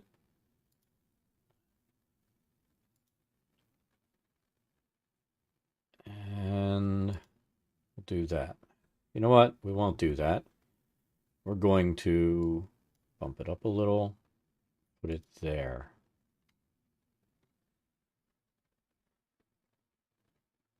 All right, across the street, there's nothing. The sleeping giant. Let's pull our roof. Need some smoke. We're fine with that one. Then as we go south, we need to go to the ground floor here and drop some smoke on this one. We want it consistent.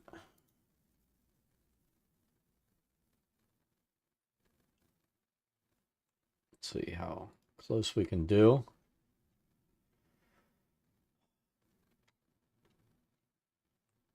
Then we go across here. There's this house. He's got his chimney, right? That's all that matters. This little one here needs some smoke puffing, and so does the Townmaster's Hall.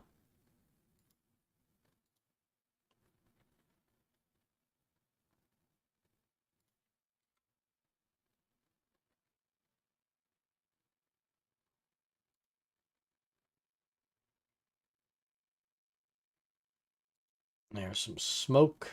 And this one we need to go to the roof level for our smoke.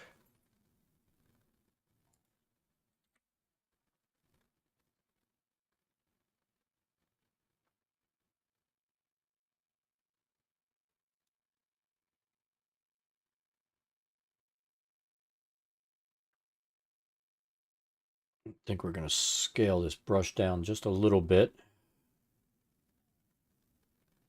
to about there.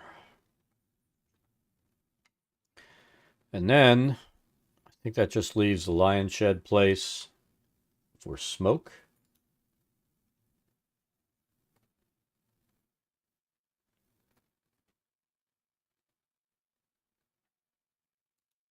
So we'll do that one. And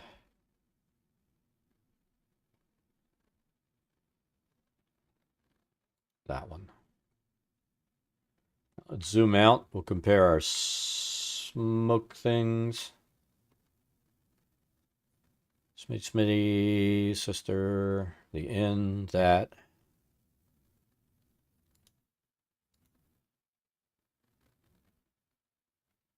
This building.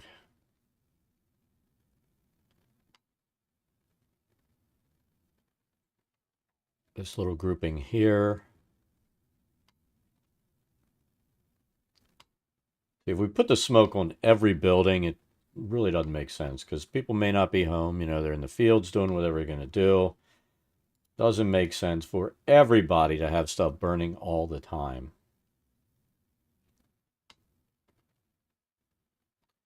All right, that's got our roofs, our chimneys, and our smoke.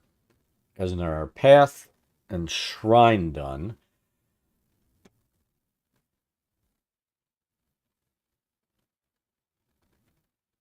Like I said, we're going to come in and all of these explorable buildings, we're going to go in and set these to compare. Then we're going to create the interior walls on those buildings.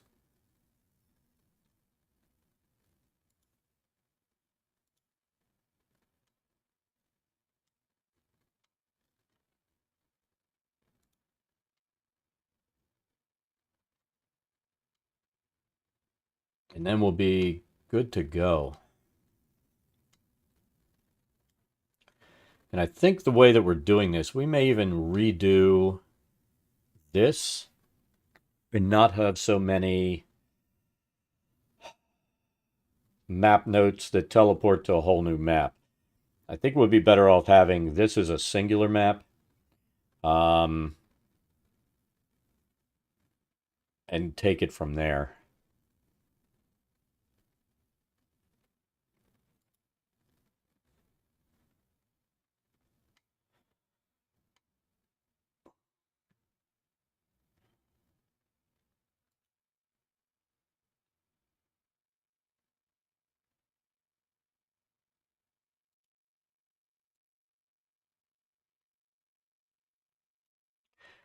And I think what we will do is we're going to experiment, probably off stream, but we're going to experiment. We're going to drop our walls and rebuild the Sleeping Giant Tavern there. Then we'll drop the tile of all the roofs on top of the map itself and see if the levels work properly. If it works that way, that'll simplify how we're going to do this and make it so we don't have to be going in and out of multiple maps. So let me pull up, drop this up here. I want to pull up the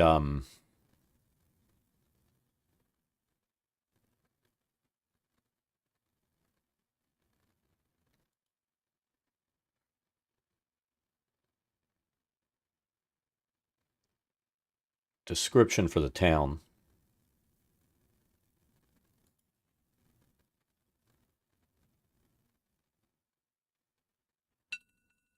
Oh, my warning, I've got to leave in like 5 minutes.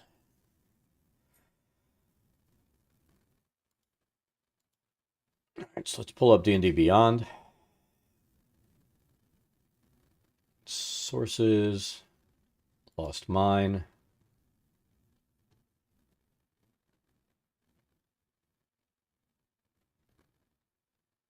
What just happened? Shit.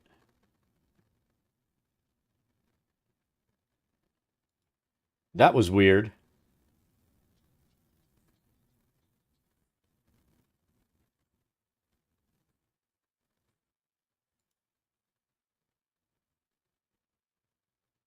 That was really weird.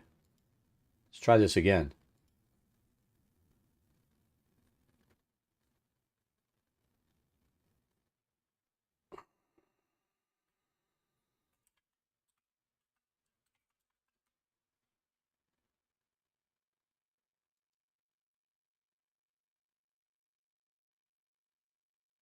Sources. There we go. So once we're in Phandelver, town description.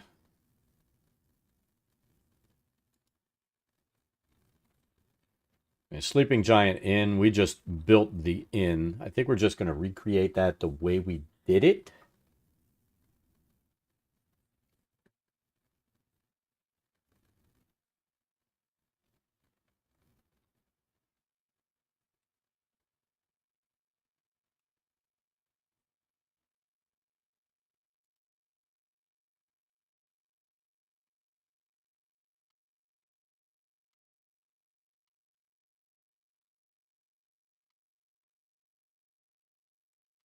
So what we're going to need to do is do our compare levels.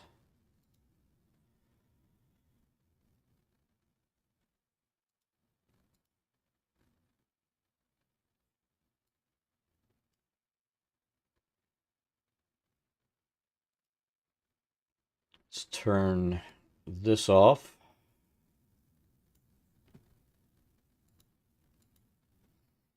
Let's take the roof down just a little bit. Let's bring up current level like that. And I'm going to pull up my image of when we did the Sleeping Giant Inn 4.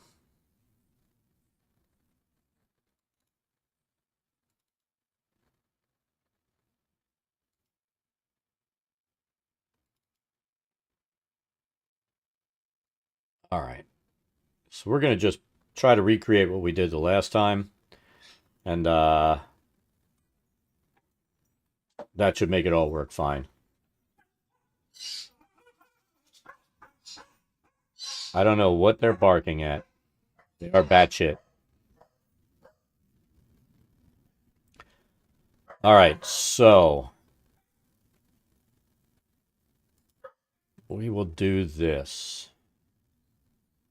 Building tools. Let's tell you what, let's lay down our wall.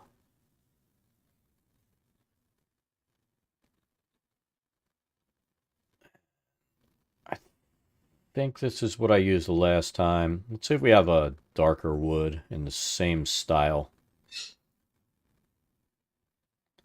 I know I don't want the plaster.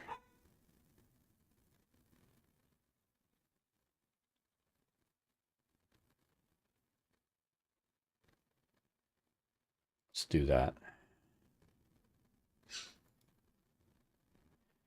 So we'll go corner to corner, about like that.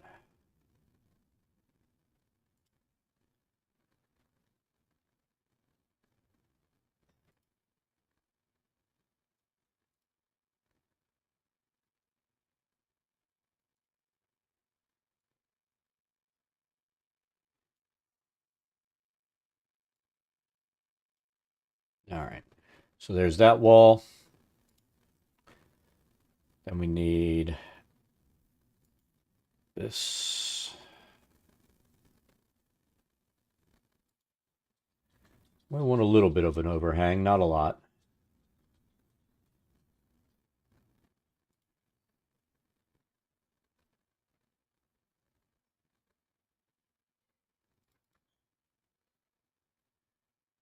All right, and then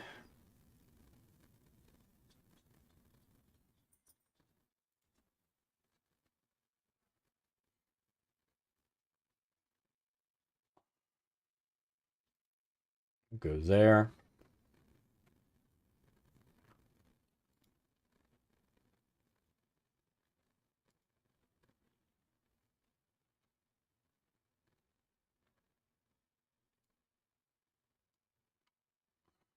Try to get this so it looks at least not so darn ramshackle. All right, we're good. Compare.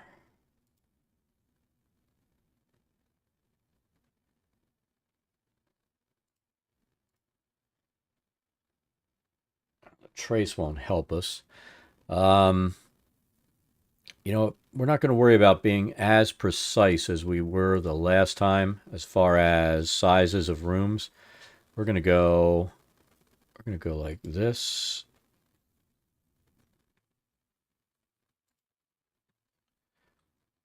So we'll go from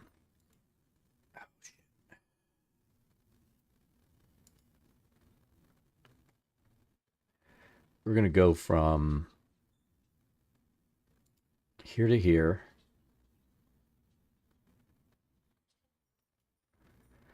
And here to here.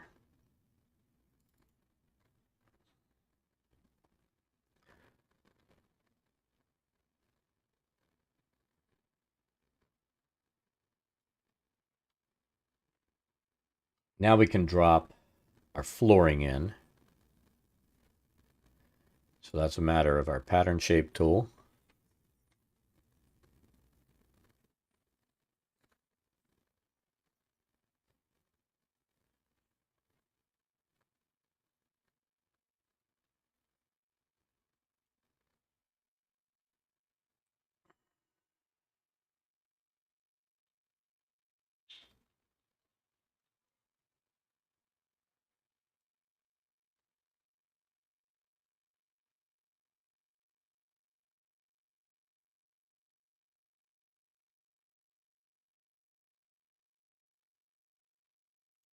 Now, I think this is going to be the only issue here.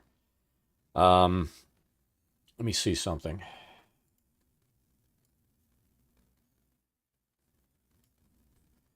See, we can't take and grab this, which is, you know, it's something I wish I could do. It would make life so much easier if I could just grab that, spin it, place everything where I need it to be, and then rotate it back up. But that's not a thing.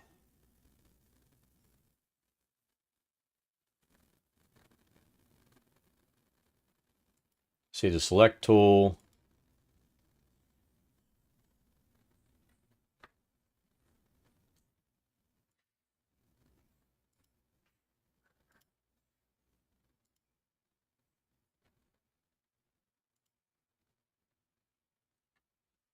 Let's see if it'll let me do it.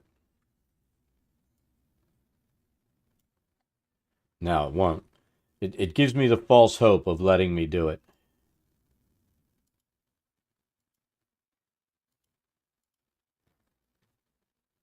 And that's the thing that's semi-problematic with this.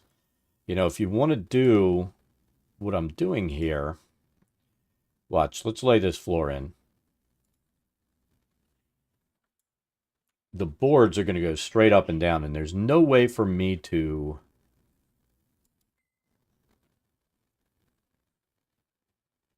change that. I don't think. We're going to see.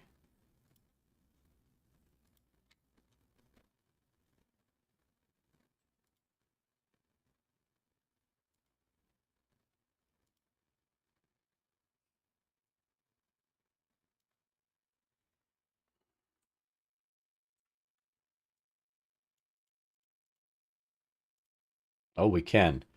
Well, call me surprised.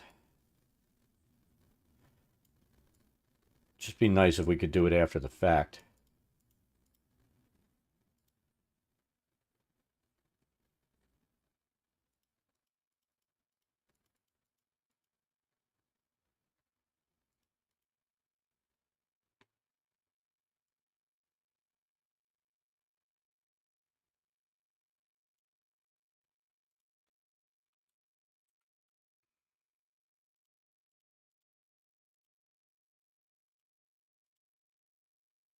See, that's... the tools are a little annoying.